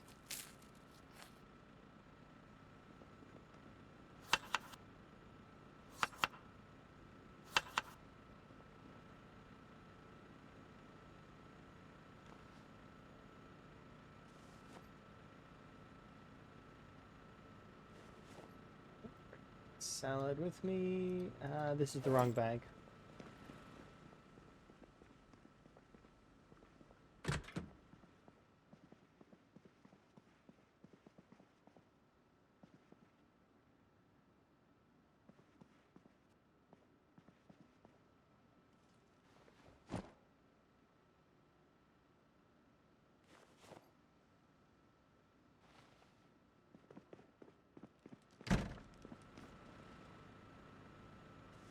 Okay. Let's see. How many... 11 crude swords should be enough for the time being. So I'm going to top off my generator before we leave, and we're going to head out now. Equip you, throw you in the back of here. Okay, 1 second.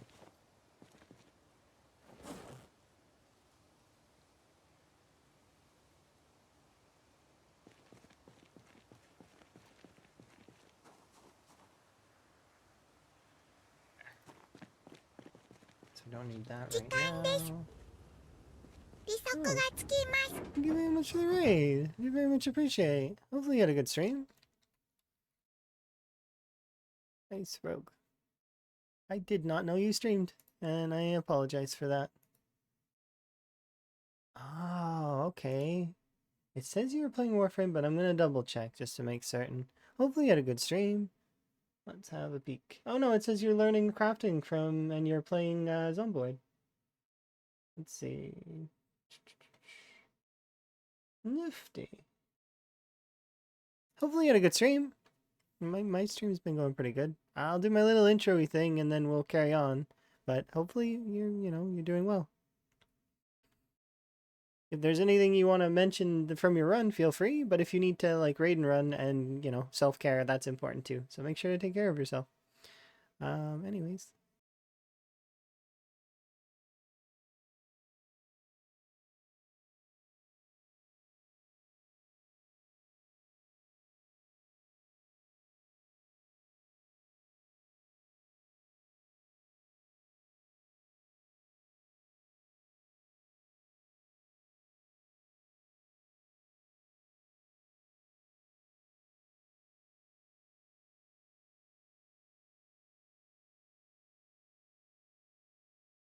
Okay. That's good. Let's put this in here. And we're not doing axes right yet, but we will likely do axes at some point in the future. Just throw these in there and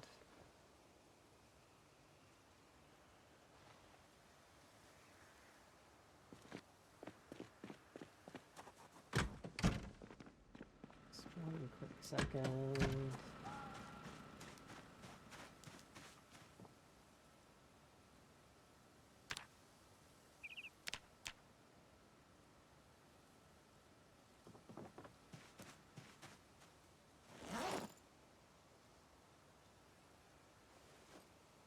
There we are. I need to reset my video player. It wasn't going to load. Oh, I do apologize. Okay, well, I just go through a bunch of stuff. Did you hear me at the very least for a little bit of it or none of it at all?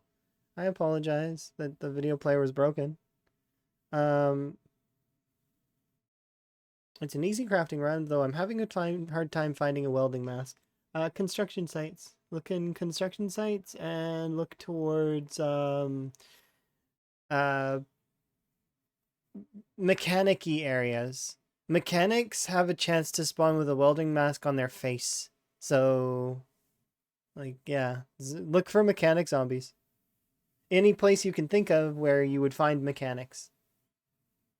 Depending on your location. And then construction sites. And then within the construction sites, the construction crates and all those kinds of things. And you'll likely find stuff.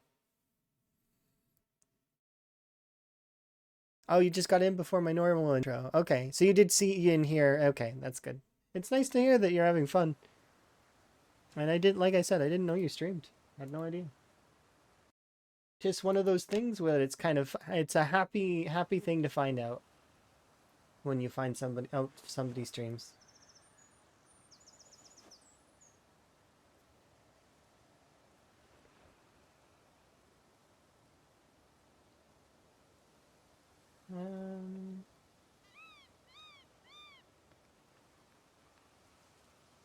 How many? Grab half of these and just bring them over here for a second so I can smelt the rest of this.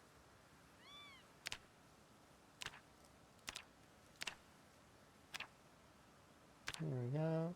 Oh yeah, it's against TOS to do that. So it's a good thing that you don't. Kind of. It's against streamer etiquette. And that's like one of the first things that you shouldn't do as a streamer. It's different if someone asks, though, right?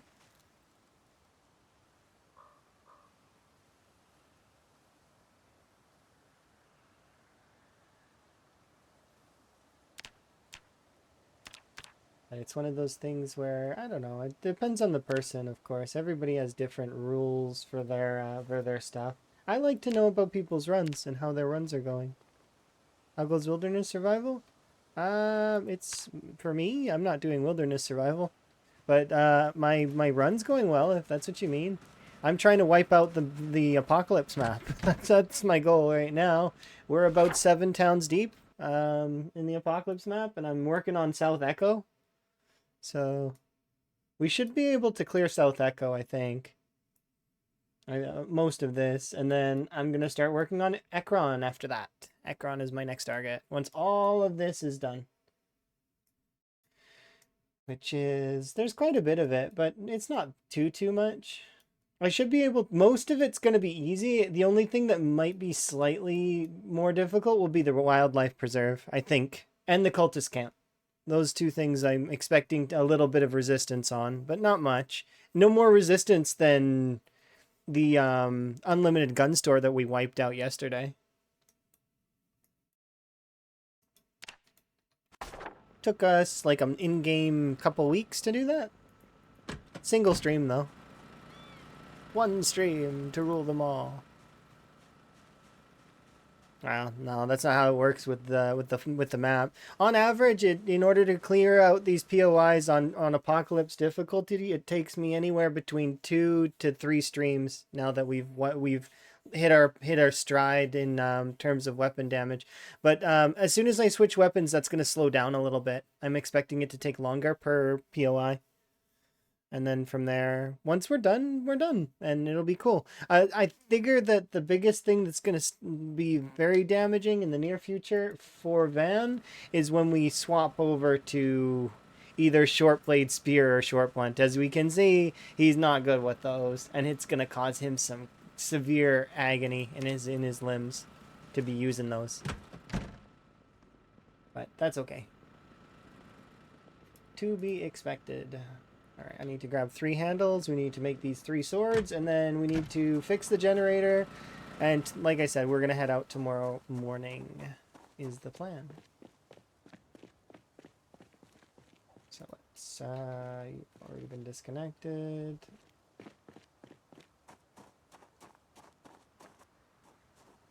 Getting the leather for the bellows and Vansford will be fun too. Oh yeah, it's not too complicated though. You just need a little bit of stuff, right?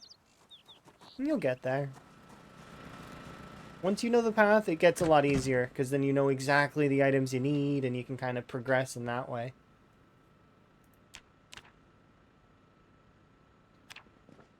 There we go.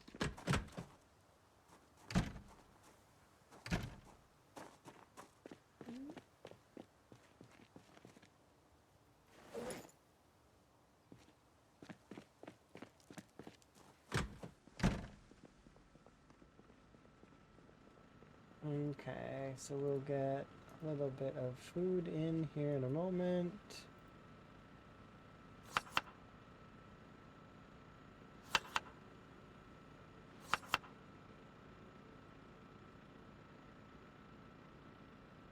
Okay. I need... Where is it? Full gas can. And a mitt full of electrical.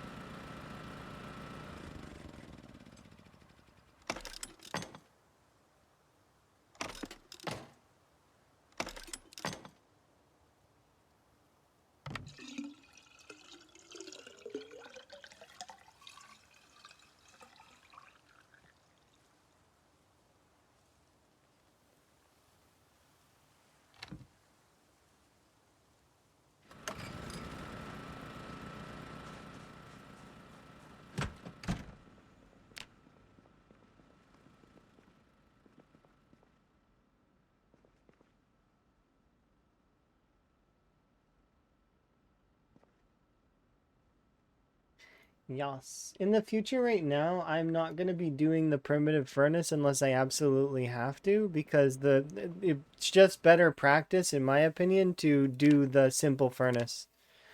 So, at least currently with the current recipes. So, what I mean by that is this one. Um, so long as I can get my hands on a bucket. If I can't get my hands on a bucket, well, then, well, they both require a bucket. I wonder if would use one of the wood buckets, like the wooden one, to make this.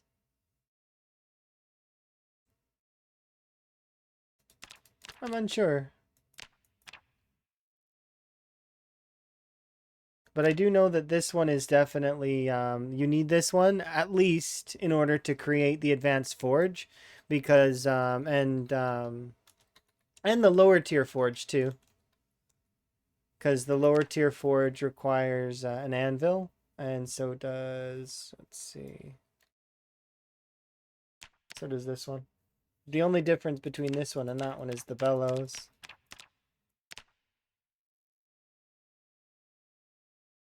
I kind of am hoping that they make the separate anvil easier to craft, but so like two, because there's already two anvils in the game, and there's two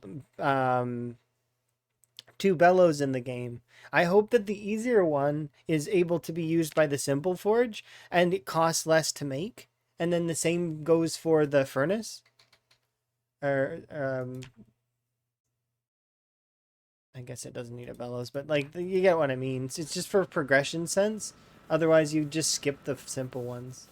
I made the simple ones because I wanted to see how the progression was, but in the future, there you can skip some steps for sure. At least currently, so long as you have the leather. If not, then you kinda need the upgrades.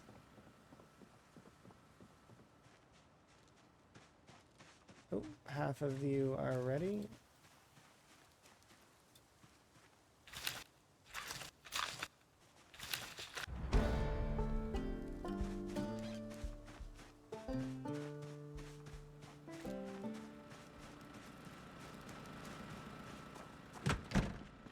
I did that on purpose to get my farming up a smidge. Let's grab half of you and freeze half of you. Those are good for happiness bonuses and meals. And we can take agriculture too and read that.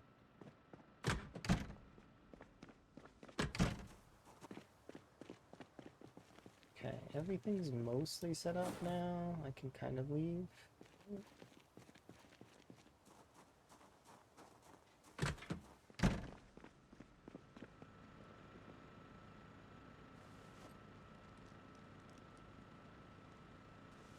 I'll be back within a week, so it's not like it's that big a deal to leave this stuff on.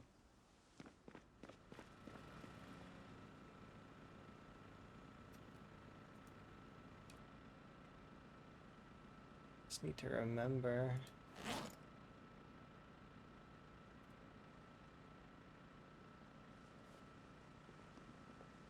Oh, also I need to forage up an egg.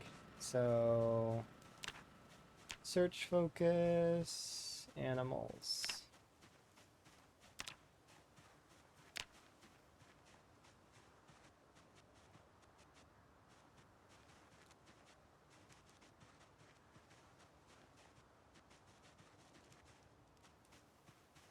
Up there.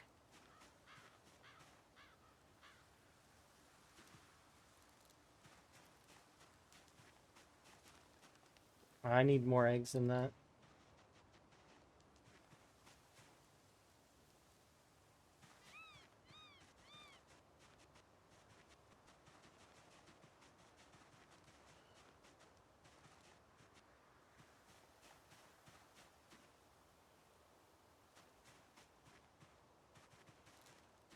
Common mallow, clay. Oh,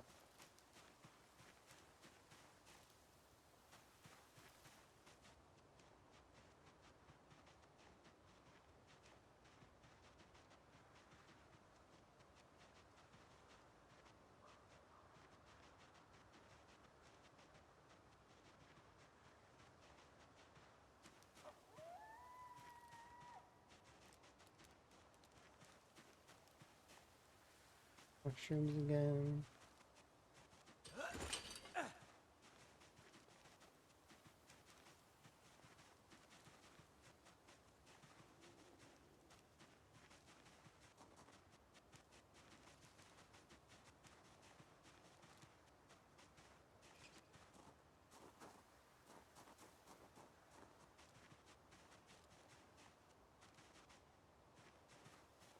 Oh, there we go.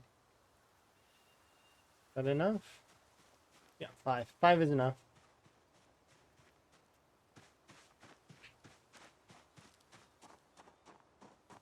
I found poison mushrooms that I'm gonna throw away right away.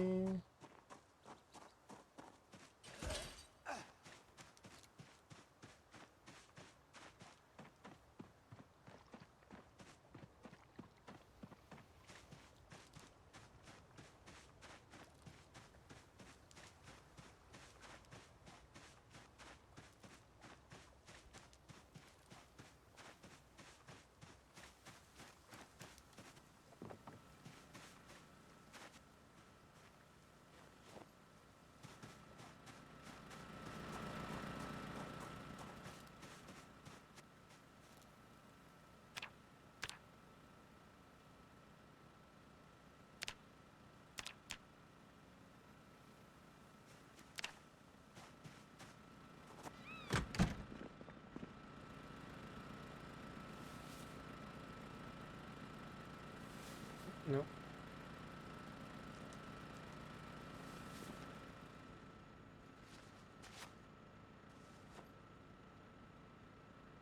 Okay.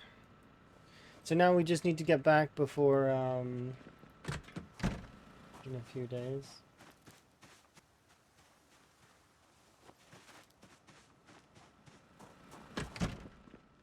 Alright, Swivel, bye. See you, Ray and Pam. I'll see you guys in a few in-game days.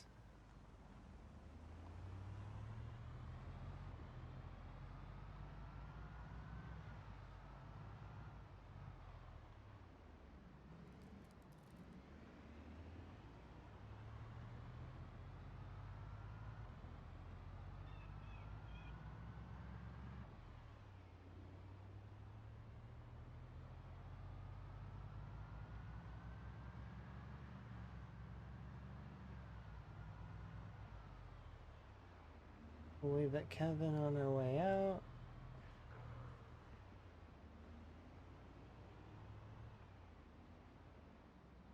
I think I'm gonna give him the party hat.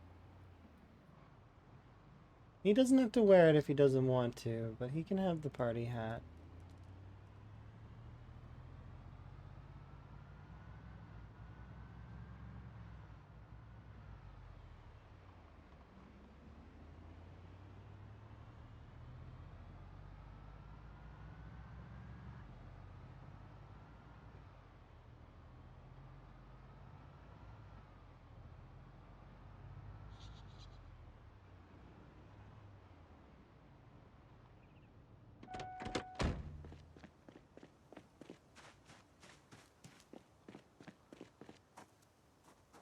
Hi, Kevin.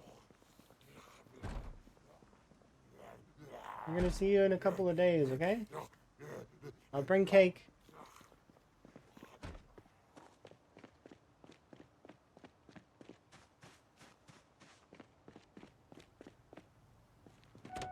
He works hard. We'll bring him cake.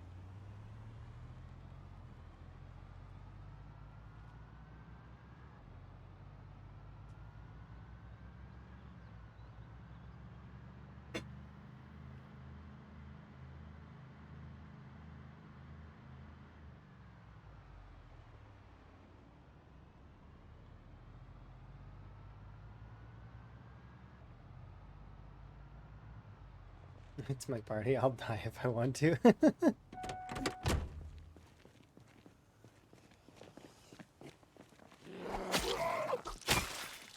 It's the story of how you died. Hey.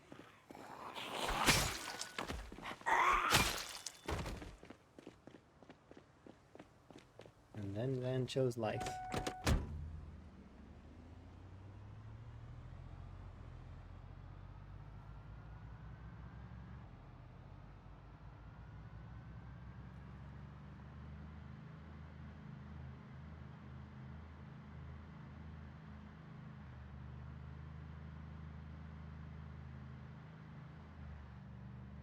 Okay, I'm gonna have to kind of... I hope I'm not late to the party. Because we have, what, 6 days roughly? I'll make sure that I'm trying to keep an eye on it, but it's one of those things that it's one of those weird things. It's tough to keep an eye on. Especially when my primary focus is going to be to destroy the Ovo farm and then go south and start taking on some of those areas. He chose life with gusto. Yes, with gusto.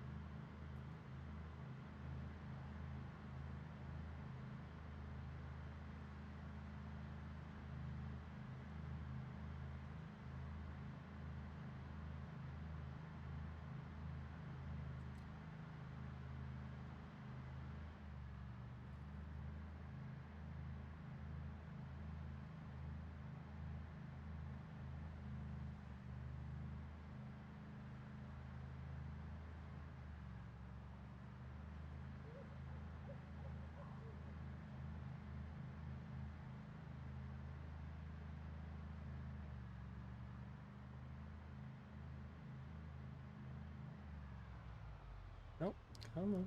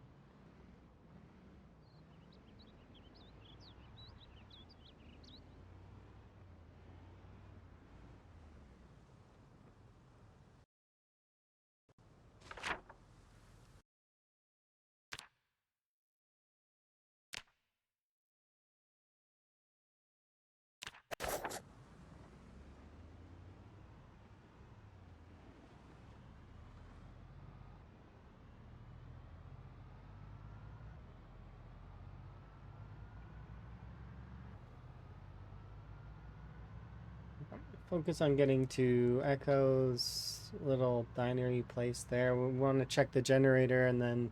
Because it's been a few days.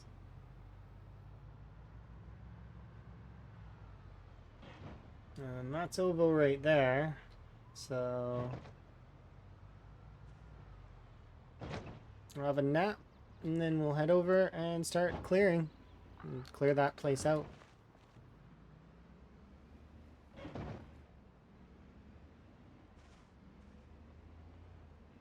Check that southern area.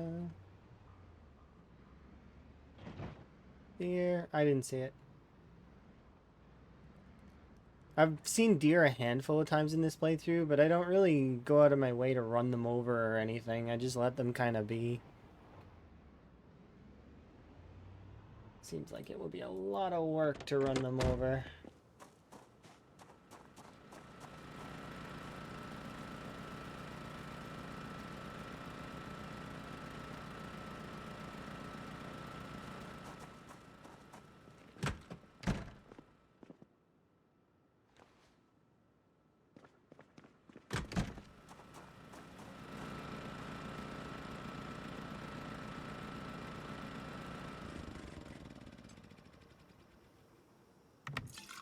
Start with fuel, and then we'll do some fixing, and then start it up back again. Yay, fireworks.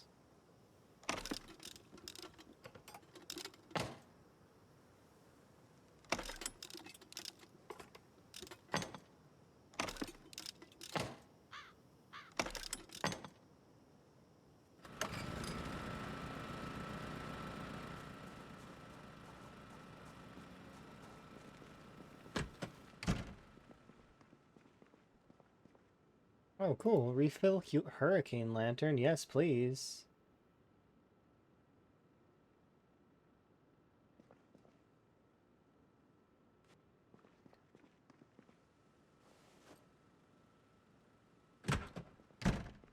Oh, and I grabbed too much electrical scrap.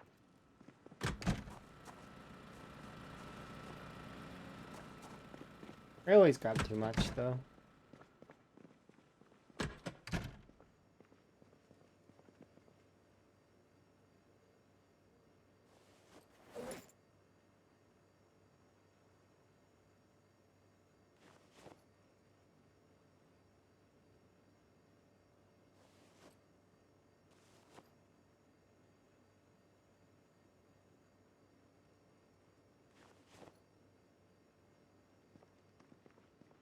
Okay, so let's put Van to bed. And then we're ready to go and clear the oval farms, like on the cusp. That was a fun little home trip.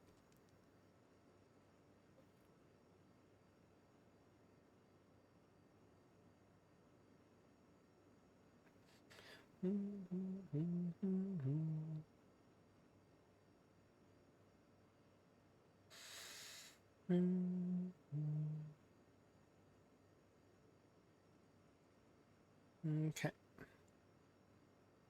Come on, Ben. Wake up. Yeah, there we go. Good. I'm gonna pause for just a moment and I'll be right back. I'm gonna refill my tea.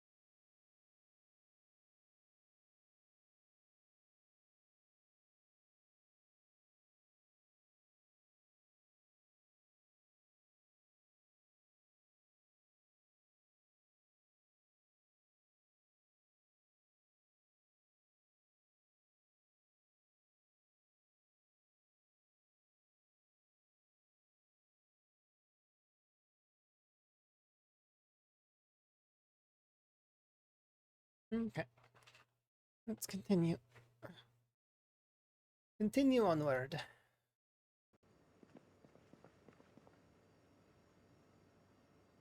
Okay. You good there.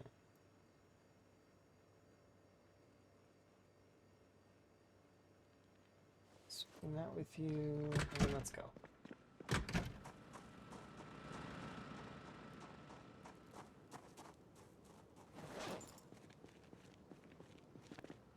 It's a little dark. I'm gonna read until 6.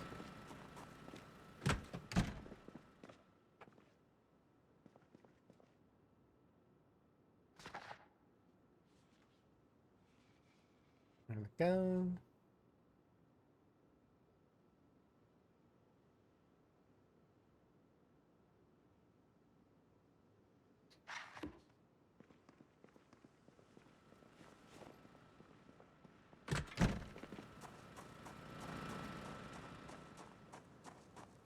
Alright, let's go and face off against Ovo Farm.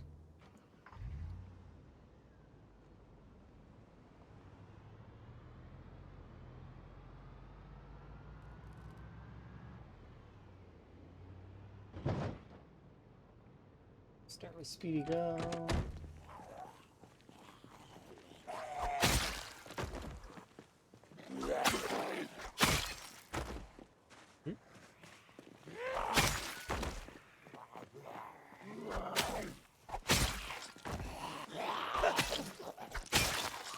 He's running over the cottage. If you go too quickly, you'll flip your car. It makes terrible noises, but as far as I'm aware, it doesn't actually cost you any damage at all. Although, if you drive too quickly, like I said, it'll make the car bounce, and the car could take damage that way, maybe.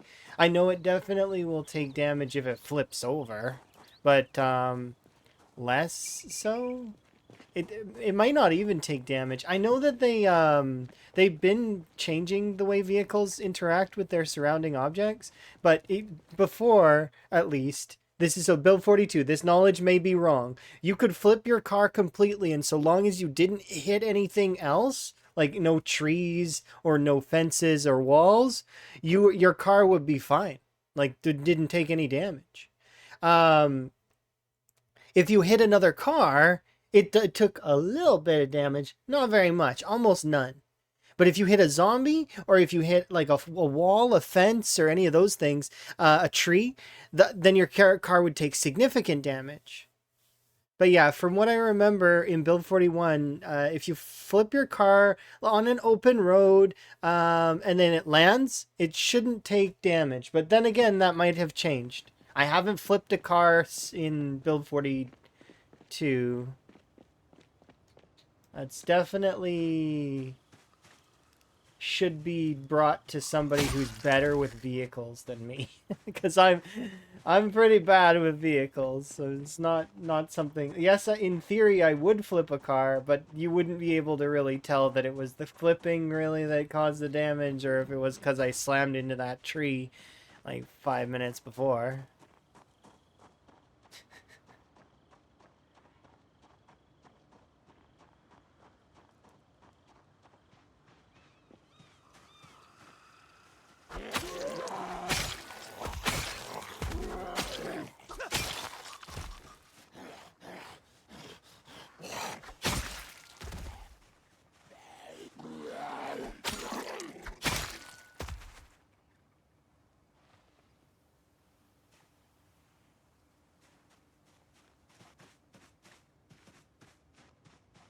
Nah, I'm not the best for that stuff, but it's okay.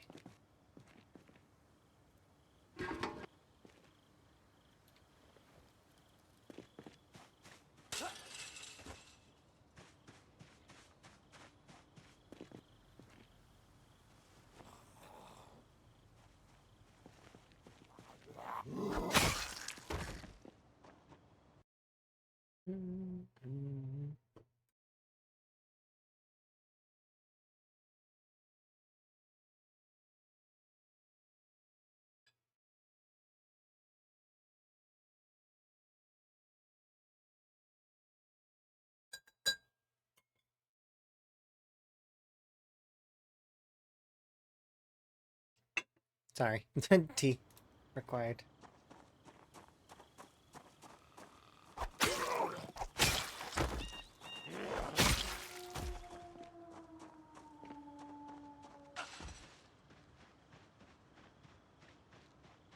Either is this the hay for sale or the land for sale?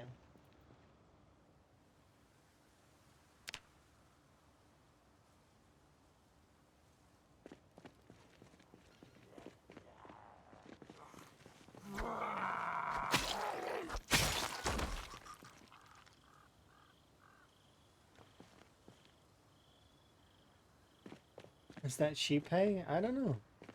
Maybe.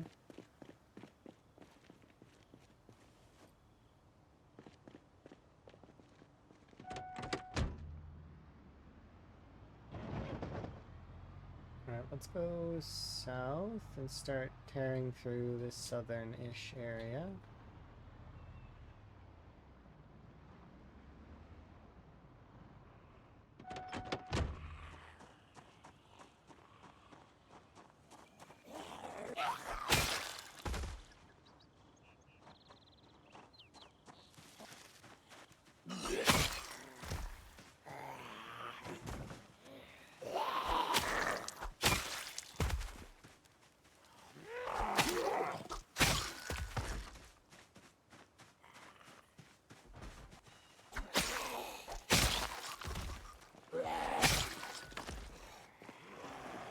Hey.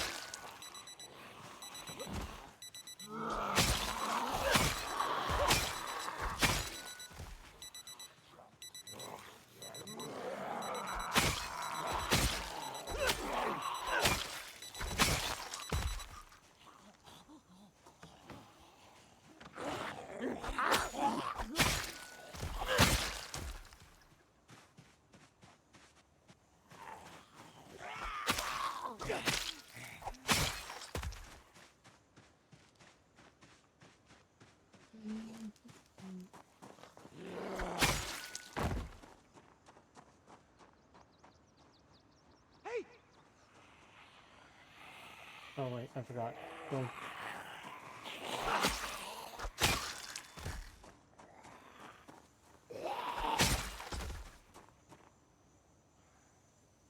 I can't speed up time when there's zombies pathfinding towards me, otherwise it messes their pathfinding up.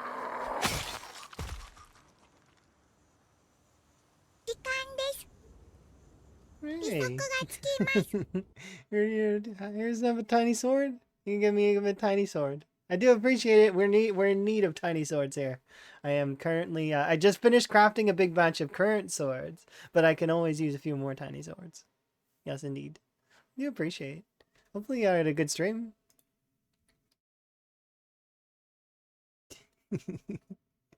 Tiny swords, indeed. Yes. I'll do my intro thing as quickly. Well, here, and then hopefully your stream went well. Um,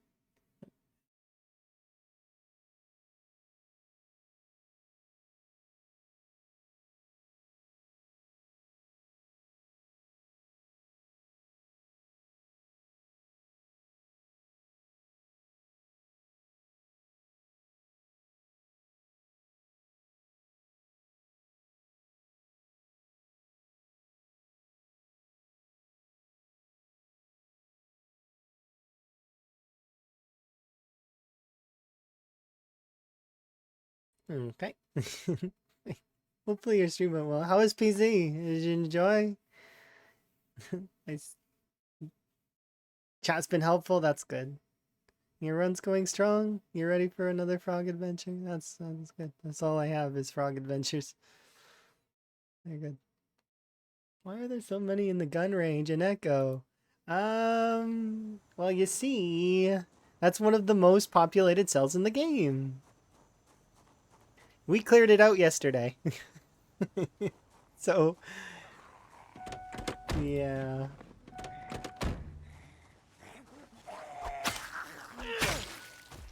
It's probably because you would expect that to be a location where you would go, kind of, right? There are 3 cells that I know of that there are a lot of zombies at. According to, like, and I know that the LVPD, Crossroads Mall, and the Guns Unlimited are the 3 big ones. Now, they may shift the heat map. I know Louisville has a lot of zombies too, but it's one of those things. Yeah, I'm glad that you had a good stream. That's good. Well, this guy has plonkies. Heck yeah.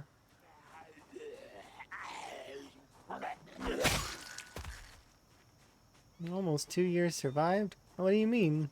Lime, come on. You could survive 2 years too. Just saying.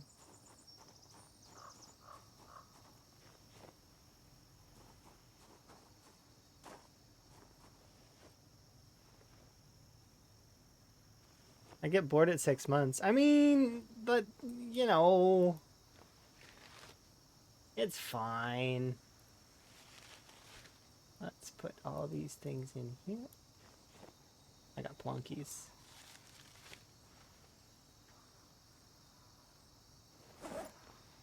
Yeah, I still think you could do it.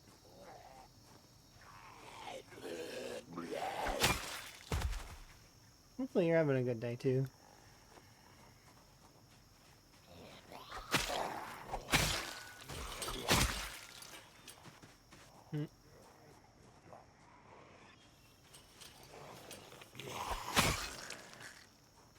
Yeah, almost 2 years. We got still a little bit. Had a heart attack at the range, so you ran back to Irvington.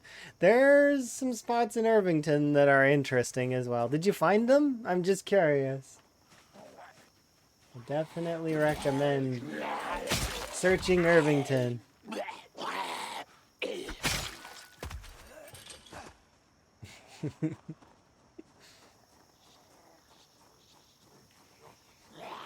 You found a beautiful school and screamed? Oh.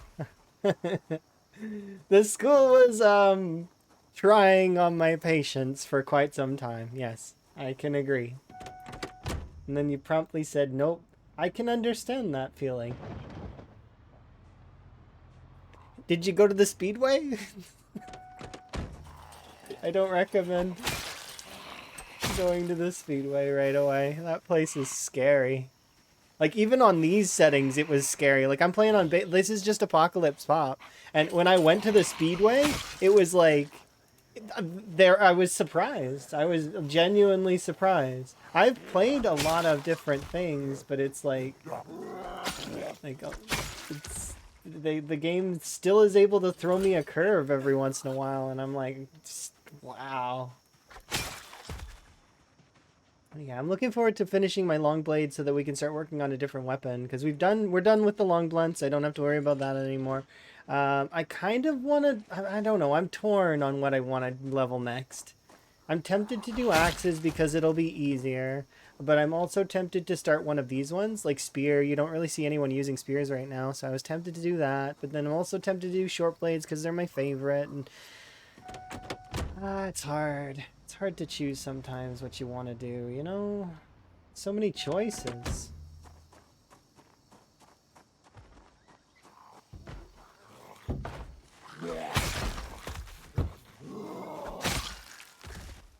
Yeah, spears are not as good as they once were, but they're not terrible. And then also, specifically with Higgins, I would be able to create the iron tip spears, which I'd want to see how good they are, given the fact that his maintenance is 10. So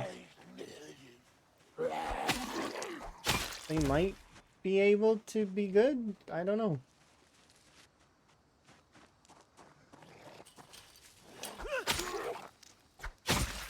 Yeah, I'm looking forward to going back and celebrating the 2 years with Kevin in a couple of in-game days.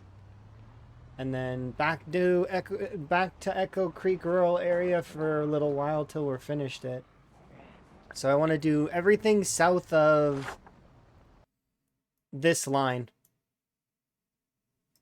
So all of these little tiny house nooks and everything, as well as the wildlife preserve, which is here, and the cultist camp, which is there. So I want to do all of this stuff. And then my plan is then after that we're going to Ekron, which Twist mentioned that there's a laugh out loud basement there. So I need to go and search all of the basements looking for it.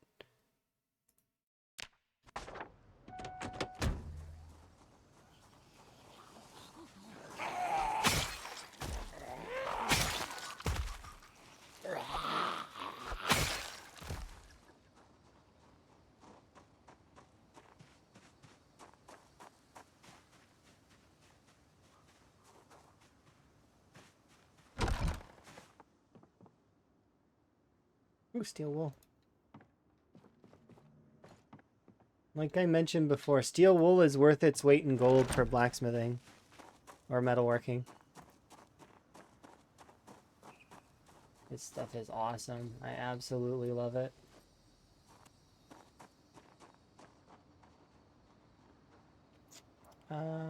Sheep. Dead sheep.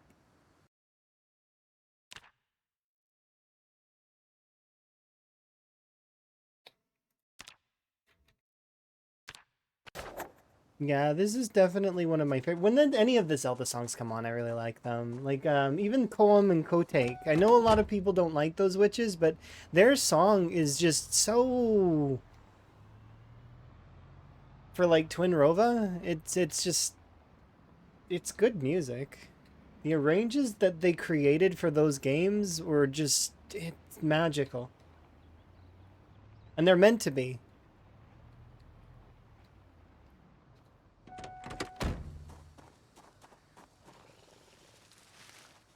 They definitely use a lot of instruments to their fullest.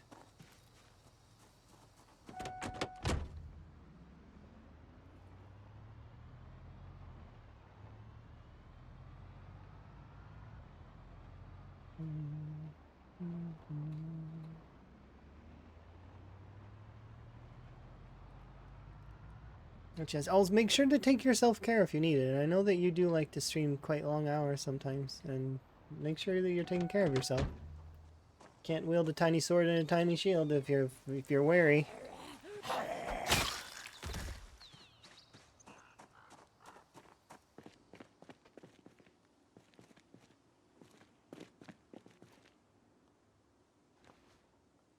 Nope, I don't want that. Put that back.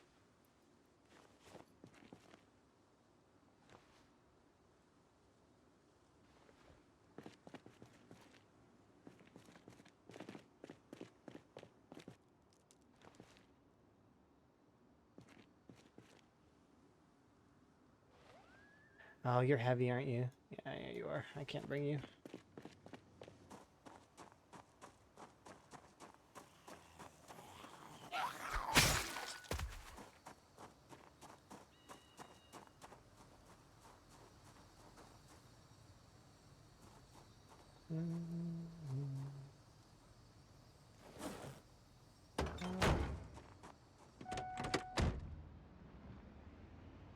Let's flip this one around.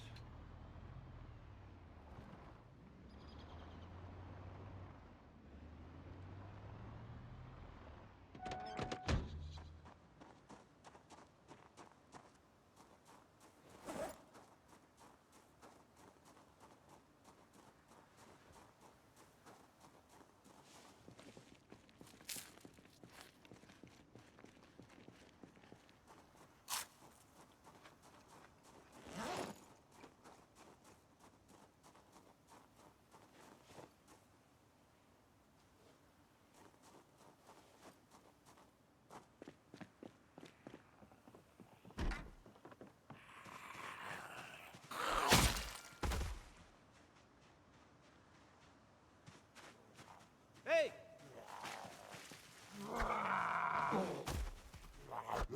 There we go. Nope.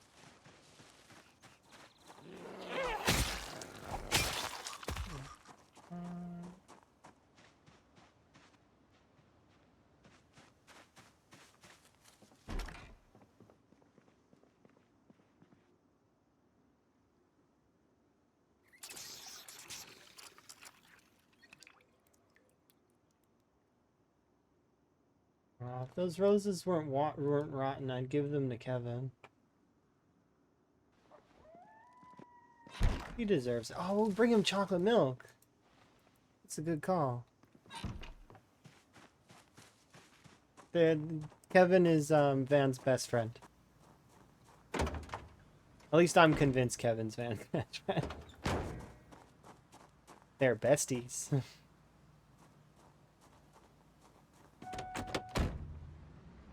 I'm glad that you like my playlist. It's something that I don't know, it's been a long time making it, I guess. Kind of.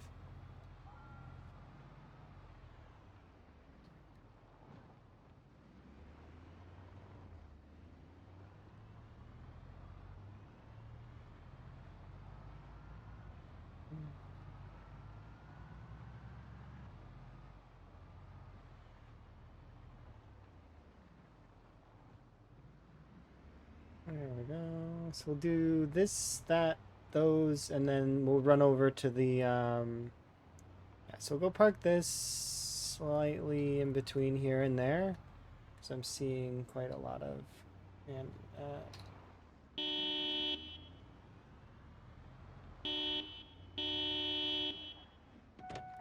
we'll leave that there. I want to check out these down here, and then we'll take this further and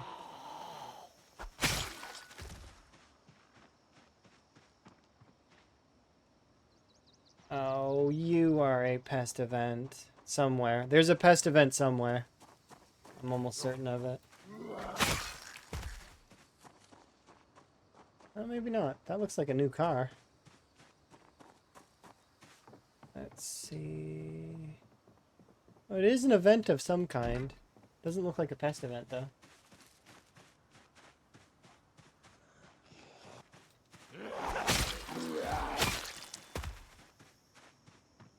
Oh. Dead chickens.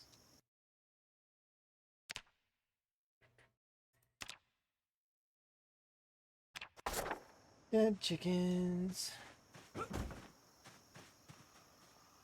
How is your hutch? Empty. Hey! You were supposed to take care of them.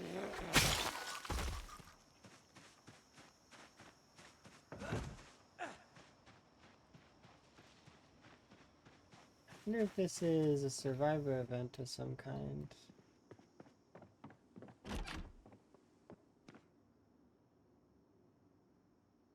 Yeah, I figured as much. It is the one with the guns.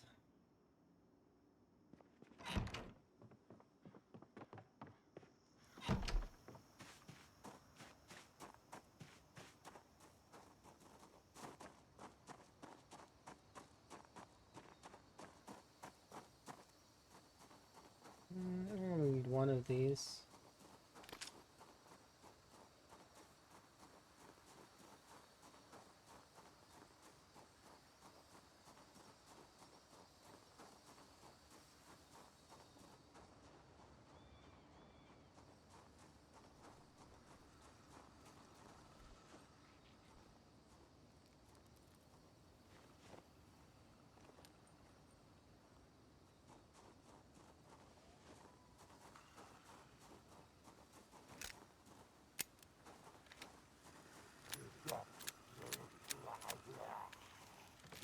Forgot to rack it.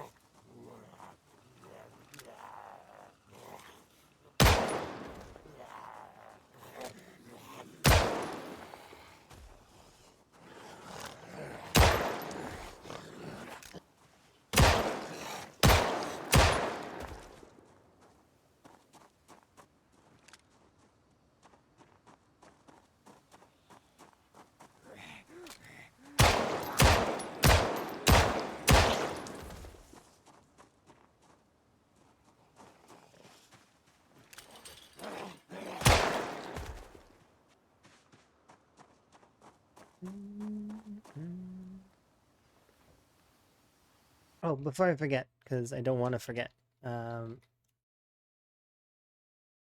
gonna shout out Lime because I can. It's my stream. I can do whatever I want. Because I wasn't, yeah. Don't know if I would remember. I don't want to spam shoutouts, but at the same time, I do think that people need to be appreciated for sure. And Lime's amazing at Zomboid. Even if he says he isn't. He totally is. Don't let him deceive you.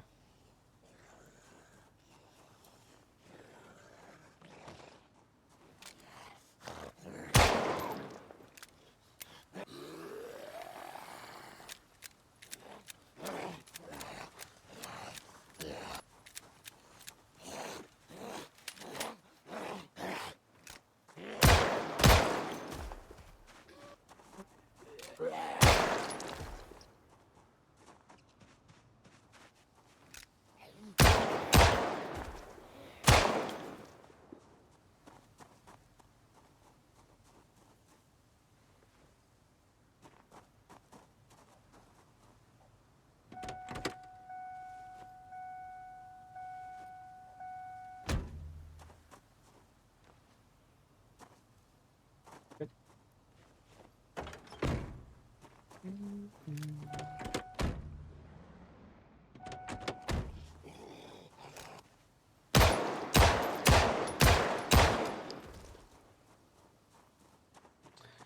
many more bullets do I have? 29.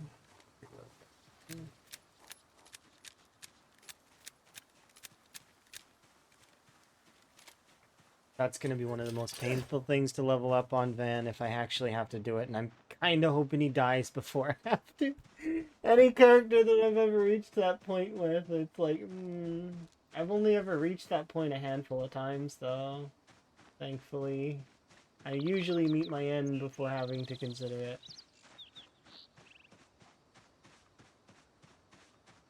The dreaded 20-hour reloading stream.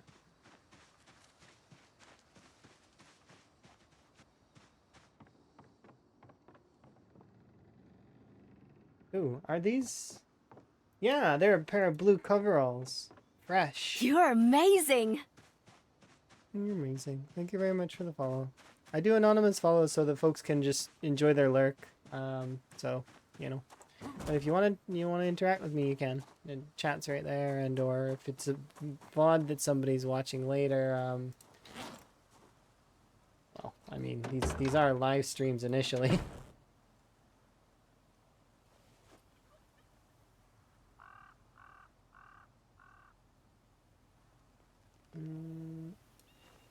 I don't have space.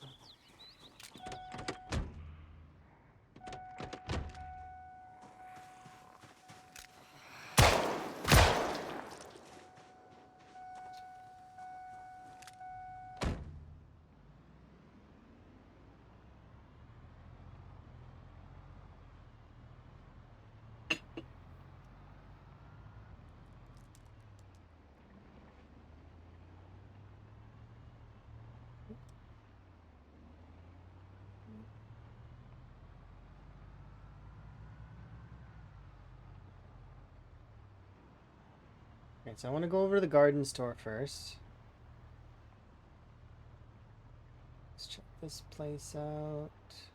Stop here.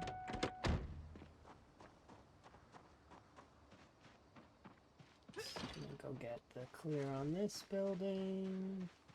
Oh, this one's not gonna have many around it, I don't think.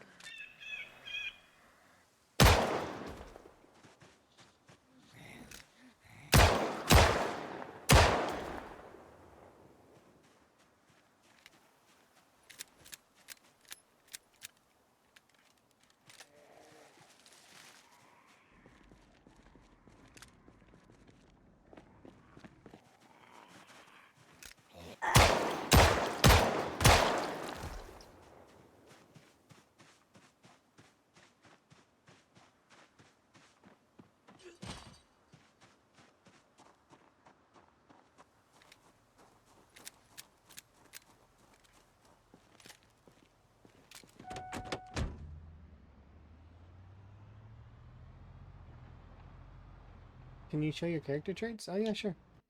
There you go. They're not gonna add up though because I took these two traits here, by earning them.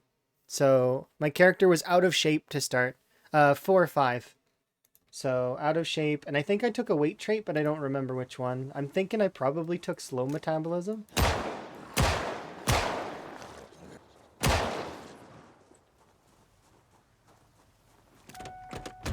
But, yeah.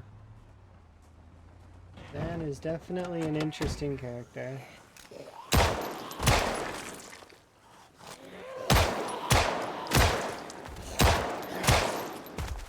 I've enjoyed playing him. He's really fun.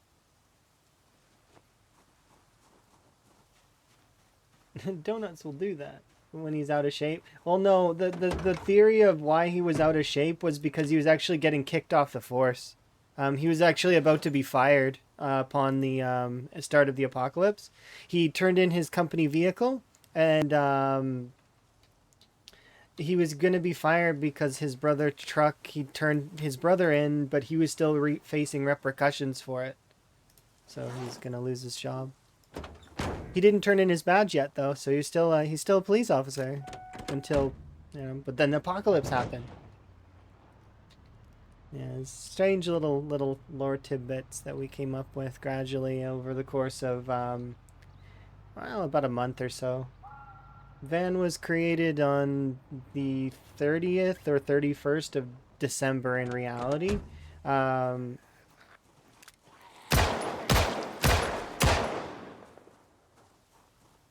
Maybe his brother's behind the apocalypse.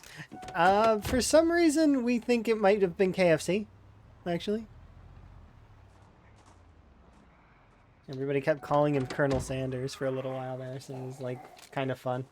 But, yeah, there's no definitive on that for what happened to the apocalypse.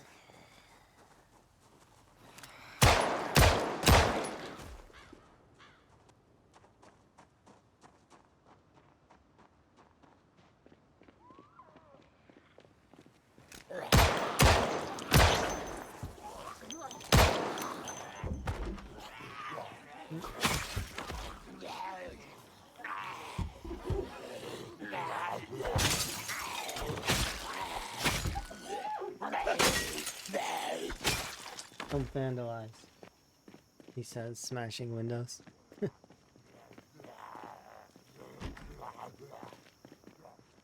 Oh.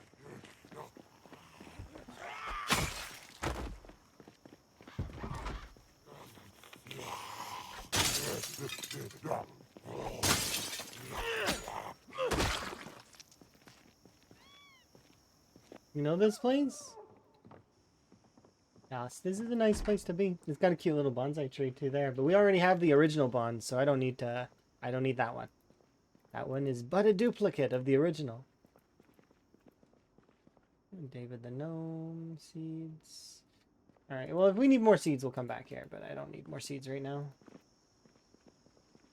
Just kind of having a browse, because why not?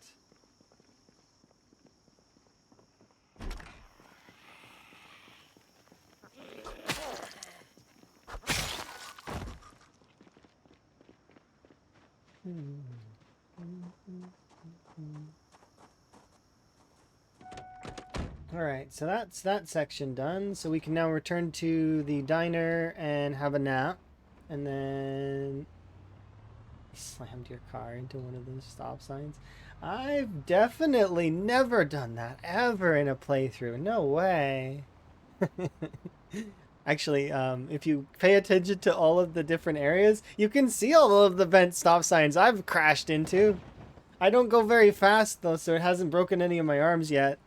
But I am the most so out of all of the veterans, like all of the veterans that exist in Project Zomboid, I think I've got the record for the most breaks and survived. But it's a sad record. I'm welcome for anyone taking it from me. Feel free. But my record is 4. I've survived 4 breaks, and I lived through them and continued to live for quite a while. 2 from fall damage, 2 from car injuries. But feel free. If anybody wants that record, go for it. It's yours. Take it from me. The most accident-prone survivor. the only record currently. Well, I've got a couple other allocades which are kind of fun. I was the third person on Twitch to slay the Crossroads Mall on time 16. And then I've gotten the closest to wrapping a wall around a city, I think. Because I did 60% of oh, hello cow, of a wall around West Point. Thousands of tiles, thousands of logs, thousands of ripped sheets. It was 60%. I was trying to fight the AI director on a meta level though. And the AI director won because the reason why I died in that playthrough was because I fumbled my keys and the AI director had spawned respawn zombies behind me, and that's why. So I was at a gas station and I pressed the wrong button. I pressed E instead of V. I wanted to switch seats in that moment so that I could get out the car on the other side where the zombies were not. But I pressed E and got out of the car right next to the zombies. That was the first mistake. Second mistake was instead of continuing to run, I didn't. And I tried to pivot and the zombies grabbed me and I died. So I made a bunch of mistakes, and that's usually how it goes. You make a series of several mistakes in a row, and then that's it.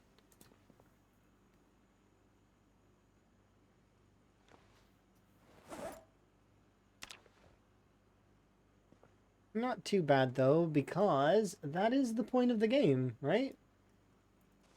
This is the story of how we died. So it is nice when you get to live for a long time, but the whole point of the story is to have an ending. So when you reach that ending, you should actually more celebrate than anything. It's not necessarily a sad ending. It's a you get to do the next run kind of deal.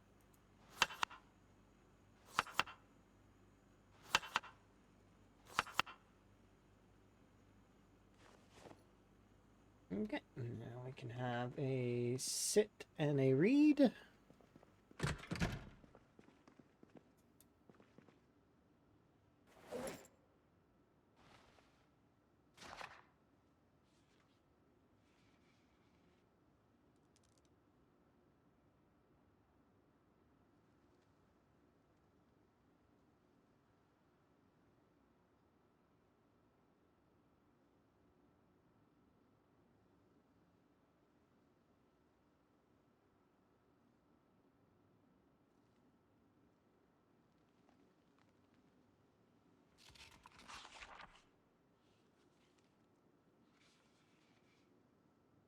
It's a nice animation. I really like this one. You managed to dodge some sneak ups. That is good. I'm glad that you managed to survive.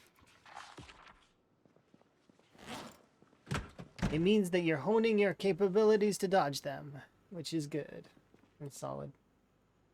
Nice to hear.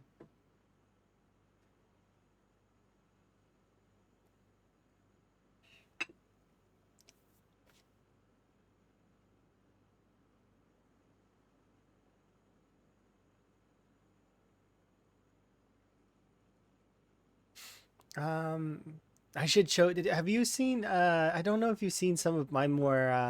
Oh, we're having a nightmare. Some of my more harrowing clips in terms of survival, but there's a couple of them that are just like wow.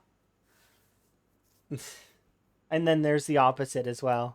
Expecting like good things, but then nope, denied. Must see. I know that there's this one here that is pretty good because I actually had somebody come out of they came out of the way to be like, hey, clip that please. I want to like it's good. You should do it. So I was like, okay, yeah. This one right here. Clips and it was this one.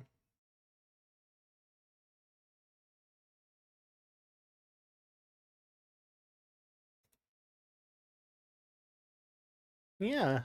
Well, they didn't clip it. They asked me to clip it because they I don't know if they didn't have access to the VOD or whatever. I don't know. I think anyone can clip things. Maybe. But this is the clip that they said that because it's like normally you'd just expect to be dead there.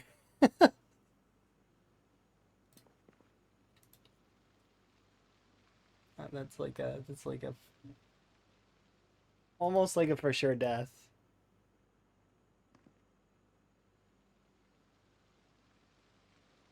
There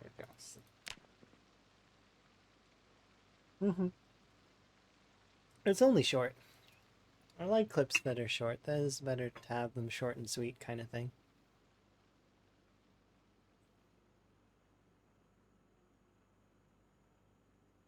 Ooh, we haven't been to this house that's down the street there. I gotta go over there. We'll do it this morning.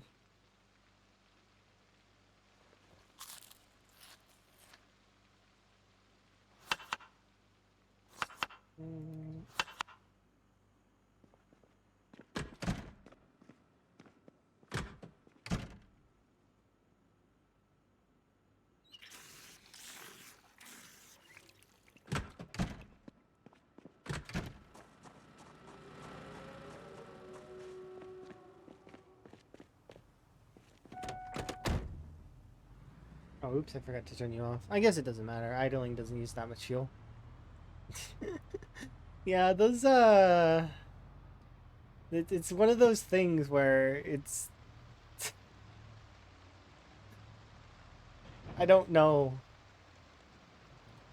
Sometimes my games just don't end. Like, they just keep going.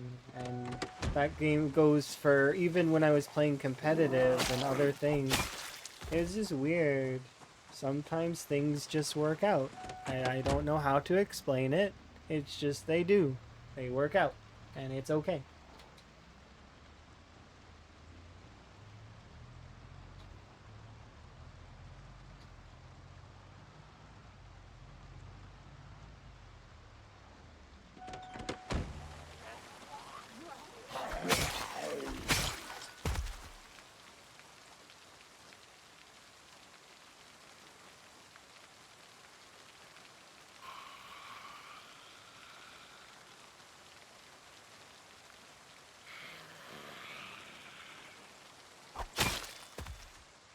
I actually pushed her. Like, that's when she realized I was there. These hard of hearing zombies are ridiculous. It's that hard of hearing. It has to be, right?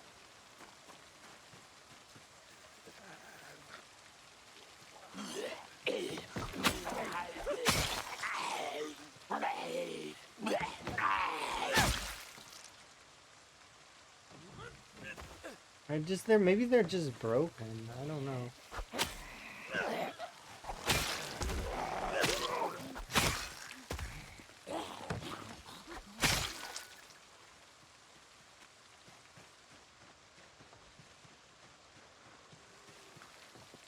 Hey!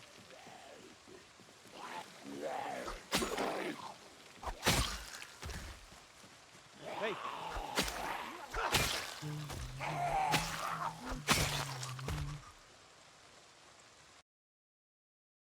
Yeah.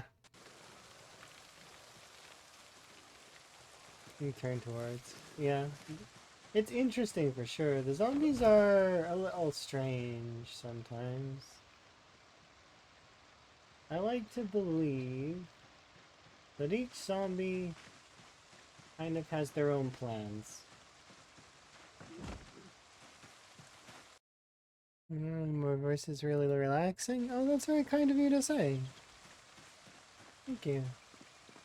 I can't really control my voice. That's just kind of what I have. But, you know, I'm glad that you find it enjoyable. And I'm glad that you like my tuber.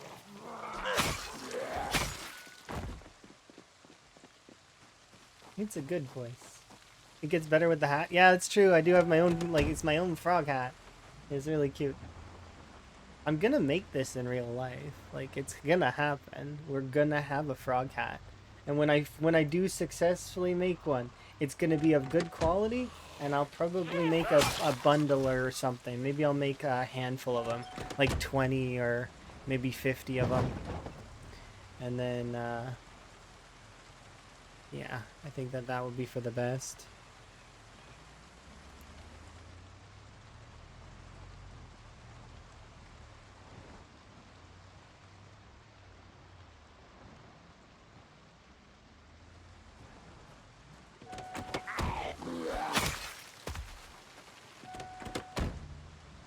I know that it's gonna be from a custom beret shop, probably. Because that's what the hat is, in essence. In essence, this hat is a beret that's been augmented. And is awesome. Yes. It is a beret that's been augmented in the right ways.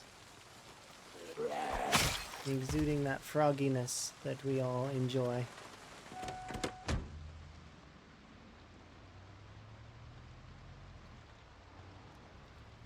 I'm just gonna drive right through this because this doesn't exist.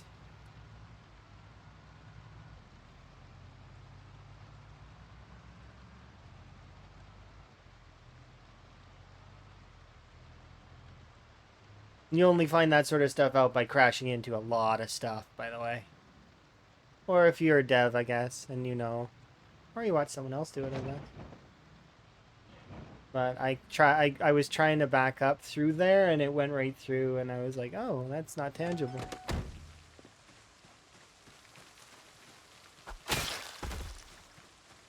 Slam into poles. You can find a few poles that you can actually go through that are not real poles. They're pretend. Trust me, I know. I've hit enough of them and not hit some because they weren't tangible. You can find some of those poles in the Crossroads Mall parking lot, I think. If they're still not tangible. I don't know. Push. Yoink. Hand fork's mine. Okay, this whole section should be good. We should be able to go over the Ovo Farms now. You're amazing! Thank you very much for the follow. We appreciate it.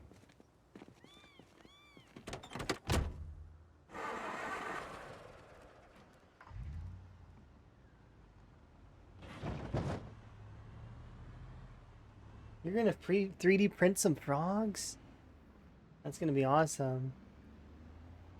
That printer is gonna be putting in the good work.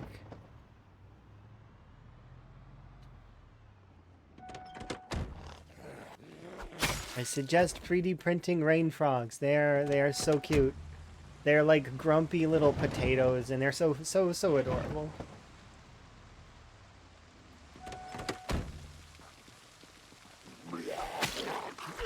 They're angry even when they're happy. Same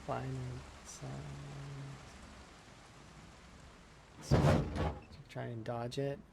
Oh, it's fine. It happens. There's certain signs though that you can go through, and some that you can't. And also, if some barricade sign, like you know those like at the prison is a good example of them. It's like a toll thingy or whatever, where the I can't remember what those are called. You guys resting grump face? That's understandable. That's good then. Doesn't necessarily mean that you're upset. It just means that you're like a frog. It's easy to misunderstand that you are actually in a content state. Which is fine. I have a face that's almost... It's not always smiling, but it's like...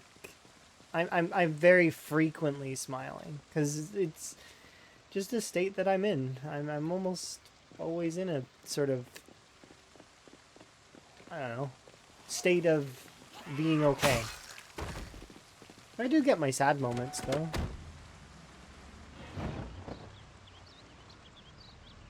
One of the saddest moments in my life, I remember, was having to fly back home. Oh, well, home, but like here, and leave Emma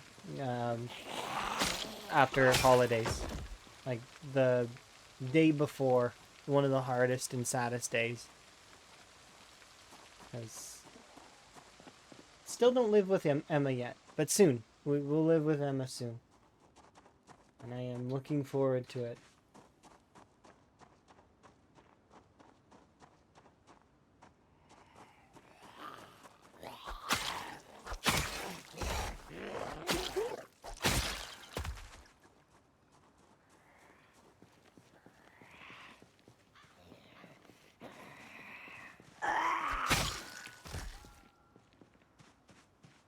Do I have a set time? I'm hoping by October, but according to the website for the um, type of it's like a permit essentially for me to be there. I need to make sure that um, it's within the time of my passport, which shouldn't be too hard because my passport doesn't expire for quite some time, like years. Because I did the long one because I didn't want to have to redo that paperwork. If I could do the extra long one and pay a slightly larger fee, I will pay that slightly larger fee and not have to care about the paperwork for a while. I have enough paperwork that I have to deal with. I don't want to deal with more.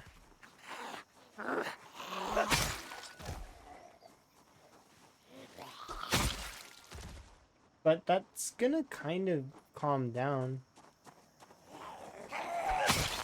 Maybe. Like, I'd still have to deal with tax stuff, but tax stuff is nothing. I can do that in my sleep.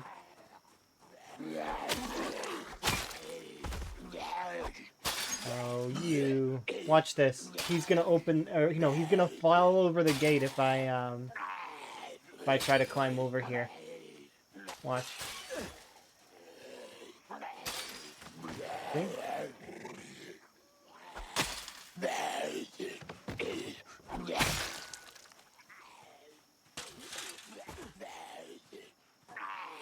Oh my goodness. Same for this one. Watch. See? Enough with the gate.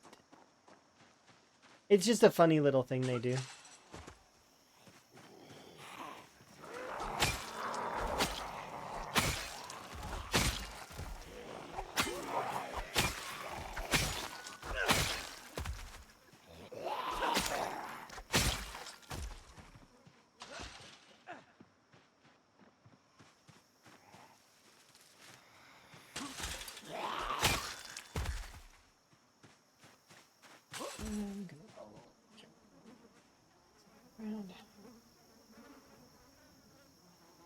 But yeah, no worries.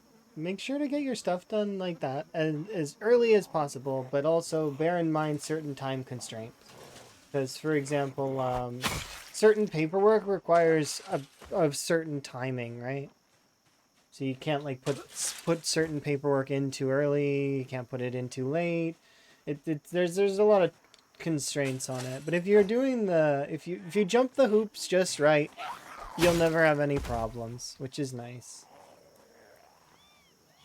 Problems can be annoying.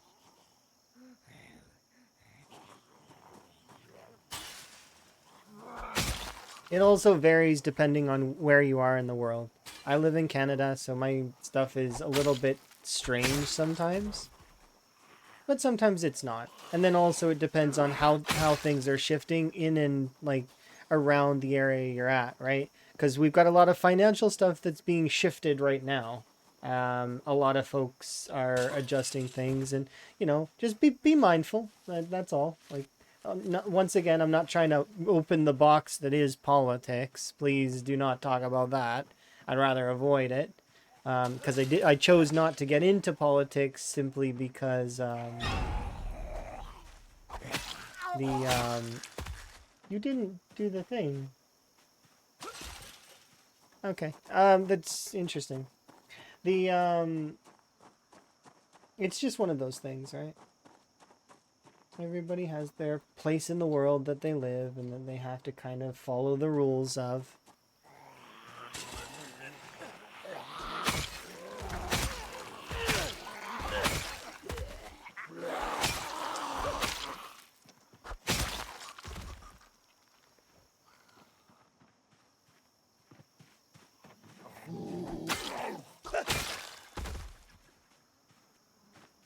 I might update my passport though prior to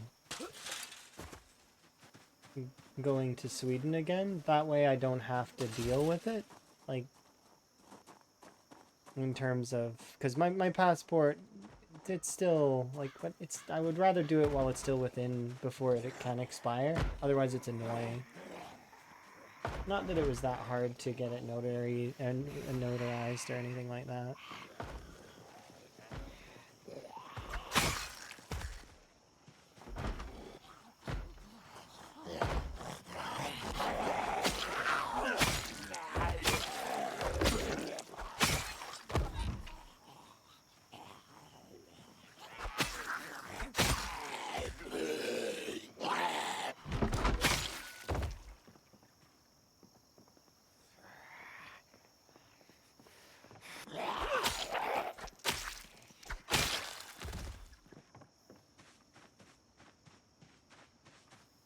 There's a lot less at the Ovo Farm than I thought there would be.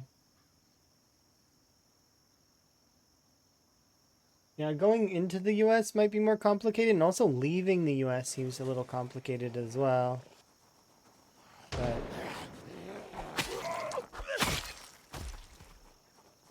and then I find Europe can be a little bit like that too.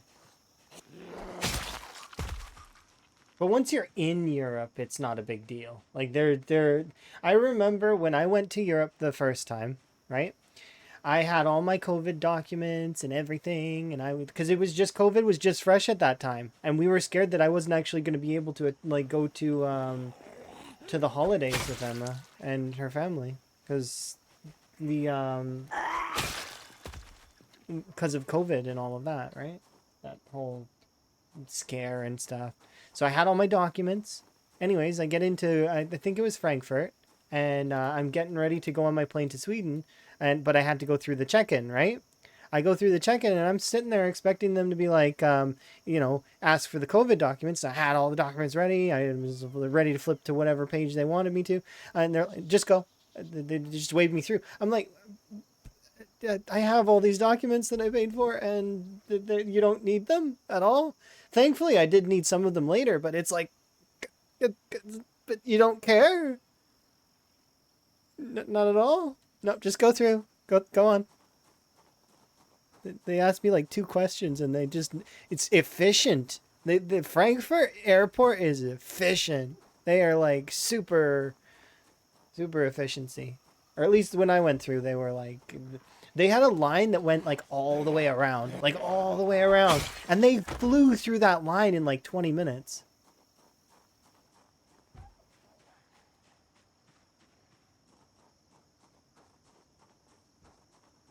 Maximum efficiency.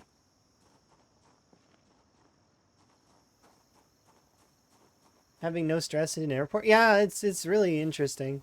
I'm very relaxed flying. I sleep through a lot of that stuff. It's just I put myself to sleep. I'll listen to some music that I know will help me nod off, and then I let the motions of the plane put me to sleep. Um, that said, though, I remember one person I was sitting next to. They were panicked, like absolutely maximum level anxiety. So I just stayed up and I chatted with them the whole time, and like about different things, their interests and other stuff, and just I had their mind off of the plane because I didn't want them to be stressed. It's annoying to have to deal with that because not everybody can control their own anxiety or any of that stuff, myself included. I can't control my anxiety, and I've had that feeling happen a few times. Um, I remember when I first was getting back into streaming, I was frozen on the go live. Like it's the first time I'd felt that way where I just couldn't. I was sitting there and I wanted to push the button, but I just couldn't. It was like there was a blocker within my mind that was like, no, can't do it. Why can't you? I just can't. In my opinion, that it's one of those things that you need to be there for yourself in that, because once you do finally manage to get past that and you push past that, it becomes a lot easier the second time you go to do it, or the third time, or so on. It becomes a lot more, okay, I did it once. It's okay. We're good. Go ahead. You know? It's less about just being nice and being like, I mean, if I was ever in that state, I would want to make sure that you know, I'd hope that there's someone around that's like that. You know, I won't want to be treated that way. But there's a few times where it's like, you know, there's some folks that can sleep in a plane, some folks that can't, some folks that read, some folks that watch the movies or the in like flight entertainment.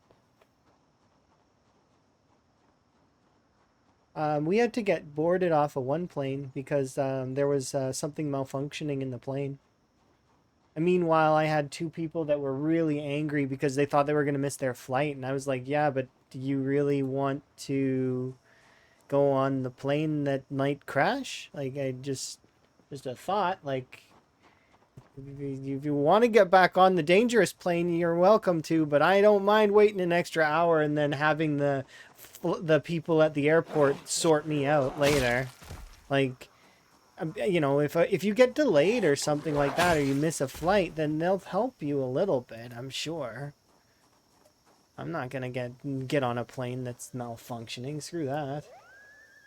No matter how much time I'm gonna lose, it doesn't matter if I lose the entire ticket of time, you know, like by not making it. Hi, by the way. Sorry that you're coming in on like I don't know what kind of conversation is this. This is like I like flying though. I think flying is kind of like driving, but not it's better because you go further. And you get to see places that normally you wouldn't get to see. Like further away, different cultures, different styles of everything, different styles of food, different style. It's just neat. I really want to do traveling a lot more. That's why in the future, when I do move in with Emma, and if once we've saved and we're a little bit more okay and things are stable, and once all the paperwork stuff and like continued stuff is good, um, we're gonna. I want to go to like cons and stuff. I'm looking forward to going to like Twitch cons and stuff again. Like well, I say again. I went to PAX South. PAX South was awesome. It was a few years ago though. It was fantastic. I really enjoyed my time. Both times, because I've been twice. I'd go again. It was cool.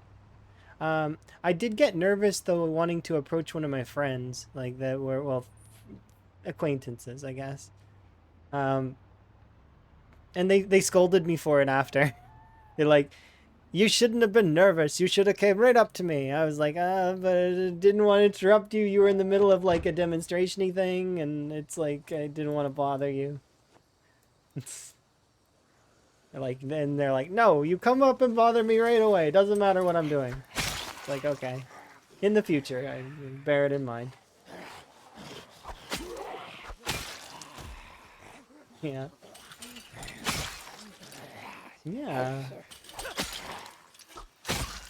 A friend of mine is amazing.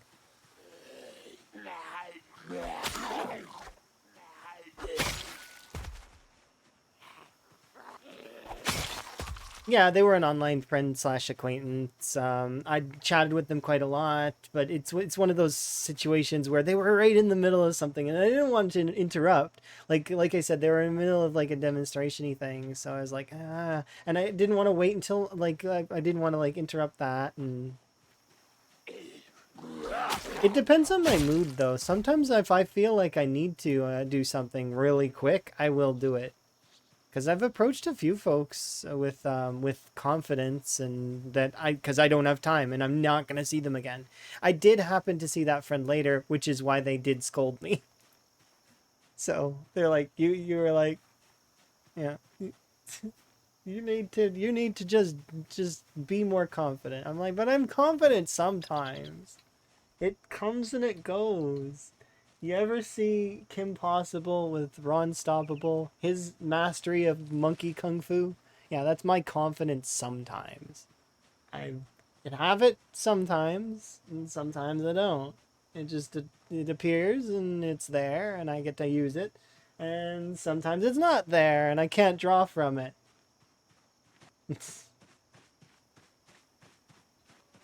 And if you don't know that reference, I do apologize. It is a bit of an older reference, I guess. Basically, it's a character that knows martial arts but doesn't know martial arts. And that they're not good at it most of the time, but sometimes they are like the best at it.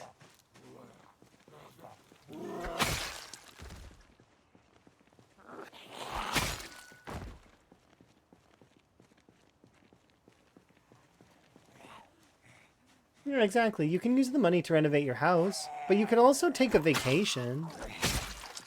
A vacation can be like a treat to yourself. And that's what I'm going to treat when we go to events in the future, because I'm going to take Emma with me. We're going to go to events in the future. And the plan is that it's going to be a treat both for me and for Emma, because Emma wants to go to museums and go to like art shows and other such things, right? Wants to see dinosaurs and a bunch of other really cool stuff. I'm for that 100%. I want to see that stuff, but I also want to bring Emma with me to like gaming cons and stuff like that.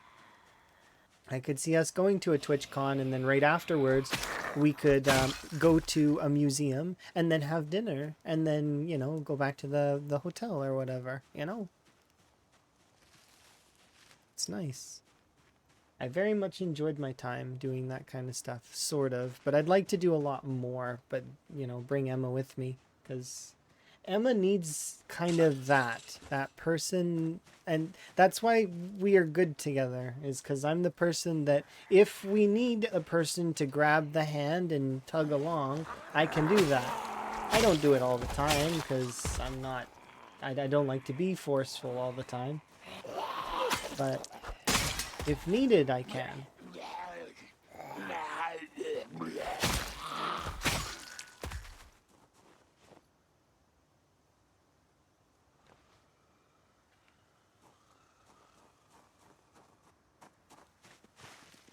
Ooh, that was cheeky. You are a stealthy, stealthy zombie. I'm gonna let you live for a little bit while I recover that. Oof.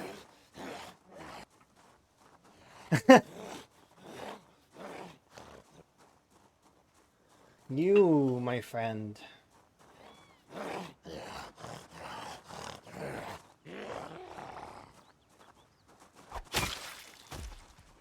It's a good thing that my instinct in this game is violent. It's to react like with violence. Because you have to in Zomboid. It's always a zombie. It's always another zombie. Even when you think you've killed them all.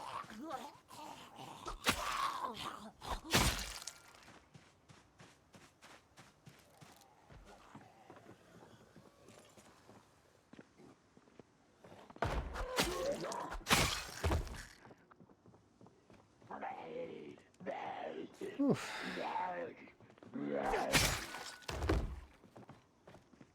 When Higgins does finally die, which is inevitable, he will. Um, he's been a great goldfish, like a really good goldfish. Like I really do like him very much as a character. But he will die just like every other character. That is the Zomboid truth.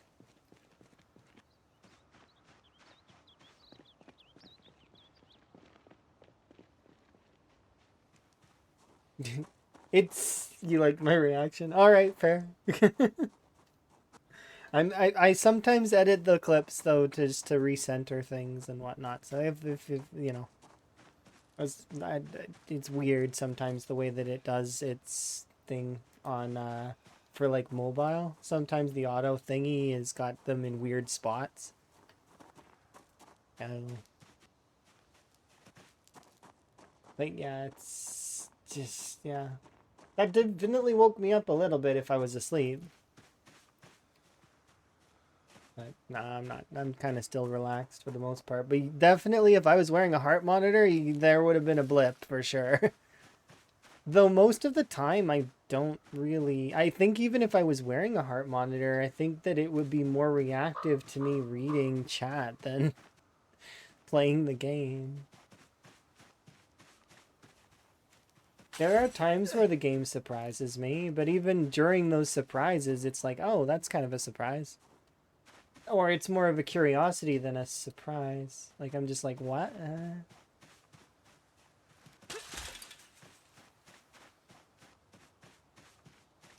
Or his goldfish bowl from getting too small.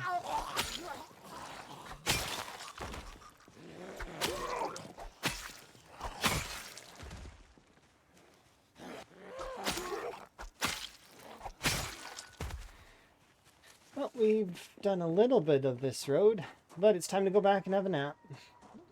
What are we at? Still got a few in-game days.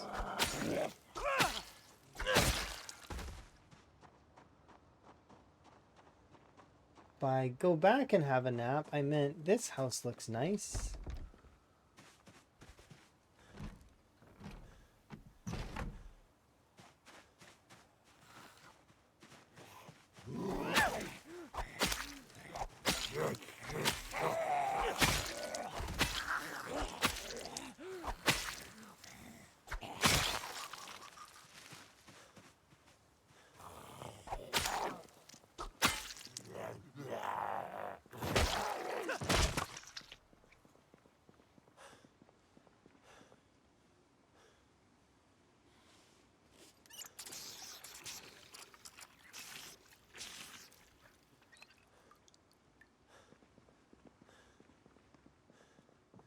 Ooh, honey.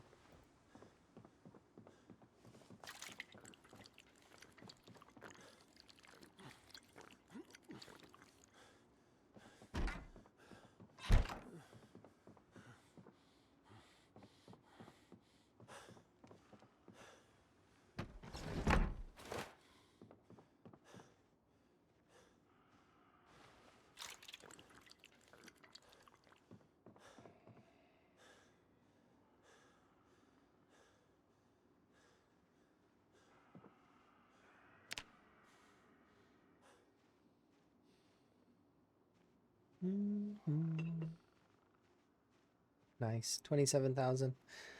I figure we'll probably, by the time we're done Brandenburg and Ekron, we should be around the 240, or around the 40k mark?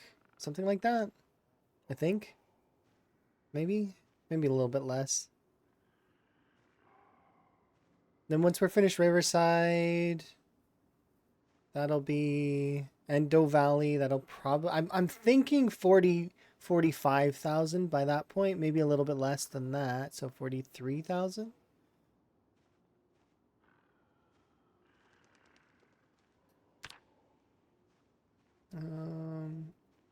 And then once we do Louisville, that's where the bulk of the zombies. Valley Station, Crossroads Mall, and Louisville. That's where a bulk of the zombies are. So, dude.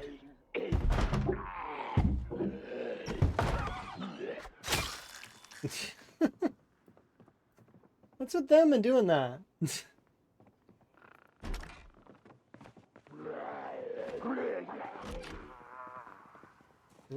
Rude behavior.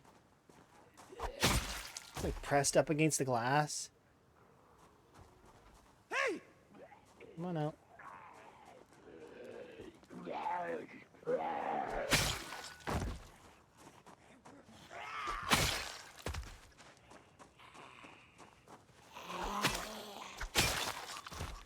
Where's my car at?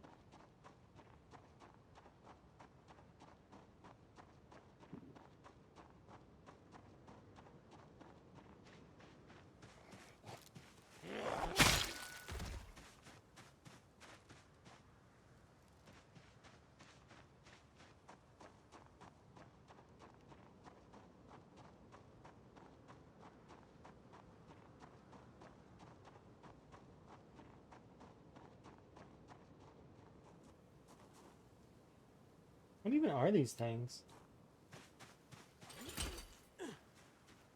What are you?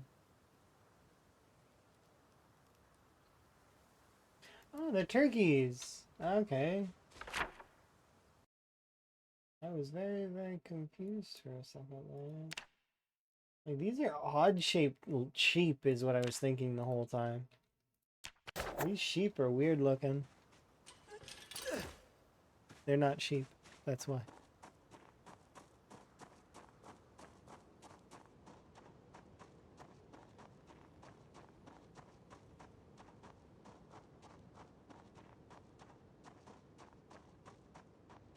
Did I really leave the vehicle all the way up here? Yeah, I guess I did.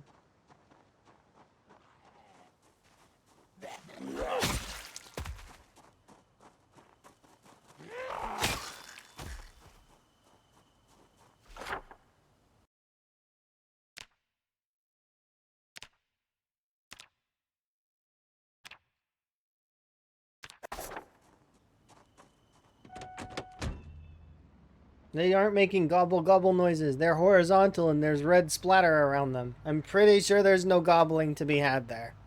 Unless I were to butcher them and then I go gobble gobble. That is how that works. I'm pretty sure.